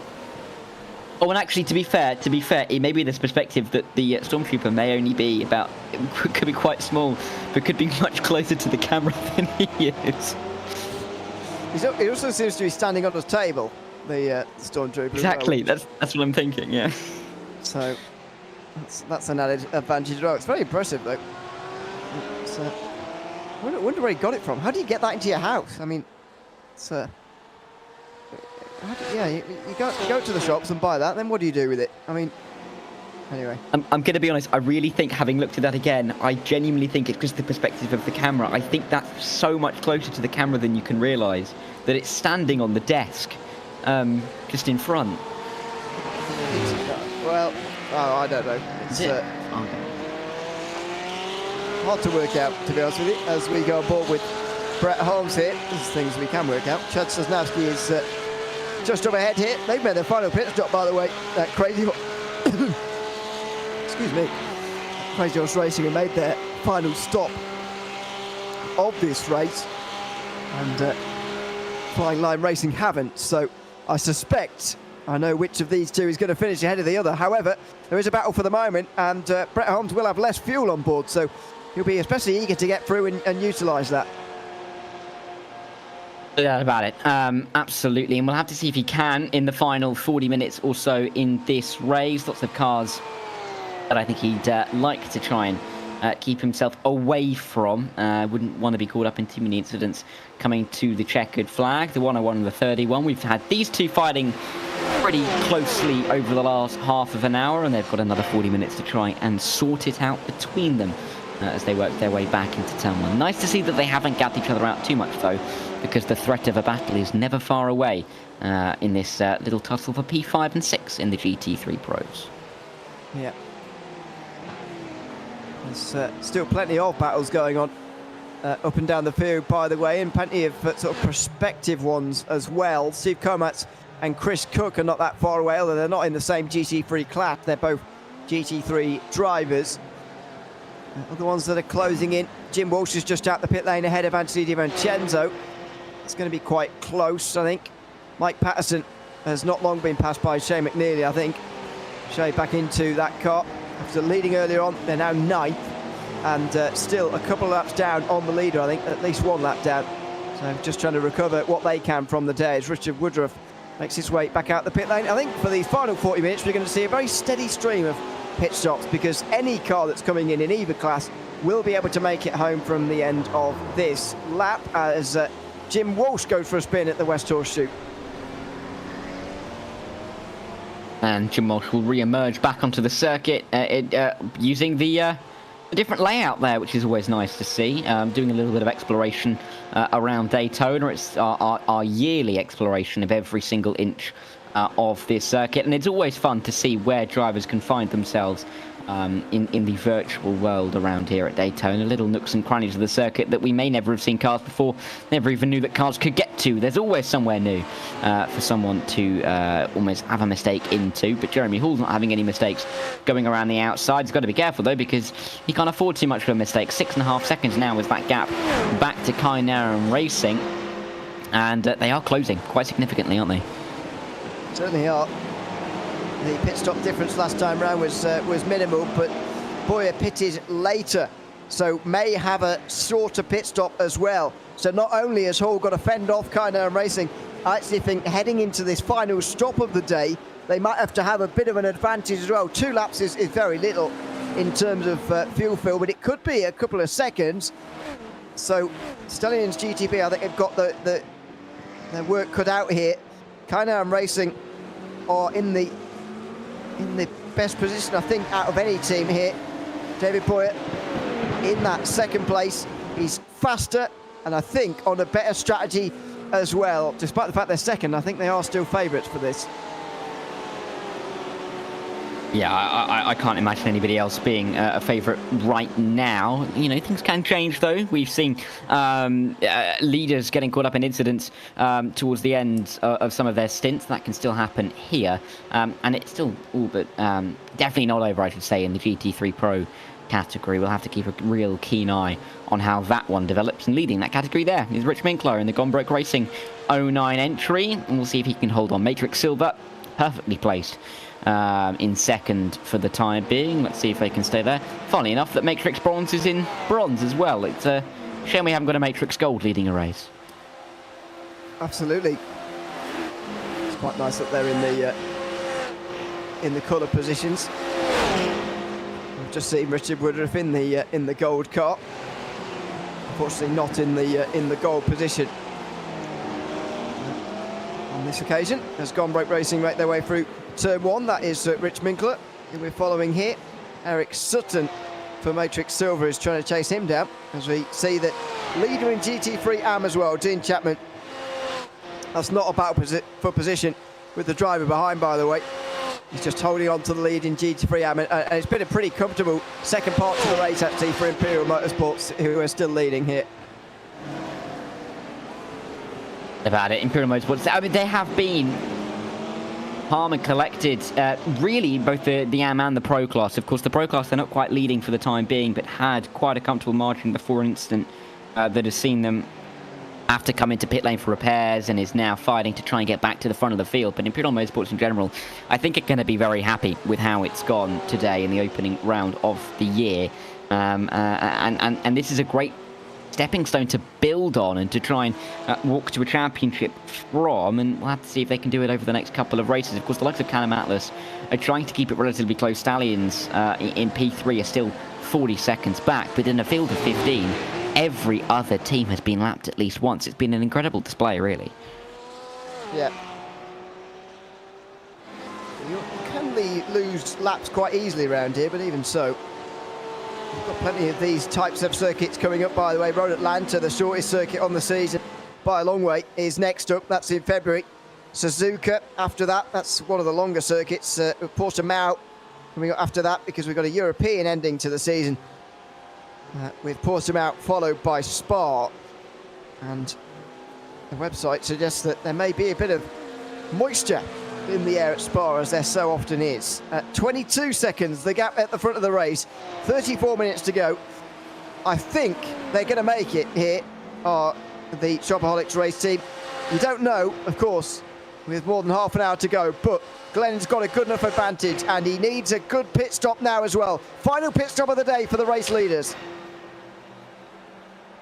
Here they come. David Glenn into the pit lane will get his final, well, 20 seconds of car, maybe even less than that, depending on how long he stopped on the jacks. Has to make sure he nails the stop, though. Can't be found reversing in the final pit stop of the day. Just about gets it stopped in the box. Very nearly overshoots there. But we'll have to see how long it takes for them. Last tenth will retake the lead. But for how long will that be? And they are going to change driver as well. Thomas Briggs is going to get into that car. And I would say that the Briggs versus Brooks matchup goes the way of Thomas Briggs, as we've seen so far in this race. So even if Brooks does get into the car, and I think he is a little bit quicker than Chris Brown, I don't think it's going to be easy for last 10th GTP to catch them. It may well come down to that drive-through penalty that we saw about an hour ago given to this car, or the infringement was committed about an hour ago anyway. Penalty given about 20 minutes later. That may be the difference in the end. The gap may well hover just under 30 seconds, which is right around the drive-through penalty sort of range. I do think they might have made it anyway, Shopaholics race team, but drive-through has just put the distance between them, and it is the difference as things stand. And let's see if, well, yeah, and we'll have to see if that can change. I can't imagine it will, particularly with so little time left in the race, in the grand scheme of things. But there's always hope. There's always hope towards the end of the race, no doubt about that. I'm interested in the GT3 battle in the pros. I really am. With Gombrake leading the race. Oh, my word, as we see quite a lot. Oh, there's lots of cars work their way through. That's Kai Naran going through for the lead on the Stallions as they... no, that's actually Jeremy Hall. In the number, yes, that is on Stallion, sorry, my bad. But there was the number 1 car on the outside in the GT3 that I thought was going to get absolutely smashed into the wall for a second there. There was a little bit of contact between the hypercar and the GT3, but they've managed to make it through. Yeah, I think Brooks, excuse me, who's at the wheel of that one now? Might be in the Chris Cook car, Brett Holmes, I don't know, anyway. Somebody was scraping along the wall up there as the GTPs were all coming through. I said that this might reverse anyway, but David Poyer is making absolutely sure of it now. Jeremy Hall has been displaced in the lead of this race, although Poyer there had the 911 getting right up in front of him, getting it. Oh dear, and off the 917. The car has gone for a spin just up in front, and that's Fresh Motorsports. Andrew McCune has gone off again there. after a pit stop of 2 minutes 44. He's back out on the circuit again and spun right in front of the leaders. It's not affected Kynaran Racing, though, who are in the lead with half an hour to go. Can they keep this lead? I mean, it was it looked pretty easy for them to make that move past Stallions, and they've built up a gap of 2 seconds already. I mean, not the kind of battles that we've seen in the GT3s where that gap has stayed pretty tight after moves have been made, but Kynaran really are starting to pull away. Can they keep this up over the next 10-15 minutes and really put it out of reach? I think that's going to be an intriguing storyline to keep tabs on with only half an hour of this race left to run. And with just over half an hour left for the final time this afternoon, we'd like to remind you that we're thrilled to have Princess Cruises as the 2025 PCA title sponsor. As the official cruise vacation partner of Series 13, they provide exclusive offers, including world-leading itineraries across a fleet of 16 elegant ships, sailing to more than 330 global destinations. Reach out to the PCA concierge team to book your next adventure today by calling 833-679-2188. Just under half an hour to go at Daytona, and the battle for the lead in GTP or 963 AM has all of a sudden perked up again. Stallions GTP are right there all of a sudden. Still though, with their longer pit stop to come and the momentum very much not going their way, I find it difficult to believe that they're going to really seriously challenge for this win from here. Yeah, it's definitely that stage of the race where everything has to come together now if things are going to change. So for Kynaran and Stallions, this could be a really key 5-10 minutes worth of the battle. The 917 going around at the opening turn. Blues in the rear end very late into the corner, actually. It's a very long radius down at turn 1 and a horrible place to get stuck. I hope no one collected the 917. Is he going to try and spin it back around? That's not, it's not the safest thing to do from there. Interested to see how they're going to get back from here. That was the lead battle. Goodness me, they were close. Where's he going to find this gap? It's just an impossible situation, isn't it? Stuck on the inside there. Well, I can tell you, subsequently he did get going again. And he's back in the race. Lenny Holland, meanwhile, has gotten into the Matrix bronze car from 3rd place overall and in 963 Pro. So that's a driver change for the driver who got that team onto the front row, but unfortunately spun at turn 1 on lap 1. And that was unfortunate, really. They've not really been able to recover from that. I think a podium from there, as a result, is going to be, a result that they will be pleased with, but just make you wonder what they could have got, because they were on the front row in qualifying, but never given the chance to show how they could stick with those guys in the race. Yeah, and it's been a bit of a long one for a few of these teams, but it's coming down to the wire for some of them, particularly in these leading battles. So interesting to see, really. And it was interesting that the 917 was like that for so long. I do wonder how exactly they got it back around. I think probably getting it spun around off the racing line again, allowing a few cars through and then rejoining is likely how they were able to get it done. But it's behind them now. They can try and keep it going for the final few laps, and that really is what we're down to now. About between about 15 and 20 laps remaining in this race before we see the checkered flag. Not a great deal, particularly for the GT3s. Rob Cotto is getting involved here in the 963 AM battle. As he, is he just in front of Shopaholics, isn't he? It's a couple of laps down here, but he's just in the way. There's second place team who are trying to become the leaders, and they very nearly got loose and went into the wall there. That was pretty close for Thomas Briggs. He won't be pleased about this. He's now going round the outside. He's going to put that car another lap down, but my goodness, that was close. Further up front, the battle in 963 AM leading land is going on again. Stallions are just dropping off towards the end of the straight. Looks like they're lifting off, actually, thinking about their final pit stop to come in the next few laps. Yeah, and Stallions are keeping it nice and tight to Kynaran right now. That gap did, go out to just over 2 seconds between the leaders after the move was initially made, but coming back down once again. Final pit stops definitely having an impact on the battle, no doubt about that. And here comes the number 17 car trying to walk its way through this battle as well. So it's all kicking off. It's not necessarily been the most comfortable of races for any of these guys, with the incidents that the the battles, I'd say more, that the 9 and 7 have had throughout the race, and for Shopaholics have been up and down the order waiting for last 10th to come into the pit lane. It's not necessarily been a cruise to the end, but Thomas Briggs wouldn't mind getting through on these two hypercars and make his life a little bit easier towards the end of this race.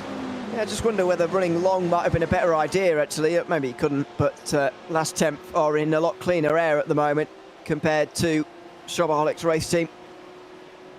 So it's creating a bit of a problem, if you like, as far as time loss goes.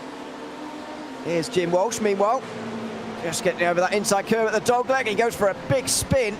Thankfully, he's going to scrub off enough speed so that he can stop himself from going back onto the circuit again, just in time.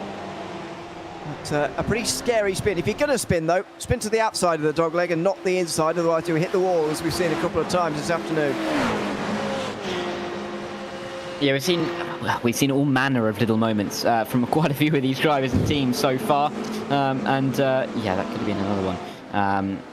Add to the list. A move being made in the GT3 Pros, I've just noticed. Imperial Motorsports, well, I say a move being made. They've overtaken Matrix Silver, who of course are in the pit lane.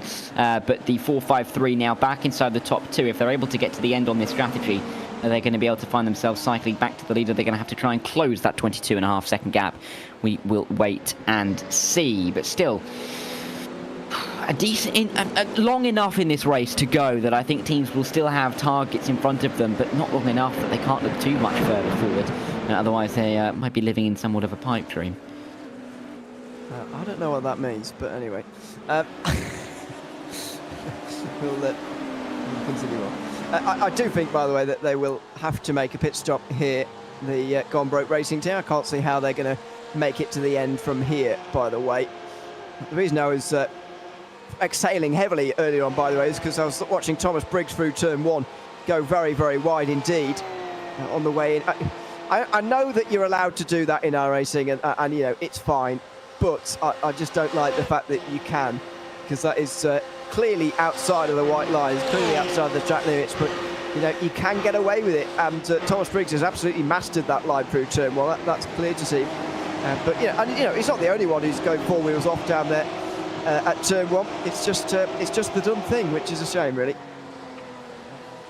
And of course, if drivers aren't going to be able to gain an advantage from it, they're never going to do it. So there's clearly an advantage to be gained by running that far off the circuit. And again, being Daytona season, drivers are going to be here time after time after time over the next couple of weeks. Everybody is just trying to find that little advantage that they can, trying everything, every single line, every little breaking point in the book, just to try and gain a tenth, even a hundredth around a lap. So all manner of things going on in the final half an hour of this race. And for drivers that I think are not necessarily going to be gaining too many positions, that target of maybe just trying to optimize some lines, really almost nail, maybe even try a couple of new lines, is going to be at the forefront of their minds.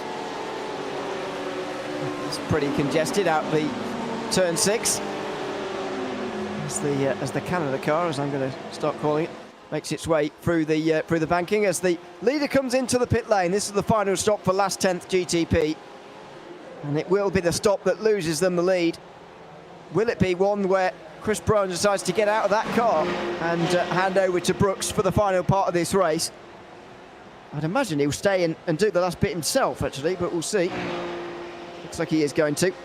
He's been given a huge task, though, hasn't he? Just over 20 seconds to catch over the pole sitter, the fastest individual, I think, in the 963 here this afternoon. And he's got to catch him pretty much a second every minute, which is almost impossible, I would say. Yeah, I think it's going to be, what, about 1.5% faster around the entire lap every single second. I mean, it's incredible to think that it's even possible, because realistically it's not, but that's the situation that they find themselves in. They have to try and do something about it. We'll see how close they can get towards the end of this race. For the Triple O, they've got 10 seconds to close in 21.5 minutes. That's a little bit more manageable. than well over 20. Even so, you're still going to be needing to gain about half a second every minute, and I mean that's going to be reflected to about 2/3 of a second per lap all the way to the end and make the move. So, a bit of a tall order for the Triple O, but they are definitely far more within range than some of the other battles. There's Rich Minkler. 22 seconds, so his short stop was a bit shorter, but some frightening pace from Imperial Motorsports, and Matt Quinn has put this race out of sight as well in GT3 Pro. So the gap's getting larger at the front of these classes. Final stops coming in 963 AM as well, and Kynaram Racing are taking ages. David Boyer with a very long stop here, nearly a minute. He's got damage. Oh, he's got damage. The race leader in 963 AM has gone into the wall or into somebody else. And there comes the Stallion GTP to put a lap on them. What an extraordinary end to that class. 963 AM turned on its head. We're going to have to see what happened to Kynaram Racing. Dramatic for them right towards the end of the race, but we've been saying it all day long that these things can happen. It's never far away, and keeping wits about you could be so crucial. But Kynaram Racing dropping down into second. We don't know how long this repair is going to take. They could even drop to third, depending on if they're stuck there for another lap or so. But dramatic right towards the end of the race, but Stallions will not be complaining one bit at all. They haven't used a fast repair yet, so I'm not sure why they're taking on the full repairs as you normally would. It's, oh no! Boyer there misjudged that dramatically. He tried to get down the inside of a GTP, a GT3, and he just misjudged it. He clips the wall on the left-hand side, but he does himself a lot of damage to that front left corner, and that is that. That is how you end a charge to try and win one of these races. Look at that, his front end completely damaged. We'll try and see from on board as to how he got the damage in the first place with the pit wall there, but I think it was almost an accidental move down the inside there. He wasn't intending to try and pass the GT3, he just ended up doing it. Yeah, and getting, I think, basically the front left suspension turned right and the front right suspension turned left, which is why he was basically going nowhere when he was turning the steering wheel. Really horrible collision, and it wasn't necessarily even that much contact in the grand scheme of things, but on both corners you can do a lot of damage with not very much force, and I think that's what we've seen there. For Kynaram, they're still in the pit lane, and now there we go, down into P3. And the late breakers Racing who have been in P3 for God knows how long, up into P2 in the closing 20 minutes. Well, an extraordinary end to the 963 AM class in the opening round of the 2025 Team Racing Series of the Porsche Club of America. Looks like Kynaram Racing are now on their way back out again. I think the timing screen's playing tricks on us, because late breakers Racing were ahead. Now they're not. And Kynaram Racing is still in the pit lane, so I can't really explain to you what's going on there, but I think the timing screen was playing tricks on us. Kynaram Racing were moving again, and they are now back to second, but even so, that race, it looks like, is going to be won by more than a lap, despite the fact we had a change for the lead on track only about 10 minutes ago. It's a remarkable turnaround. Yeah, well, confusing almost that's gone from being the closest lead battle to the by far biggest in the space of about 30 seconds, that was. But really, incredible moments for Stallions. They can now try and just cruise to the end, but we've seen that Kynaram weren't quite able to do that. Stallions are going to have to very much be very careful, but they have so much time in their back pocket. They could pretty much follow the GT3s through the infield and just overtake them on the banking and wouldn't have to worry about losing the lead of the race. So good news for them, no doubt about that. Thomas Briggs in the number 17 has to be trying to focus on not making too many mistakes, because he's got 14 seconds to last 10th, which has increased since the last 10th GTP car made the pit stop. It was at 10.5 seconds, now to 14, and I think it's pretty safe to say that the Triple O isn't going to make that time up on pace alone. Side by side back here between Anthony DiVincenzo and Jim Walsh. Two drivers who have had problems in the last 20 minutes or so. DiVincenzo breaks very early on the inside there and lets Walsh run around the outside regardless. So that's the top 10 now for Jim Walsh. Good recovery for him. And credit to him as well for just getting on with it after his incidents of the last few minutes as well, because some drivers might have pitted in and said, well, someone else take over now. It's probably for the best, but Ross just got straight back on the horse and bounced back with 16 minutes to go. He's in the top 10 in the class. It's a difficult one to judge, the GT3 AMs, especially up and down the field with 15 cars that have seen their fair share of incidents throughout this race, notably, notified by the fact we have a lot of cars on a lot of different laps. Going to be interesting to see how they can work this one out. Kainarano back up into P2, so the late breakers racing maybe weren't in P2 at all, and in fact maybe that was a bit of a timing page issue, but David Boyer, regardless, has he got a black flag? Yes. Or is that just the name of the... Yes, okay. That's not the name Confused of the team. there. It's where the name of the team normally is. Yeah, but funnily enough, we can change graphics. Would you believe it? I know. Hey, Ramiro does a fantastic job of that. There's a reason that I don't do that. Oh, look at that. It's changed again. Oh, he's a genius. No, thanks very much to him for it. Oh dear. Anyway, I think they might have a black flag. And there they are. They're coming in to serve it. The gap will come down quite considerably. The gap has just gone tucked under a minute actually, but it's not going to take them a minute to drive through the pit lane, sadly, for late breakers racing. So Kainam Racing will hold on to second. They will stay a lap down on Stallions GTP, despite the fact that the leaders made their final pit stop of the race there just in the final 15 minutes. This is the Can-Am Titan car, meanwhile, Flying Lion Racing. 5th and 6th, Ivan Gomez versus Brett Holmes. This might be one that lasts to the end of the race as well. Gomez has only been out there for 7 laps. I think Brett Holmes is going to make it home as well in the final 15 minutes. I think this is a battle for position. Yeah, and Holmes almost looking for the outside line into the second of the 2 horseshoes, and no, he won't make the move there.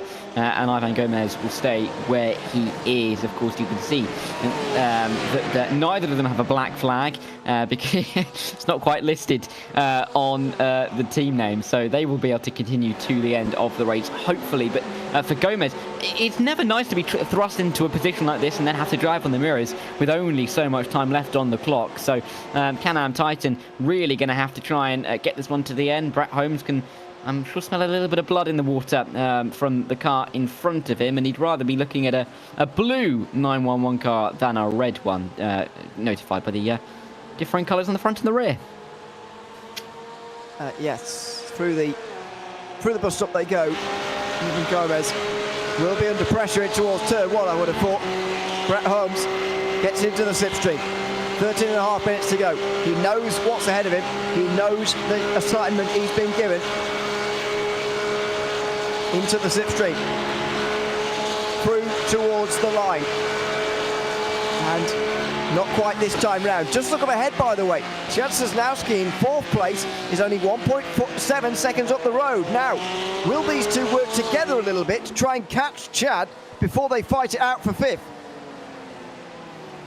Yeah, this is going to be a really an interesting little battle. I thought there was going to be a move to be made there into the international horseshoe, but they're now going to be concerned about the GTP running up behind them. In towards the dog leg they will go. No move still to be made in this battle for 5th and for 6th.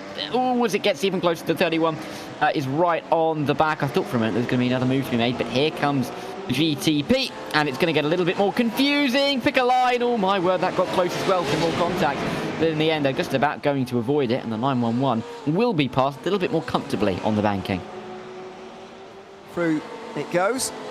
So, we'll get back together again. Now, this lap could be quite telling here for Brett Holmes. Does he want 4th, or is he happy to battle for 5th? Because I don't think he can do both. I don't think he can overtake for 5th and then try and catch for 4th. He's got to pick here what he wants to do. Into the bus stop chicane. That GTP is going to stay behind him. That's the SC Team Red car, number 963. Still 4th place for them this afternoon. They'll go past with ease. That won't affect this battle at all. That car just up in front, the white with the almost German flag on it, to be honest, is not going to be a factor in this. It's a lapped car, the number 21. I think it's staying desperately just to get out of the way, and yes, it comes in to the pit lane. So Gomez gets a little bit of slipstream off of it, but not very much. Will he have caught on Sosnowski much? Yes, is the answer. 3/10 of a second he was able to get closer by last time. Let's see if that can continue or that trend continues into the final 11 minutes and 15 seconds in this race. Time really is ticking away. The lap counter is really into the single figures now for these guys to make these moves, and a couple of tenths may not be enough in about 5 minutes time. So how much can the rate increase, if it can increase, towards the end of this race? David Boyer, what's happened to him in the number 9 car? Oh, this is what happened again earlier. This is a replay of what we saw. Yeah, I thought it was the second time that it happened for a second. But no, he will have picked up that damage there. But again, you could see the pinch being made to the inside. And that's where he picked up the damage, and just turning left into a right-hander in the end. Yeah, so that's how he picked up the black flag. The 777 has also got a black flag, by the way, for an incident with the 248. The 248 is the Stallions GT3. Ankerberg Son, who's now at the wheel of that one, although they're making a very long stop there, so they'll be dropping down. But the 777 has already made its drive-through.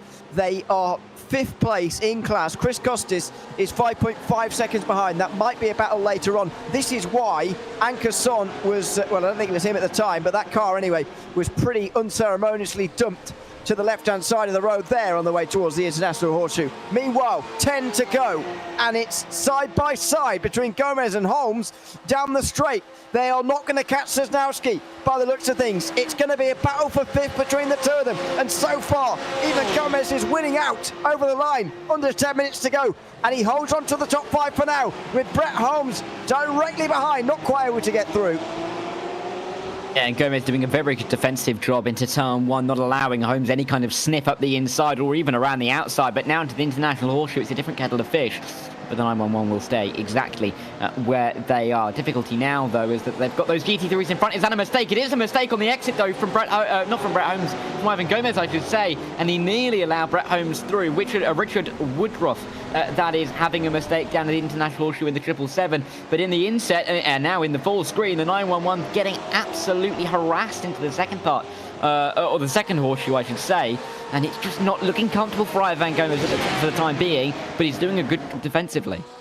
As a result of that spin, by the way, the gap has halved between Woodruff and Costis. It's still 5 seconds, though, between the two of them right now in the battle for 5th place. We'll keep an eye on that if it gets closer.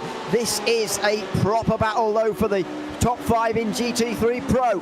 The first race of the season coming to an exciting conclusion here in the GT3 class. They've got number 33 just up ahead of them, by the way. That's Matrix Copper being driven by Jim Walsh. Surely he's going to be getting out of the way, but not just for the moment. He's not quite going to be close enough to these guys to be in the way this time. Gomez very close there to a slowdown, I would have thought. He'll be under pressure towards turn 1.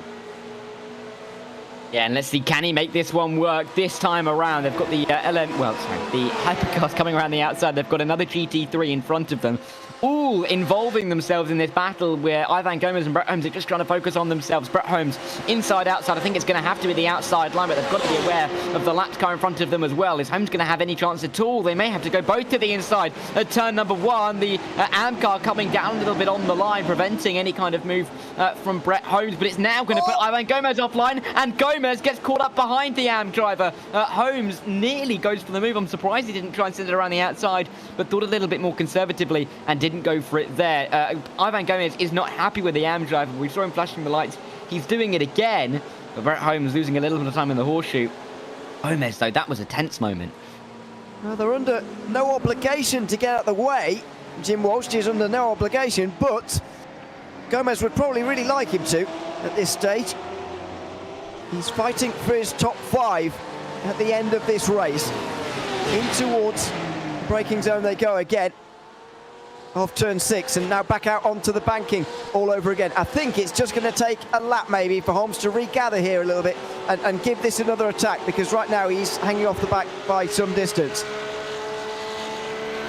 Yeah, and this is it's going to have to take another lap or so, I think, for him to really get back right on the rear end of the 911, but Holmes is going to be very much staying on the long grass in this battle. He will pick up any of the pieces that are left down as they have to slow down in front. Awful run off of the corner for Ivan Gomez. Brett Holmes has a much better run. This may give him a great opportunity down through towards turn number 1. As they get onto the banking, you can just see him gaining earlier than you'd otherwise expect. They're going to have to negotiate around these GT3 amps as well. Look at this.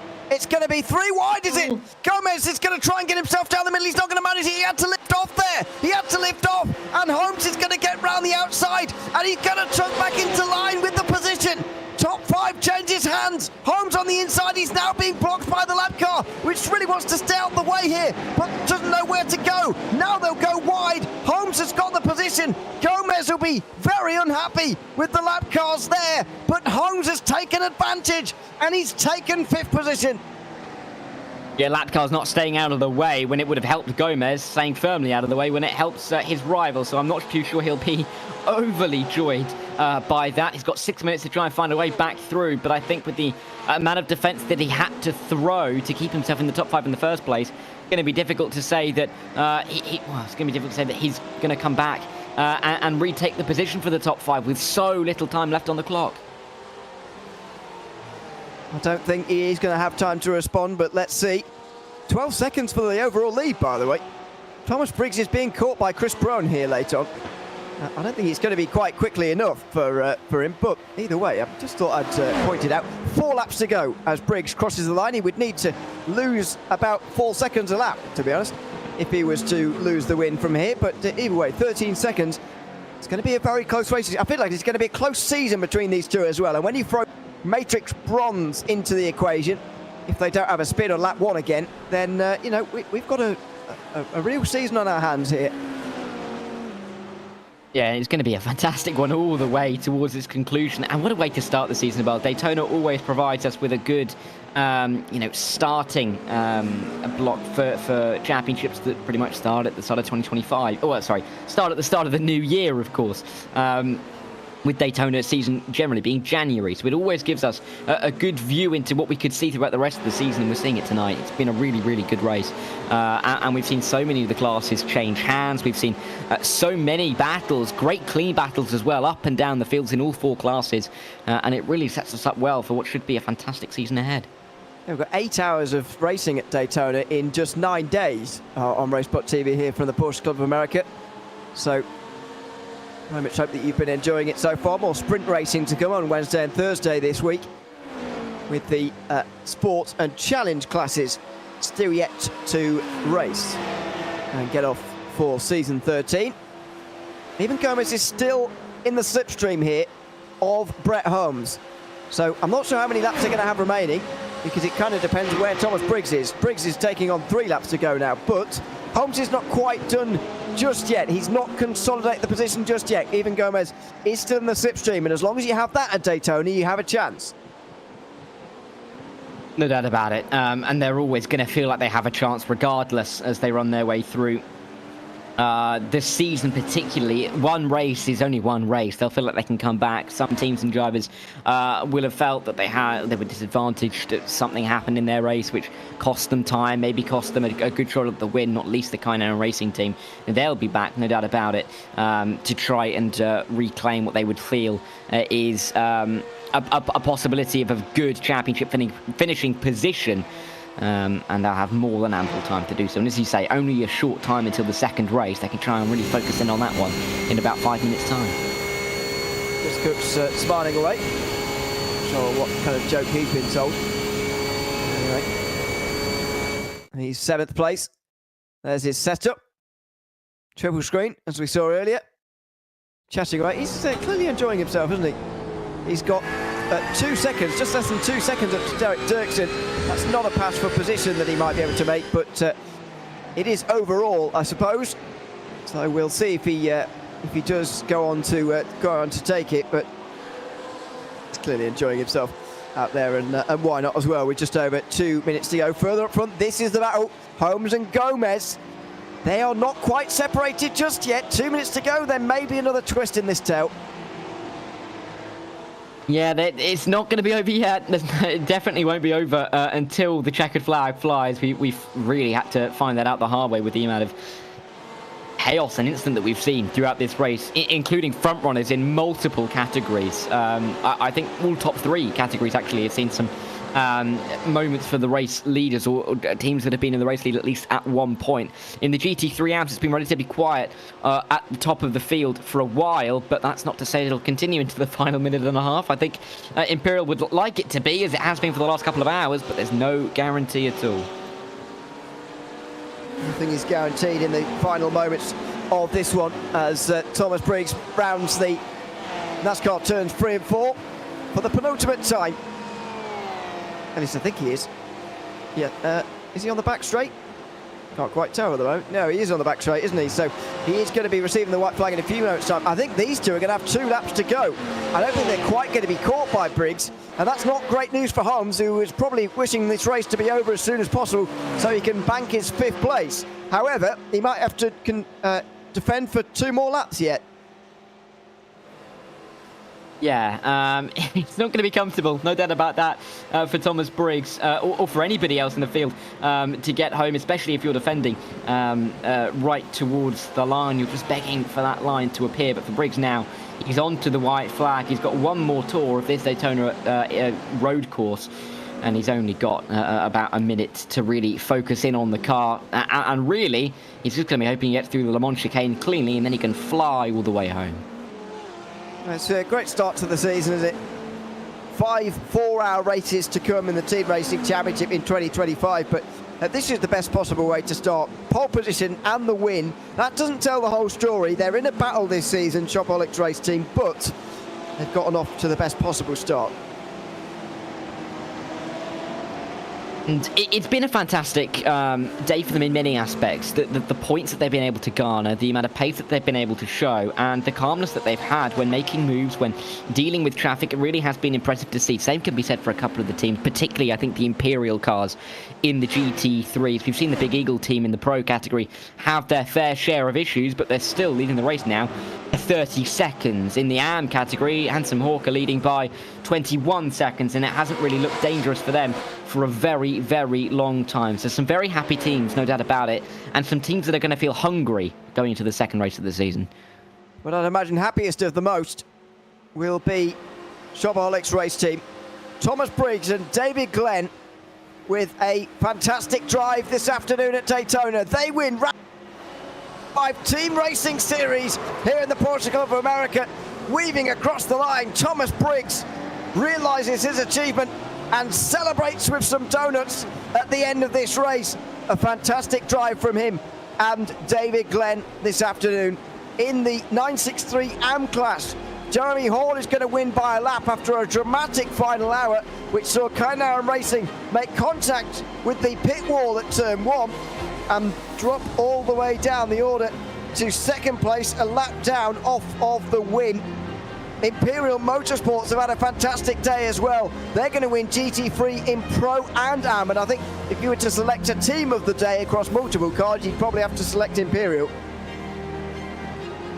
Absolutely, they have just been so impressive throughout this race. We were lucky enough to speak to a part of the team earlier on, and they just have been the mark in the GT3s. They're going to be chased all the way, I'm sure, throughout the season, but they have put a marker on their back because they have been the class of the field. And there's going to be a lot of work that some of the teams are going to have to do to try and chase them down. There certainly is. There's a few more of the teams across the line. This is Stallions GTP's crowning moment in 963 AM.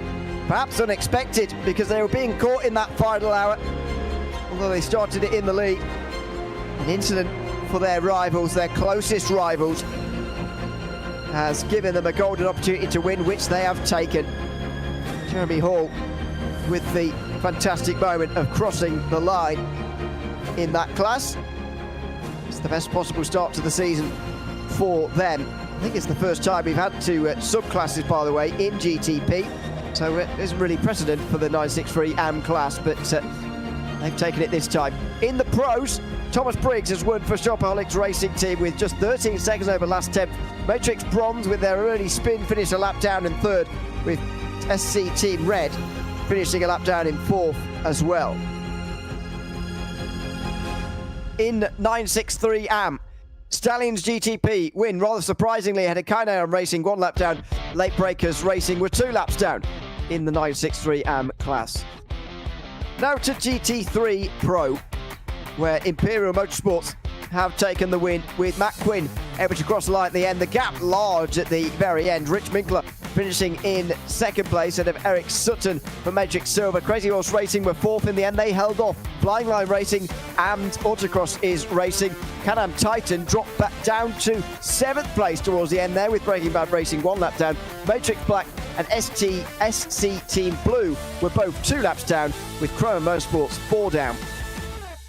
In the AMS, Imperial Motorsports Handsome Hawk win by a long way in the end ahead of Can-Am Atlas, though not as far as their teammates, despite dominating probably more in the end. Stallions GT3, Gombrich Racing, Matrix Gold round out the top 5 with Backmarker Motorsports joining them 1 lap down. Three Amigos, who won a race in the GT3 Pros last season, are 7th in this one, 2 laps down. Last 10th Purple were 2 laps down.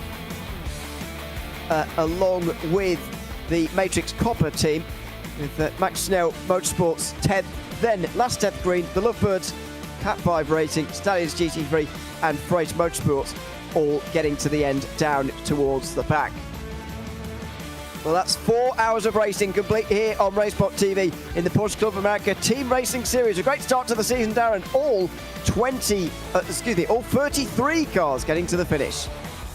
And that, I think, is going to be a real pleasing point for a lot of the teams and a lot of the drivers, that we did see incident, but clearly not too many, and not enough to take any of the teams out of real contention in the race. Fantastic that we had so much great racing as well, side-by-side moments pretty much all the way around the circuit, and that's what we want to see in a season opener. So I think a lot of teams and drivers are going to be really pleased about how it's gone tonight, and going to have something to build on going into the next few races. And as we've said, there's not too long to wait for round number 2, and that's going to be a real key focus for a lot of the teams and drivers over the next couple of weeks. Let's have a chat to the overall winners, David Glenn and Thomas Briggs. We'll bring them in together, why not? Welcome in both, good to have you with us. Let's start with you, Thomas, first. You had the pleasure of taking the car over the line, but you had only 13 seconds in hand over the chasers. How are you feeling in those final laps as you were closing in on victory? We were pretty comfortable. We had put a lot of fuel in the car because during my pro race the other day, we ran out of fuel. So we were being really cautious with that and just taking it easy to the end. But yeah, they gave us a really good race. And David, you, of course, did a lot of driving throughout the middle of the race as well. How are you feeling out there dealing with all the traffic? Because the GTPs, that 963s, are so outnumbered as far as the GT3s goes. How difficult was the traffic to deal with?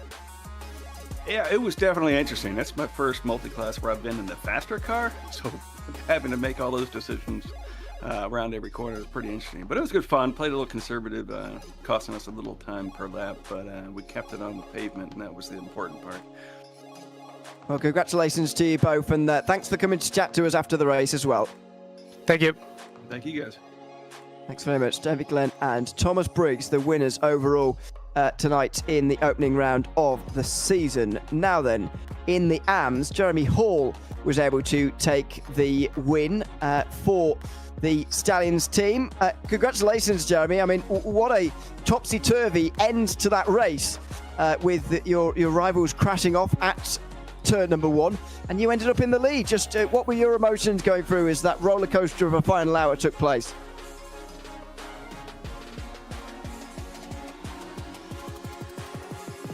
It doesn't seem that we got Jeremy at the moment. He doesn't seem to be there, or at least we can't hear him. Check. Can you hear me okay? Oh, hello. Yeah, we can hear you now. Go ahead. Hey. Yeah, we just got just tried to stay clean and got lucky, really. Just trying to keep the pace, stay clean, and not getting in trouble as we got toward the end, and let things happen in front of us.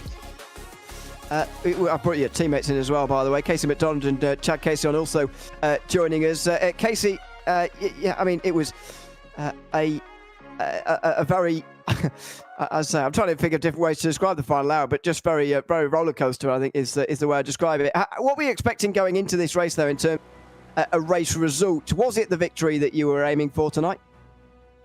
We always want victory, but you know, we just came into it thinking let's just drive clean and see if we can get through a race clean, and that was the biggest benefit for us today is that's what happened for us, and I loved it.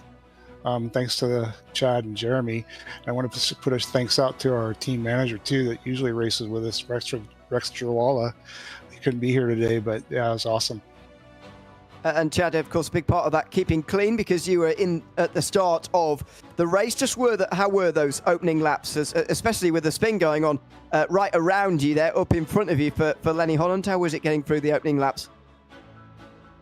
Yeah, I mean, it's always tough when you got a lot of traffic. There's a lot of pressure to stay clean, especially with the 10-lap rule, or the 10-minute rule, I should say.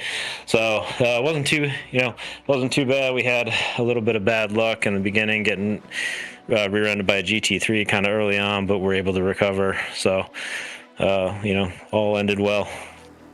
Well, congratulations to the three of you, and thanks for coming to chat to us after the race as well. Thank you. Thank you. All right, thank you. Thanks very much. That's Jeremy Hogg, Chad Casey, and Casey McDonald chatting to us at the end of this race. They are the winners in the 963 AM class today. Christopher Pies and Matt Quinn have taken the win in the GT3 Pros. Congratulations to you both. Matt, I'll start with you. You were able to cross the line actually 30 seconds in front of the field at the end. I thought it was going to be pretty close race actually between you and the rest, but you made it not close. What were you expecting from the final part of the race after you'd had that crash at the International Horseshoe? And were you expecting to win by 30 seconds? Honestly, I had really no idea what was happening because I actually had to put the car in reverse for a hot second. So for us to be able to pull out that gap was actually pretty surprising. So no complaints there. Glad we were able to gather it up and sort of reverse our pit strategy and get to the end. So it all worked out. Could have been a lot worse. It certainly could have been. And Christopher, you were watching throughout that final part. How were you feeling watching on and of course, chatting away as you were closing in on victory, as it turned out in the end there? Yeah, I knew Quinn had it in the bag, even with that little bit of hiccup. So I knew we could come about it. He was consistently the fastest car on track. So even if we would have lost more time or had to take more substantial repairs in the pit lane, I was confident we were going to get back. So no, it was a great drive, and Quinn did a phenomenal drive. But hats off also to the Gone Broke Racing guys. They kept us honest. It was a lot of fun battling against them. Absolutely, it was a close race, but congratulations to you two for prevailing, and thanks for coming to chat to us after the race as well. Cheers. Thank you. Thank you. Thanks very much, Matt Quinn there and Christopher Pies, winners in GT3 Pro. And finally, GT3 AM, Dean Chapman and Michael McKinney joining us as well. Congratulations to you both. I'll start with you, Dean. You got the pleasure of crossing the line towards the end there. How was it, or difficult was it, I should say, to stay concentrated with such a big lead? And in the end, not many battles going on for yourself in terms of class battles with other AM cars, but you had to keep your concentration and bring it home. How was the final hour? Yeah, it went really well. Michael keeps chattering in my ear. We kept it together, and we were counting how many times Thomas Briggs would fly by us, so that was good.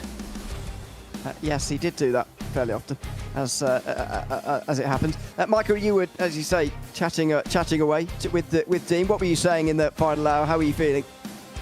No, we felt good. It's just one part of team racing is the camaraderie, and we enjoy racing together. So it was just keeping each other sharp and entertained. It was a lot of fun.